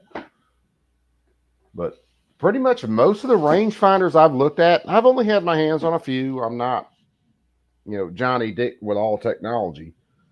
But most of the ones I've looked at are, not a whole lot of magnification.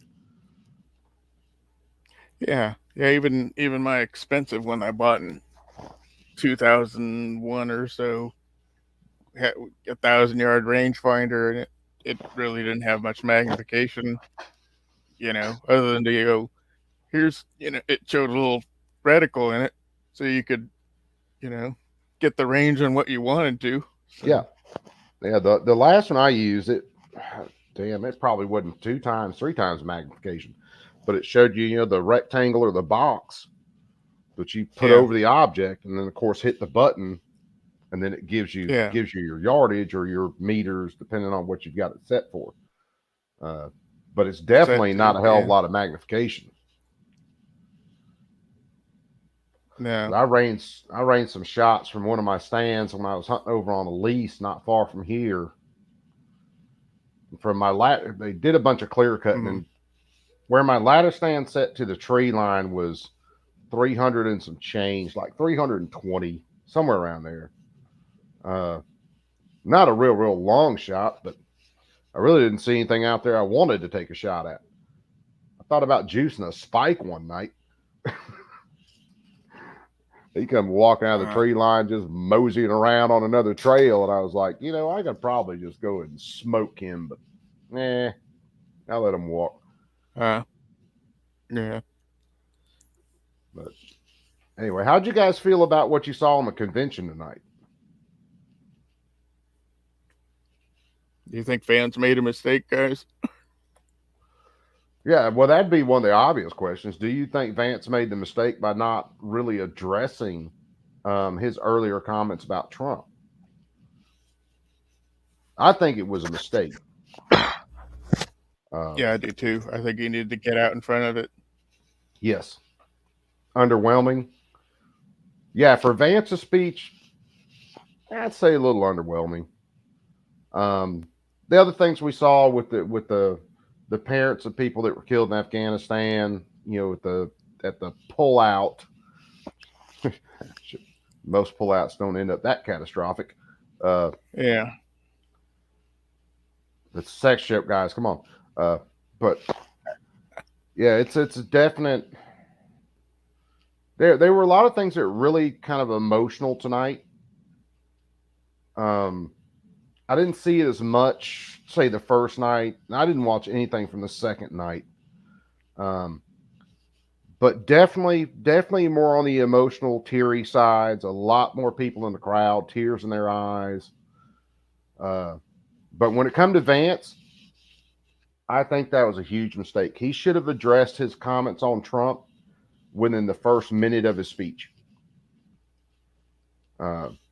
Basically came in like we talked about before, Trump will be a good president, Trump, yada, yada. Now, let me tell you where I'm coming from. I thought Trump was this way or that way until I actually saw his policies and I actually started dealing with him personally, and I completely changed my mind. That would have been the way to go with that. Yeah, he would have covered that and picked up yardage, I think. Yes. Oh, the World War II vet chest? Absolutely. That dude was a very, very good add to the convention. And I say that not only because I respect these old guys, I respect what they've done, but also the messaging he brought with him. I mean, like I said, fucking 98 years old, he's functioning way better than Biden. Yes. But yeah, it was definite. I don't know. I'll be interested to see Trump. Trump will speak tomorrow night. As long as I'm not just too damn beat down or dead, we're gonna stream that and watch Trump speak. So we'll see how that goes. I'm wondering how he'll address the shooting. Probably one of the biggest things. Oh, Gabber's in. What's up, Gabber? You late as fuck. Yeah, I was watching the RNC with my buddies, or the CPAC, whatever the fuck it's called. It's RNC, man. It's the Republican National Convention, dickhead. Man, that was a shit show. That guy didn't say anything meaningful. You talking about Vance? Yeah. Well, that's what we were pretty much just talking about. We've been streaming it. I streamed some other stuff earlier, a Biden speech, and then we got into the RNC. And no, let me tell you, because you're just showing up, so let me ask your opinion. Do you think he should have addressed his earlier comments about Trump right then and there? He's not going to do that. He's not, I am not a politician. I mean, I probably would have, but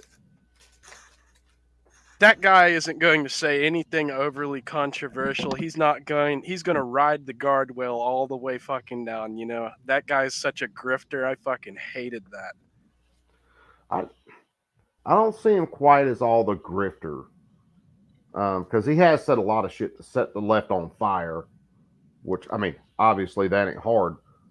But when it came to his earlier comments about Trump, I would have addressed those within the first minute of the speech. Yep. I think Burgum should have got it. Who? Burgum, the governor of North Dakota, the guy who Trump offered the energy department for. Yeah, maybe. I think he sees Vance as a lot younger. I think he sees Vance as a guy who's going to be kind of a get out there and take the fight to him kind of guy. So that's kind of my opinion on why he went with Vance. You know, he says, "Oh, I'm a hillbilly," but he's a Yale graduate lawyer where Skull and Bones is from, literally where a damn death cult is from. And he's calling himself a hillbilly. He's like, "Yeah, I'm the everyman," but he graduated from Yale. That's some bullshit if I ever heard it. It definitely don't help his case. It's disgusting. I mean, most anybody that's going into any of these Ivy League colleges, any of them, probably should never be near politics, especially not in a position where they have a vote on something. You would seriously be better just going to every town in America, taking the first 4 or 5 people out of a phone book or throwing darts at names versus getting these dudes. It's just like what happened in 2016 when Trump was going to run with Chris Christie, and Kushner stepped up and he's like, "I don't want you running with Chris Christie because he prosecuted my father. Take Mike Pence." No, well, Christie's always been a fucking rhino, dude. Always. And he's always been a swamp critter. The only upside to Christie in some cases, besides his weight, would probably be because he did do some shit to kind of fuck over some Democrats, which was about it. I don't know. I hate J.D. Vance. I hate that they picked him. That's just my personal opinion. I'm definitely not on the J.D. Vance train. That felt like a nothing burger speech. I mean, how long did he talk about the border? For 10 seconds? Just, ugh. And I've never heard anybody talk about burying themselves for that long. Chess, you had a freaking call about something like that? Jesus Christ, dude. Are you his next door neighbor?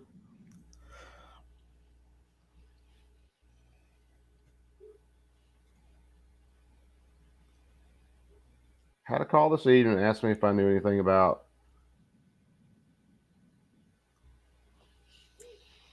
Yeah, it's like I said. I think Vance really screwed up not addressing that tonight. So we'll see. If he had come out and basically he admitted he had the wrong idea about Trump or changed his mind about Trump, and addressed his comments, he would have been way better off versus trying to just play around the edges and not address it. I've got some stuff I got to do real quick. I'll be back in a couple minutes, probably. Yeah, we're probably going to get out of here in just a minute, man. I've been going for almost 4.5 hours. Yeah. So anyway, matter of fact, let's do that. I'm going to snag a little bit of a snack and then get my happy ass to butt. Trump was for, or Vance was for Trump voters. Yeah. I haven't seen anything. Were you saying you liked R.C. Bray as the narrator of audiobooks? Oh, hell yes. Have you heard of the Expeditionary Force series? Oh, yeah. Oh, okay. Skippy the Magnificent, baby. Yeah. Okay. Yeah, I was going to recommend that to you if you hadn't. Oh, dude. I can flip. I got every single. Well, I don't have some of the kind of side books. Yeah, the second side book was very boring. Was it Mavericks? I think it was Mavericks. Mavericks was kind of a side book, but it did have the Merry Band of Pirates, and then they also had Nert, which brought in comic relief. Yeah. the Rushar alien. But yeah, the main body of the book's Expedition. But yeah, Force, the second side I got book. all of them. Yeah. Those are good, man. I hate it. Read or listened to any of his other? To the have you listened stuff? to or yeah, and he went out on some fantasy series with a talking dog. They said it's nothing like Skippy, but it's okay. So. Dude, I'd have to check it out. I might have some of his other stuff. Okay. Which I went back through and listened to some stuff from RC or Jason Onsbach and Nick Cole, the part of the Galaxy's Edge series. I've been kind of hooked going back through listening to a bunch of that. I hate it that in this new series or the new part of the series that R.C. Bray isn't narrating. Because we've been hooked on these characters with R.C. Bray's inflection and his voices for them for so long, and now this is a third season, and R.C. Bray's not doing it. So it's I don't know how many books in. R.C. Bray was an acquired taste for me. I really didn't like his narration of the first Expeditionary Force book, but then it kind of grew on me. So, well, yeah, at first I didn't like him at all. So, I guess the first thing I listened to with Bray probably was, the first Galaxy's Edge book. I think it's Legionnaire, something like that. And I got into him and got into him decently quick. And then, of course, listen to Expeditionary Force. Then he did Ruins of the Earth, Ruins of the Galaxy, Wayward Galaxy. And now there's a few of those books he's not doing anymore, which sucks because I got hooked on him. So I think it's Mark Boyette doing it now, or he's supposed to do some of the other Savage War stuff, something like that. But either way, I got hooked on Bray, man. And I've listened to quite a few other guys that narrate books, and there's quite a few that are good. But for the range of voices and his tones and inflections, I still think RC's the best in the business. If I find anybody else that's better than RC Bray, I'm going to be like a fucking crack addict. They can read the phone book. Because, like, I don't know, even in Galaxy's Edge, all the different voices that he does, and of course the storylines are just awesome. But he really seems to bring the characters to life. Yeah. I'll say that for him. He really brings out the characters' personalities, even though it's because there's a couple books I've listened to that had a really good storyline. Yeah. And it was the narrator that gave me the issues with them. Yeah. And sometimes I've had to go back into and listen to a book. Since the story was good, I'd go back in and listen to a book a second time. And then, I could kind of get used to the narrator. Yeah. I got into Bray pretty quick. Yeah, some books have multiple. They've re-recorded the book. Right? Yeah. The book is recorded by multiple narrators, and I've gone in and listened to the previews, and it's like, oh, now I know why. Yeah, I've seen a couple that were pretty similar. And I bit the bullet on a couple, switching from one narrator to the next. Like I said, you get hooked on the narrator's tone, their voices for the characters, their inflections, and really pick up on personalities from them. And when they change, it's like it's not the same thing. Right. Hold on, what's Mike saying? So allegedly Schumer said in private that Biden should step down. Anybody else heard that? I had heard that Schumer told him to step down. There was something today I didn't get to watch, but when Biden had his call with like all the big Democrat leaders a week or so ago, there was a report, and I haven't listened to it, that Biden was just going nuts on the call. So that's something I'll have to go do some digging on, because I could see it from the way Biden is, but if I wasn't on the phone call, I'm not gonna dig too deep a hole for that one. But I still think there's a possibility with the way they moved the virtual DNC for the vote.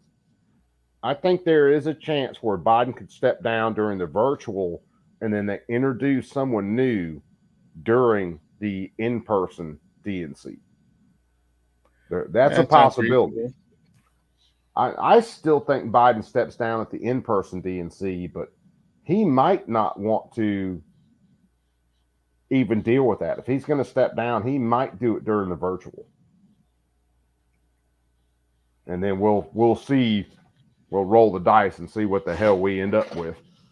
Either way, it ain't going to be good. You already know that. I think it's going to be Newscomb. I'm seriously thinking Newsom, and I can't remember who it was that mentioned Whitmer. It's been a couple of weeks ago because I've been talking about this a bit, and I didn't think Whitmer at first, but when I saw Whitmer coming out and being the absolute attack dog for Biden, and then they brought in her supposed kidnapping plot and all this shit, I was like, yeah, it's Whitmer. that's what changed my mind about it. It's like, no, it's Whitmer. I didn't believe it would be Newsom till he came out and he was so strong on Biden and blah, blah, blah, blah, blah. And it was because I was wondering about it before, and when he came out like he did, it's like, yeah, I think it's going to be Newsom.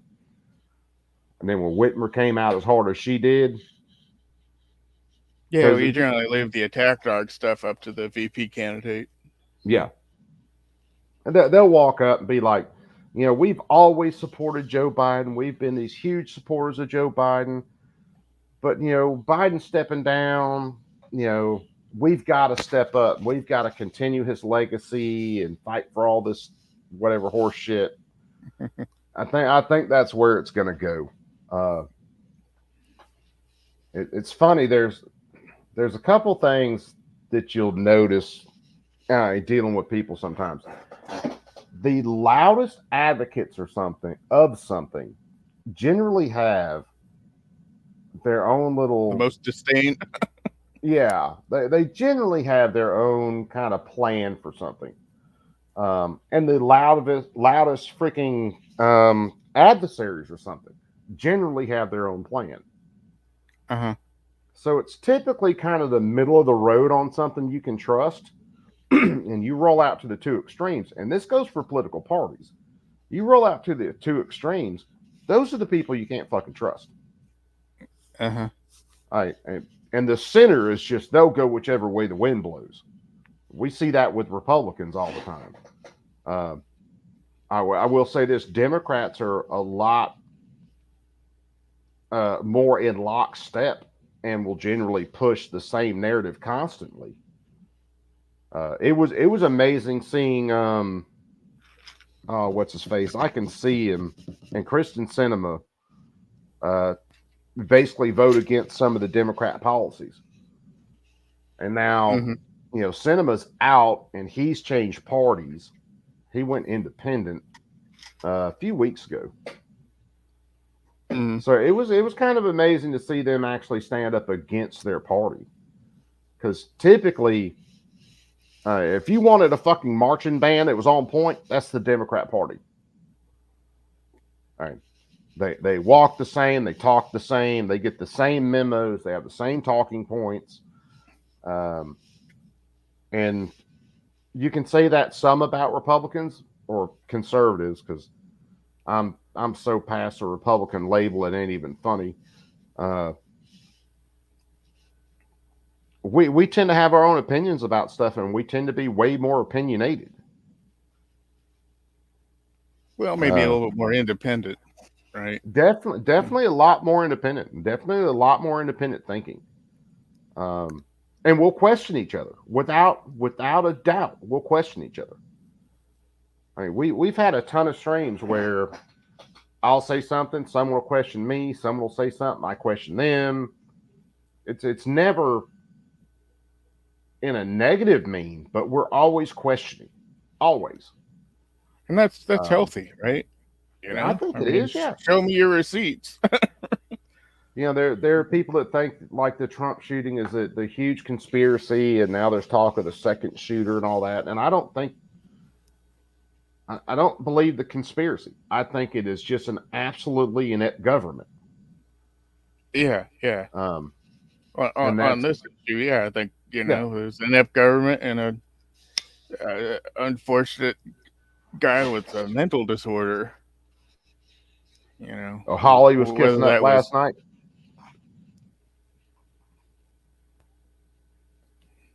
He might have, Chess. I didn't watch anything from last night. Like I said, I came in from work and I was just freaking beat and was feeling like shit. I went to sleep and I woke up at like probably 11 o'clock. Didn't really look at anything from the day. Well, I did watch Biden's speech from the day. And then I jumped on with Phil and Outlaw, Ike, and a couple other guys and shot the shit for a while. Sent something on IG. Uh-oh. We're getting off. I'm going to finish this beer and the smoke, and then we'll get off. Slopey roof, shooter, ladder, FBI. Oh, I got to show this. This is so going on. And this is why I love the people in these chats.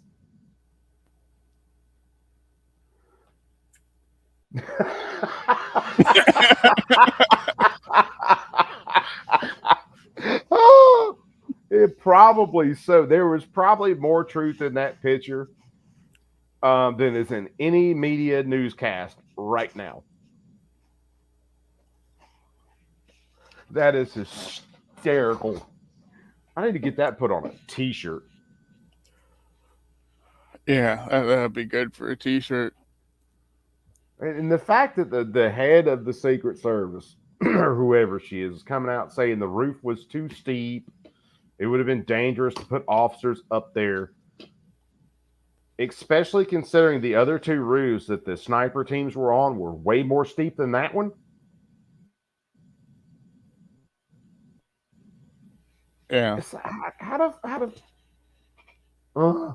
people even How believe stupid half do you this think horseshit? they must think that? How stupid do they think we are? Well, that's part of the problem. They believe we're all dumb as shit. I mean, they absolutely believe they can lie to us like that, and it's just going to be no one's going to call them on it. Or if someone calls them on it, they're not going to be someone with a big enough presence to cause kind of any issues with them. Yeah. I haven't listened to Dan Bongino in a long time because I quit listening to most of these conservative commentators and stuff because I've got my own opinions about a lot of them. But I saw a clip today with Dan Bongino talking about the whole situation, and it was really good. And I do trust his opinion on things that are happening with Secret Service. Yeah. I think he was the first one that I heard. Yeah, he might have been the first one I heard. So they put the snipers in that building. Their snipers were located in that building, but they were on the second floor of the 2-story building. And the slope of the roof was too steep and couldn't put people on that roof. Goodness gracious. You ever see the 307 Project channel? No, I don't think I have. He's a ex SEAL, and he actually the first video he put out on this was pretty good because he did work with the Secret Service as a SEAL in Africa, and he had a good story about when some guy broke through an outer perimeter on a moped when they were all guarding Obama. So yeah, that's not what you want to see happen, especially in the Middle East. Well, this is Africa, right? Even worse. Well, for a long time, I know I can't remember Afghanistan or Iraq, maybe both. Suicide bombers were tooling up on mopeds and then popping, clacking off. Right. And killed a lot of people that way. Mm-hmm. Matter of fact, there's a I think he might have been a second lieutenant just in country for a couple days, and they'd had some attacks like that. And here come this dude on a moped, and they're trying to flag him, do everything, wouldn't stop, and he, the guys ended up lighting him up. This guy, as far as I know, is still sitting in Leavenworth. Okay, yeah. I mean, it's what it is, man. Our government is really good at making themselves money and not real good at defending anybody. Right. If they thought about all of us like their bank accounts, we'd all be cool. Yeah. But that's just not the way they do things. So, no. Anyway, guys. Why change the way you do things when you're making money? Oh, yeah. And they're making money hand over fucking fist. Yeah. For sure.